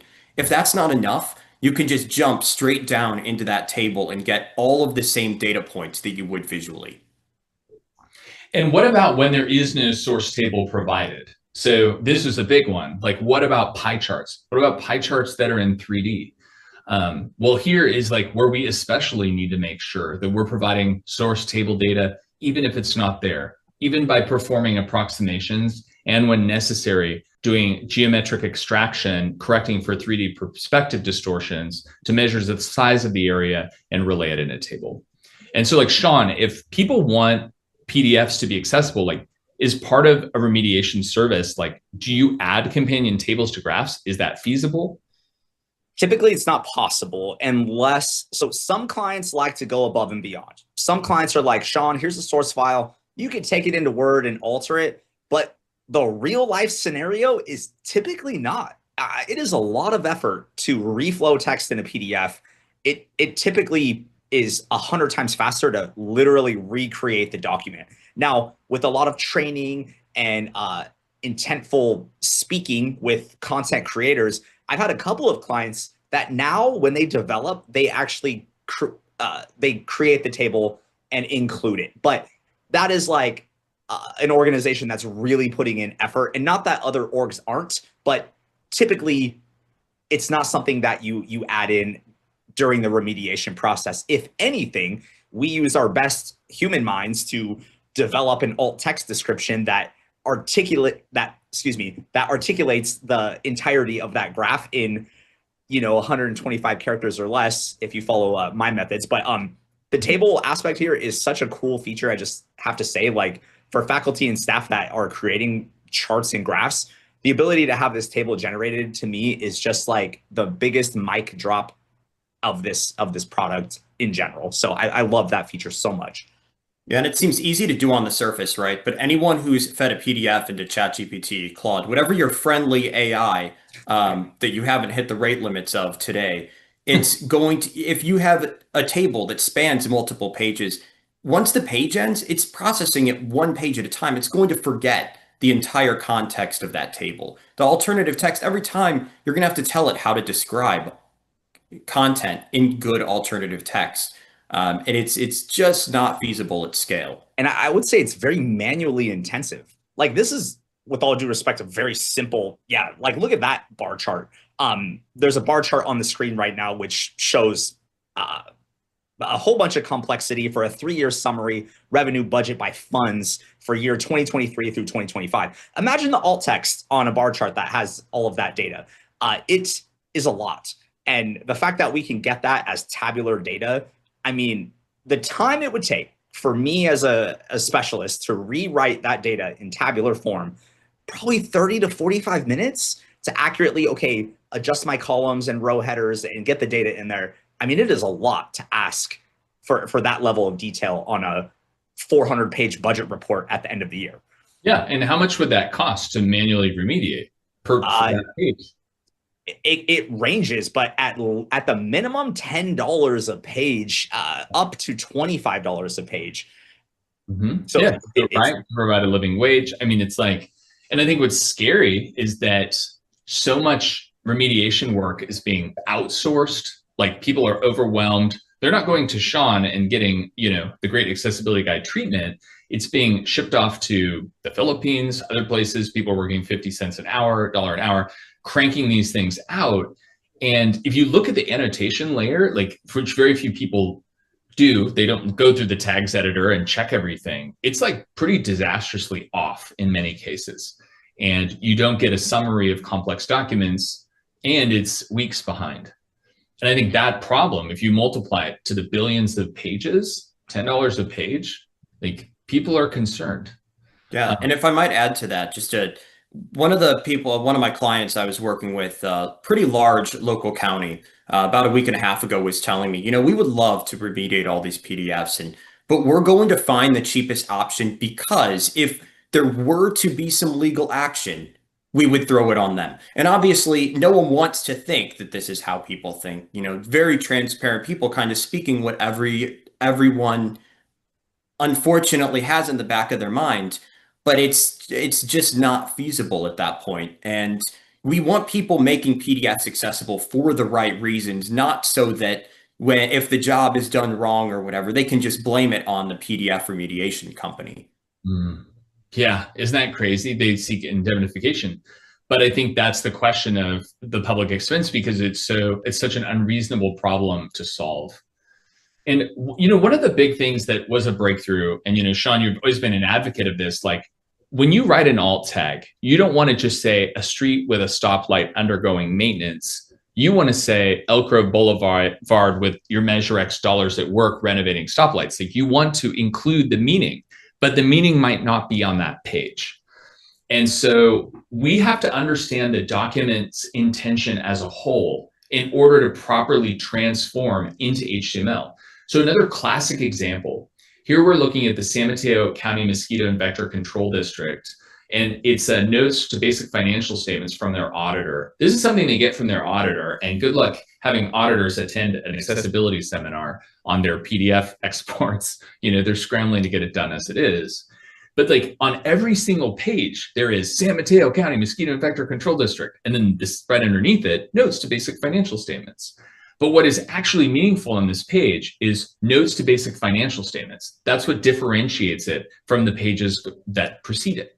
But Carter, having to deal with this page, if you just had an AI mindlessly translate it and maybe a remediator translate it, you would end up with your heading 1 as San Mateo County Mosquito Vector Control District on every single page over and over again. That is incredibly annoying and unhelpful when it comes to a table of contents and to the heading structure of the document as a whole. Because in HTML, one HTML page has to include the entire document. So we have to change the format here. And so what we actually do in Doc Access is we've learned we can ignore the heading 1 that's repeating. We put it in a header tag as a div. And then the notes to basic financial statements actually comes forward as the H2, and then we have a table of contents that makes sense. We have a heading order that makes sense. There's just one heading one on the page, and that is the title of this annual report as a whole. And so that really cleans up the table of contents, but it's not intuitive. Like, we have to pre-process the entire document and have all this metadata available before we can process any page of the document in order for that to work. And when we do a page, we have to think about, on this page, that there might be small text. So we might need to zoom in and send slices, understanding that the patches at which, the current visual models like GPT-5, like, they can actually not see that higher of resolution. And it's amazing they do as well as they do, but we actually need to send slices and tiles. If there's a large table, we need to run independent logic to make sure that the tables add up and that they have the right information. And most importantly, we've even learned, like, when you have pages that repeat, one of the pages might not have table headers, but we need to have table headers on every page to be accessible. So we need to first process and transcribe the original start of that table first before we can process the subsequent pages. And we still need to get this done in a matter of minutes. That is our charter. So the things that used to be impossible, like diagrams and flowcharts that used to just say, hey, here's a flowchart of the organization. Well, that now is possible. We can actually do unordered lists for organizational charts, for flowcharts. You can jump with ARIA labels from anchor to anchor inside of that item list, and you can choose your own adventure right through the unordered list. Like, this should be a standard. I want everybody to be able to read and understand an organizational chart, a flow chart, and more.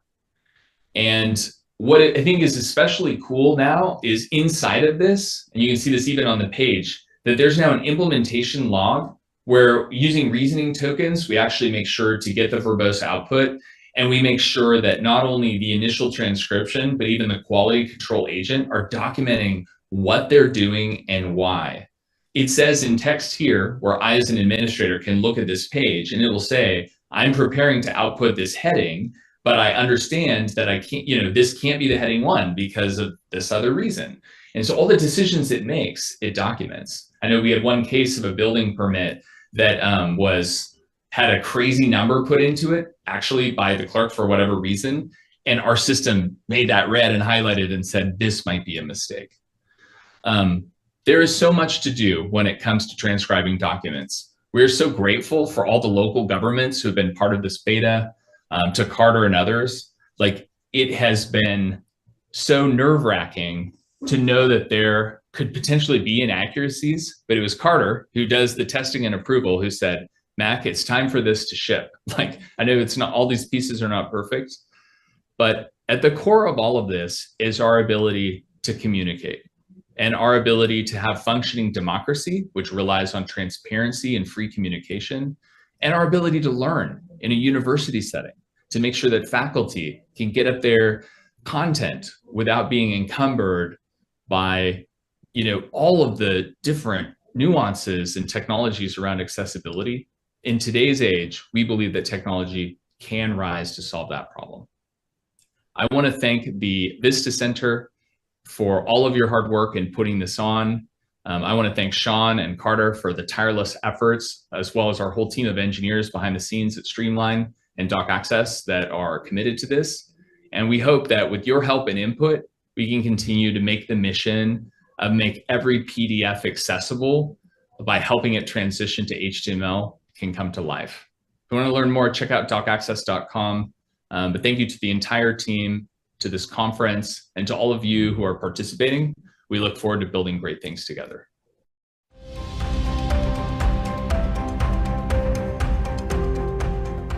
Spotlight, Bridging the Gap, how the Blind Institute of Technology opens tech careers for professionals with disabilities.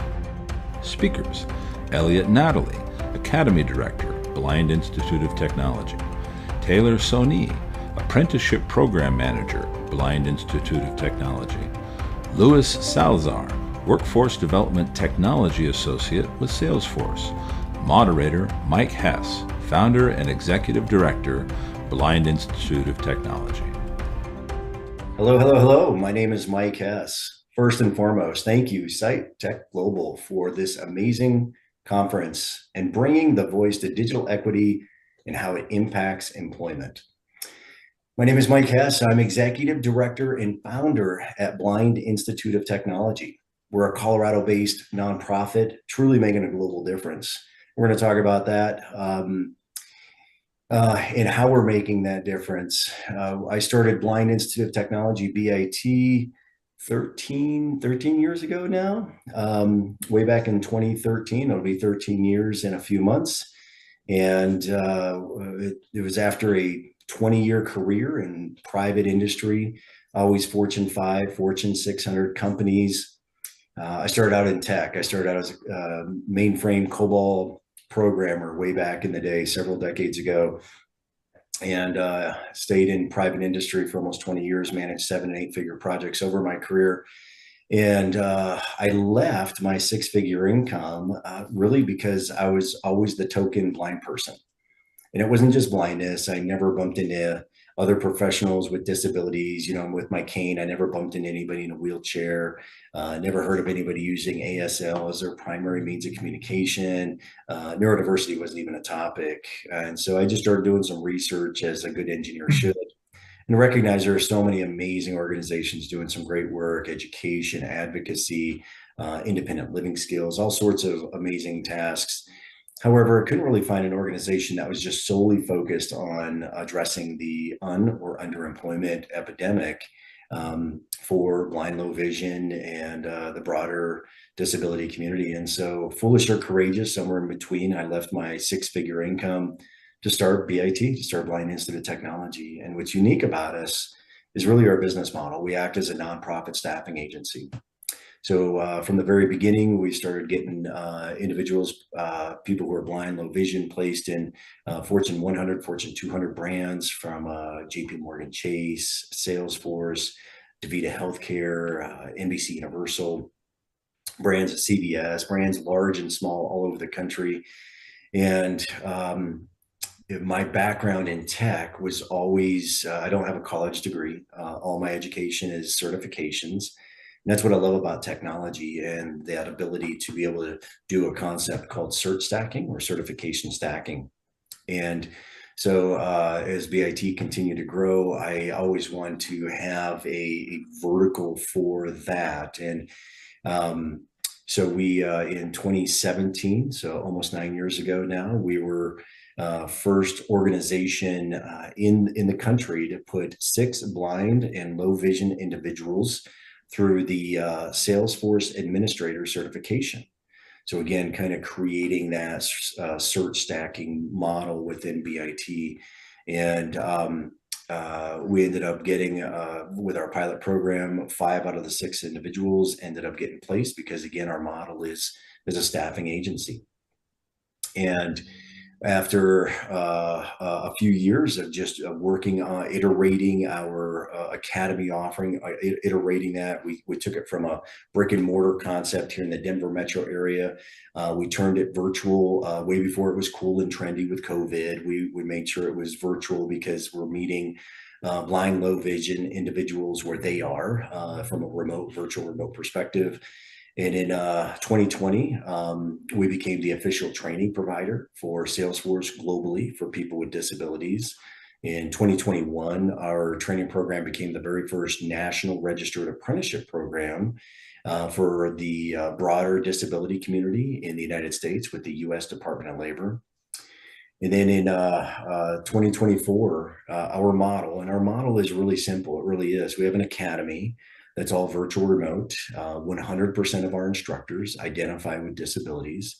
100% of our courses are screen reader friendly. And we level people with disabilities up within the Salesforce and digital accessibility space. And all of our training is done virtual remote. And our model is super simple. We go from academy to apprenticeship.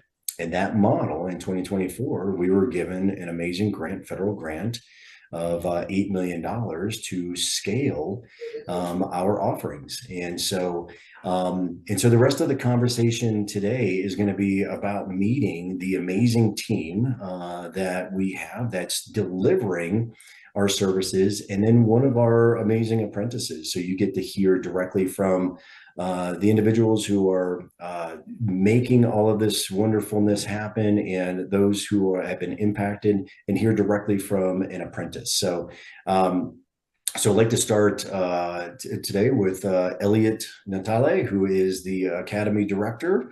Elliot, please introduce yourself, my friend. Sure. Thanks, Mike. So as Mike said, my name is Elliot Natale. I am the Academy Director for the BIT Academy.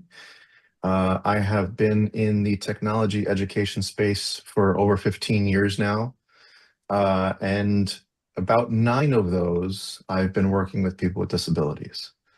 And I've come to the BIT Academy to expand our offerings and expand our reach. And it's going pretty quick, I think. That's awesome. Thanks, Elliot. Miss Taylor Sohn, you're our apprenticeship manager. Please introduce yourself. Sure.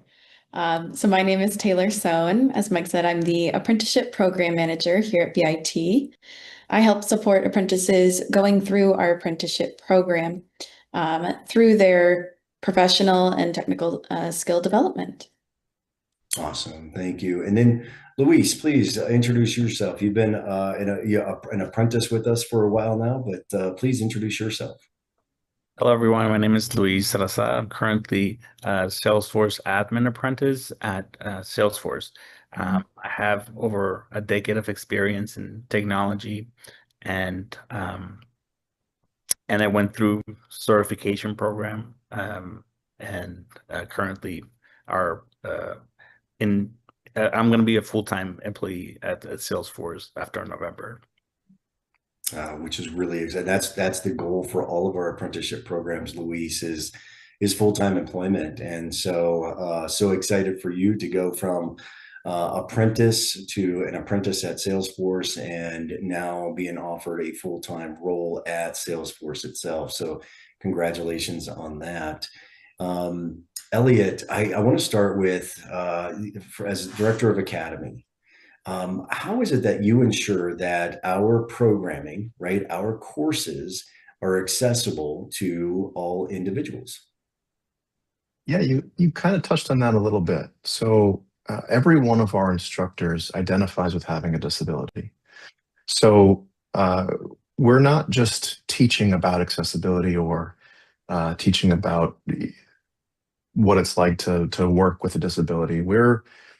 Our instructors are using lived experiences to help design their courses. So from day one, our focus is making the learning equitable and genuinely effective for professionals with disabilities. Every part of our curriculum, from our Canvas modules to our hands-on digital exercises, they're designed to work seamlessly with assistive technologies like screen readers, like you said. And as I said, because every one of our instructors identifies with a disability, they know exactly what our students are going through. Oh, that's fantastic. And then, so again, our model is super simple. It's from academy to apprenticeship. And Taylor, like, talk to us about as the apprenticeship manager, what is your engagement with the apprentices, right? Or let's talk about the engagement as the students are getting their certifications and then getting ready to come into the apprenticeship program. Talk to us about like that engagement with you. Sure. So after a student gets their certification, I am meeting with them to kind of discuss the apprenticeship as one opportunity, but also get to know them a little bit, get to know what their career goals are, and if they are considering long-term career goals, things past the apprenticeship, so that when they enter our apprenticeship program, we're not only focusing on building the technical skills and gaining that real-world experience, through the 2 years that they're in the apprenticeship, but we are also aligning their professional development opportunities with those long-term career goals. That's fantastic. And then, okay, that's the apprentice side. And then the other side, right? Like, so as you're working with the apprentice, and we get, amazing apprenticeship partners that are out there, and that's like an official U.S. Department of Labor designation, right? And so we have some amazing apprenticeship partnerships. One of them just happens to be Salesforce themselves. So working with Salesforce on the other side, right? So from our academy over here to working with these apprenticeship partnerships, talk to us about like that, because then that's the bridge to, let's say, a Luis, right? So talk to us about the engagement we have with organizations such as Salesforce and Dell and others. Absolutely. Throughout the 2 years that an apprentice is being hosted at an employer partner organization, BIT is providing support. We are providing support to the apprentice through biweekly check-ins, through training opportunities, as well as career coaching sessions. But we're also providing that support to the employer partner organization. So as Mike said, to Salesforce or to Dell, we are meeting with them biweekly to check in on the apprentice's status, but also check in on the employer partner. Is there any questions that they have about our apprenticeship, about the competencies an apprentice is working on, or is there any training opportunities that they would like from us to further support the apprentices that they are hosting and their long-term professional development? Love it. Okay. All right, Luis, then. So obviously, remember, you're going to get a BIT sponsored toaster here. So, what was it like from your side, working with, let's start with the academy. So working with Elliot's team, what was it like with you working in the BIT academy?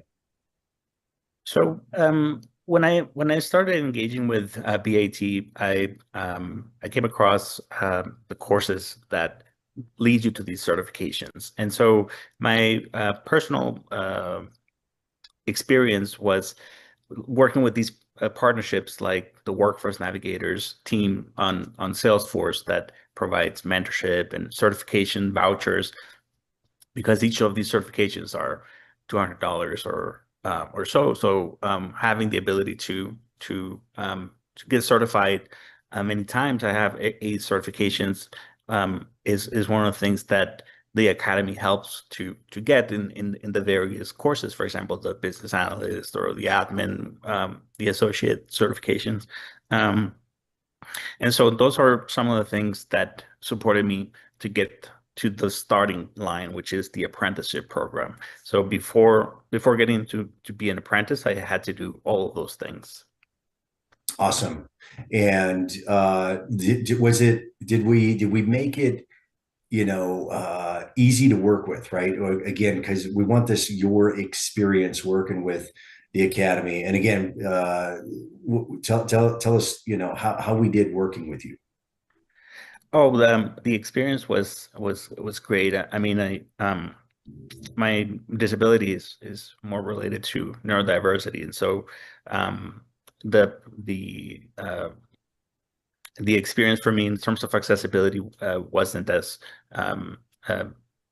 somebody that has blind or low vision or has other disabilities. But throughout the time that I was here, I came across individuals that have all different disabilities, and I saw how easy it was for everybody to achieve certifications or complete the knowledge through these programs.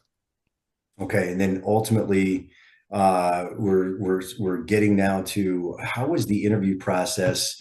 How did we set that up with you and Salesforce going through that interview process before you became an actual apprentice with Salesforce themselves? Talk to us a little bit about that process.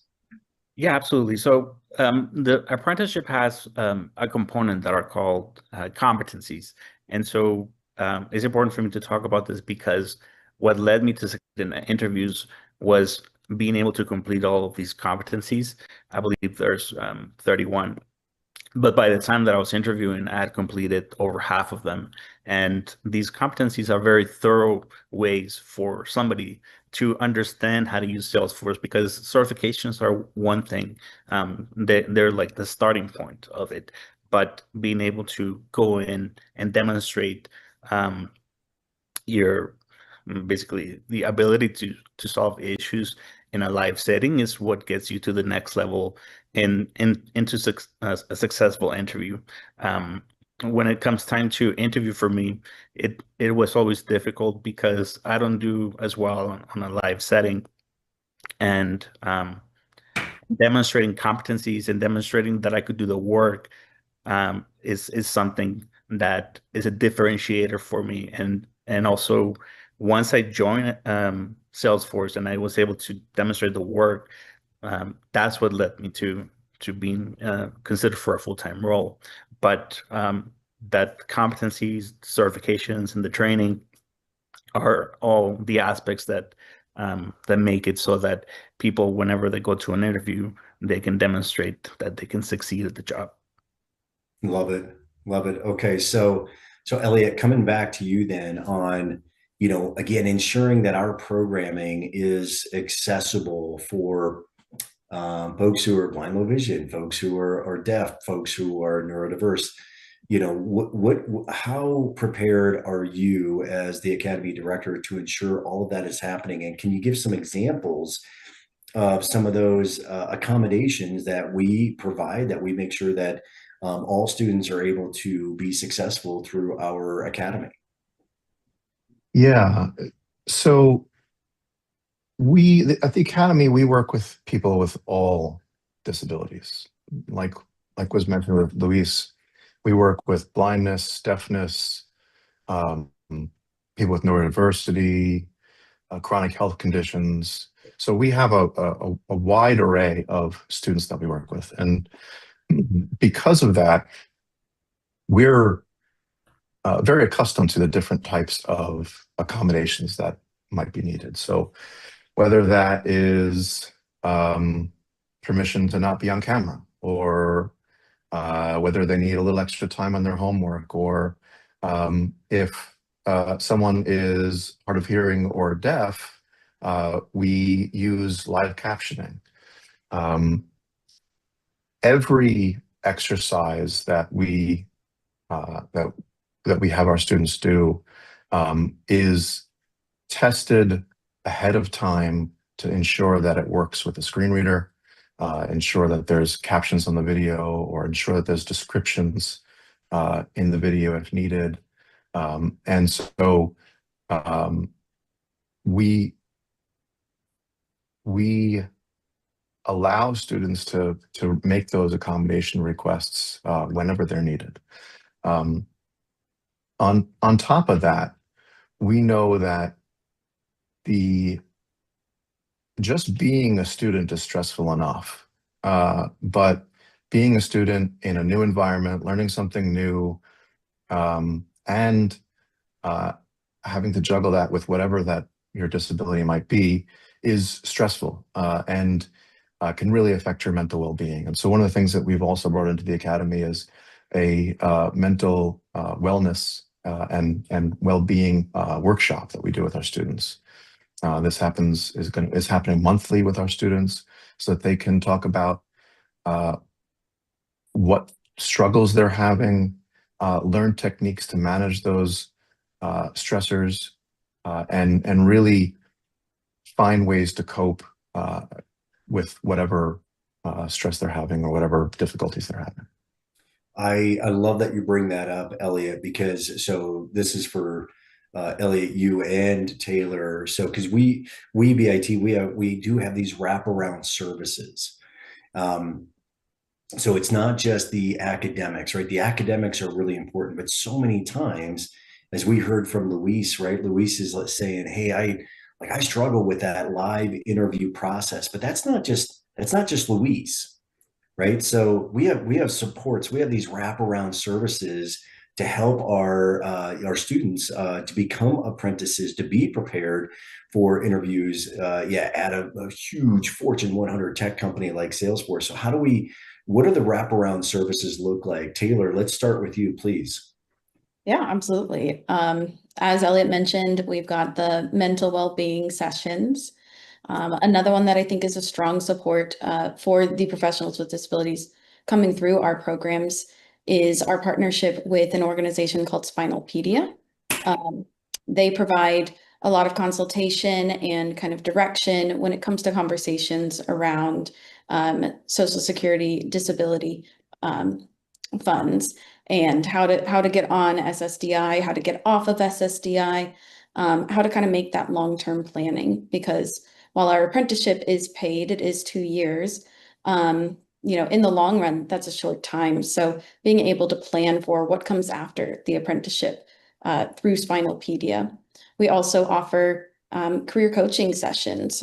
We've got a licensed career coach professional who provides tailored intervention and support for those that want to work on specific professional skills like communication, time management, learning how to manage ADHD with task workload or energy management and kind of overflow.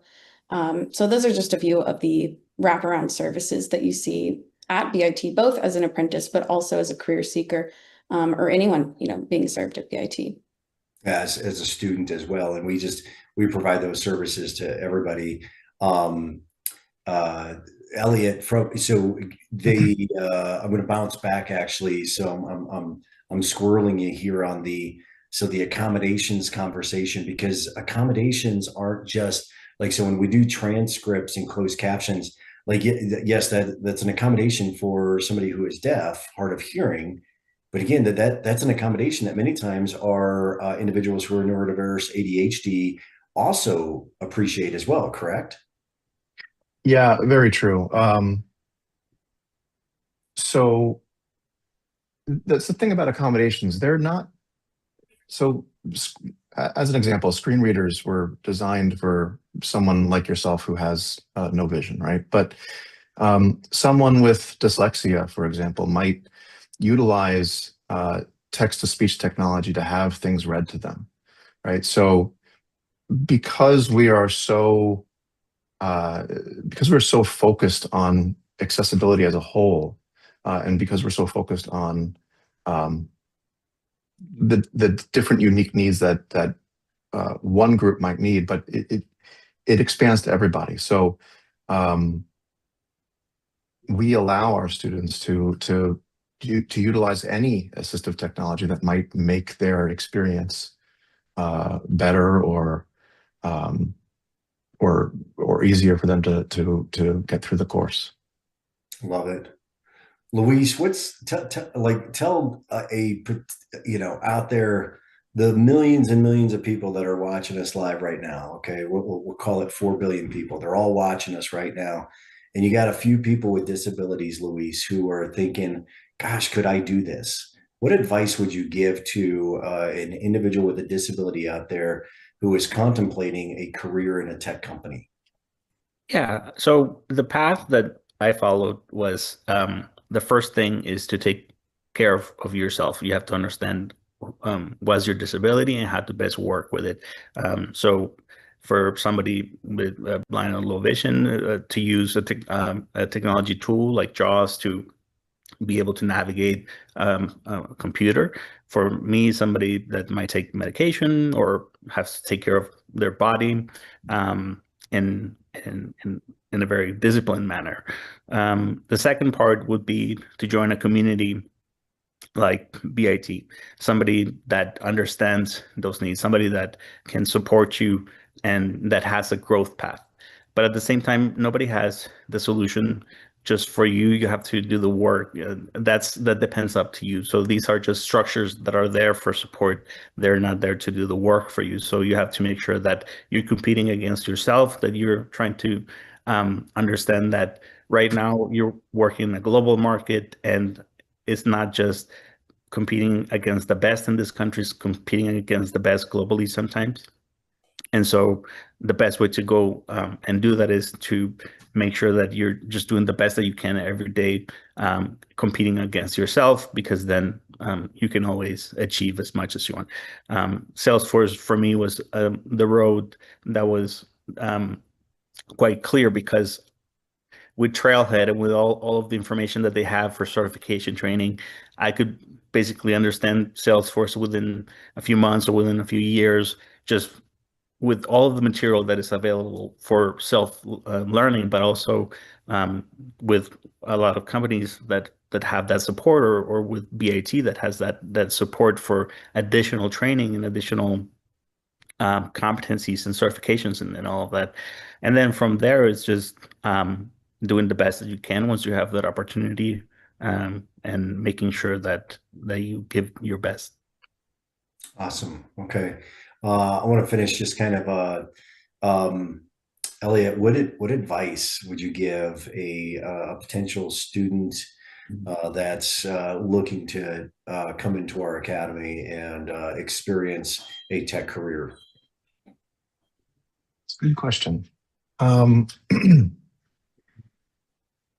I think what I would encourage anyone is to always push yourself into uncomfortable territory, right?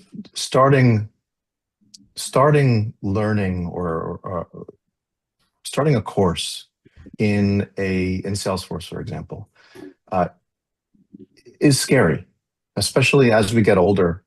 Doing something new can be very scary, and it's really easy to to just say, "Oh no, I can't do that. I have this reason or that reason." But at BIT, we have an ample amount of examples of people with all sorts of disabilities, all sorts of unique situations, who are not only going through this course and passing, they're getting their credentials and like Luis, getting jobs at massive corporations like Salesforce. You can do it. Your disability doesn't have to stop you. It's only going to stop you if you let it. We're creating an environment where no matter your ability, you can be successful. Awesome. Okay, Taylor. So what about a company, large or small, that's out there thinking, I wonder if we would be a good fit for a BIT apprentice. What would you tell them? I would tell them, have a conversation with us. We are more than happy to find the best match apprentice for your organization. We talk with you about what your needs are, what type of position you're looking for, and what type of team you have. How many individuals are you looking to place in the apprenticeship? We provide support throughout an employer partner apprenticeship, but the main thing is that employing an apprentice gives your organization the unique perspective, the unique value that the professionals with disabilities from BIT and our apprentices bring to your organization.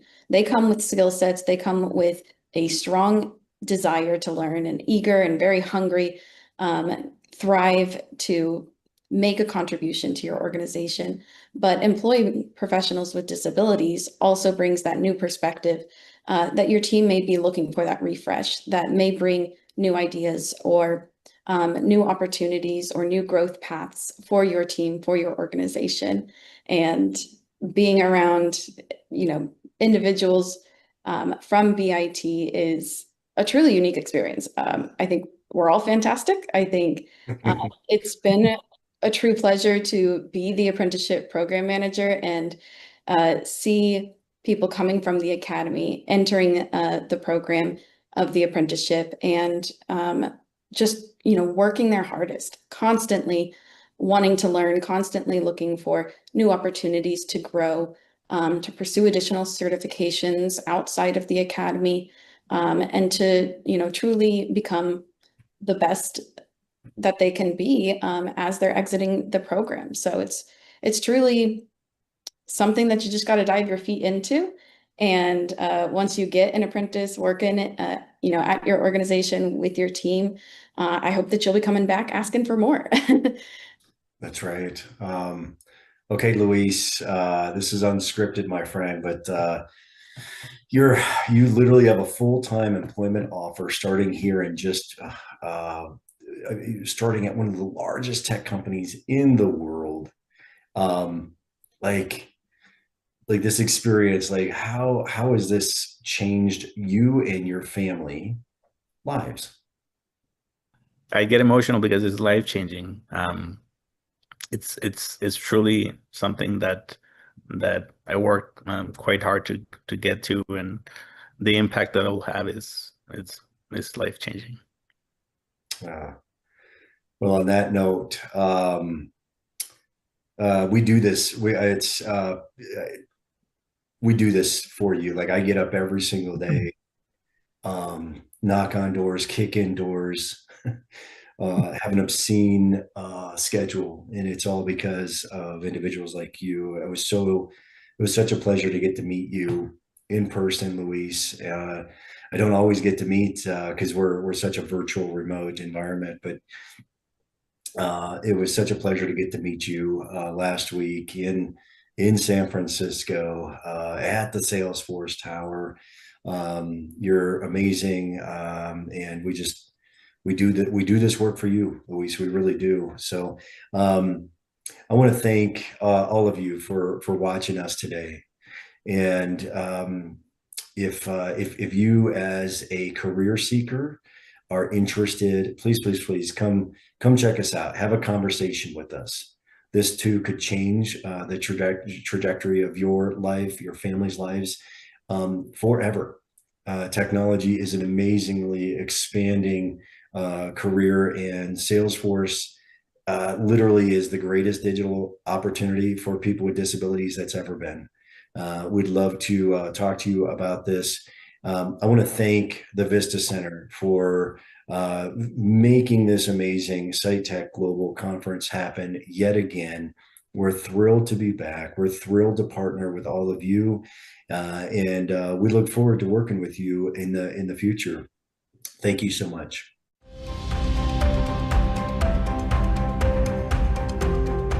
Well, that's a wrap on day one of SiteTech Global 2025. What an inspiring day.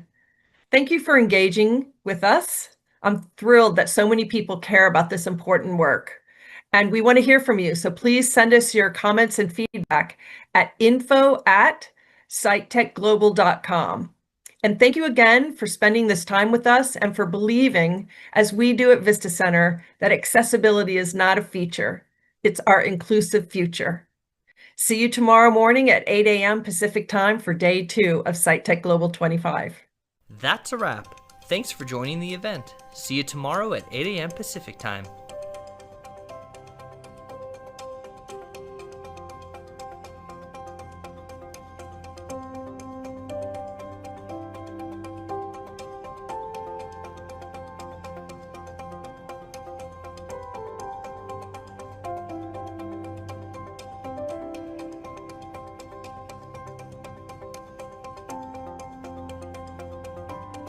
That's a wrap.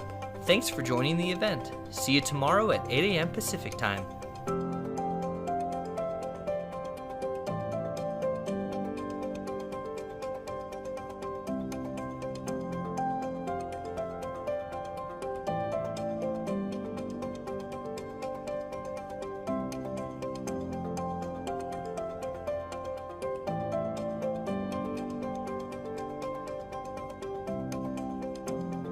That's a wrap. Thanks for joining the event. See you tomorrow at 8 a.m. Pacific time.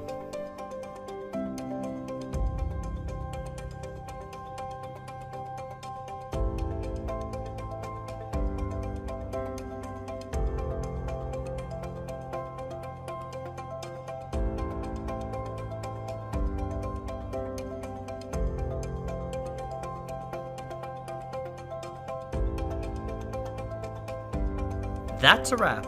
Thanks for joining the event. See you tomorrow at 8 a.m. Pacific time.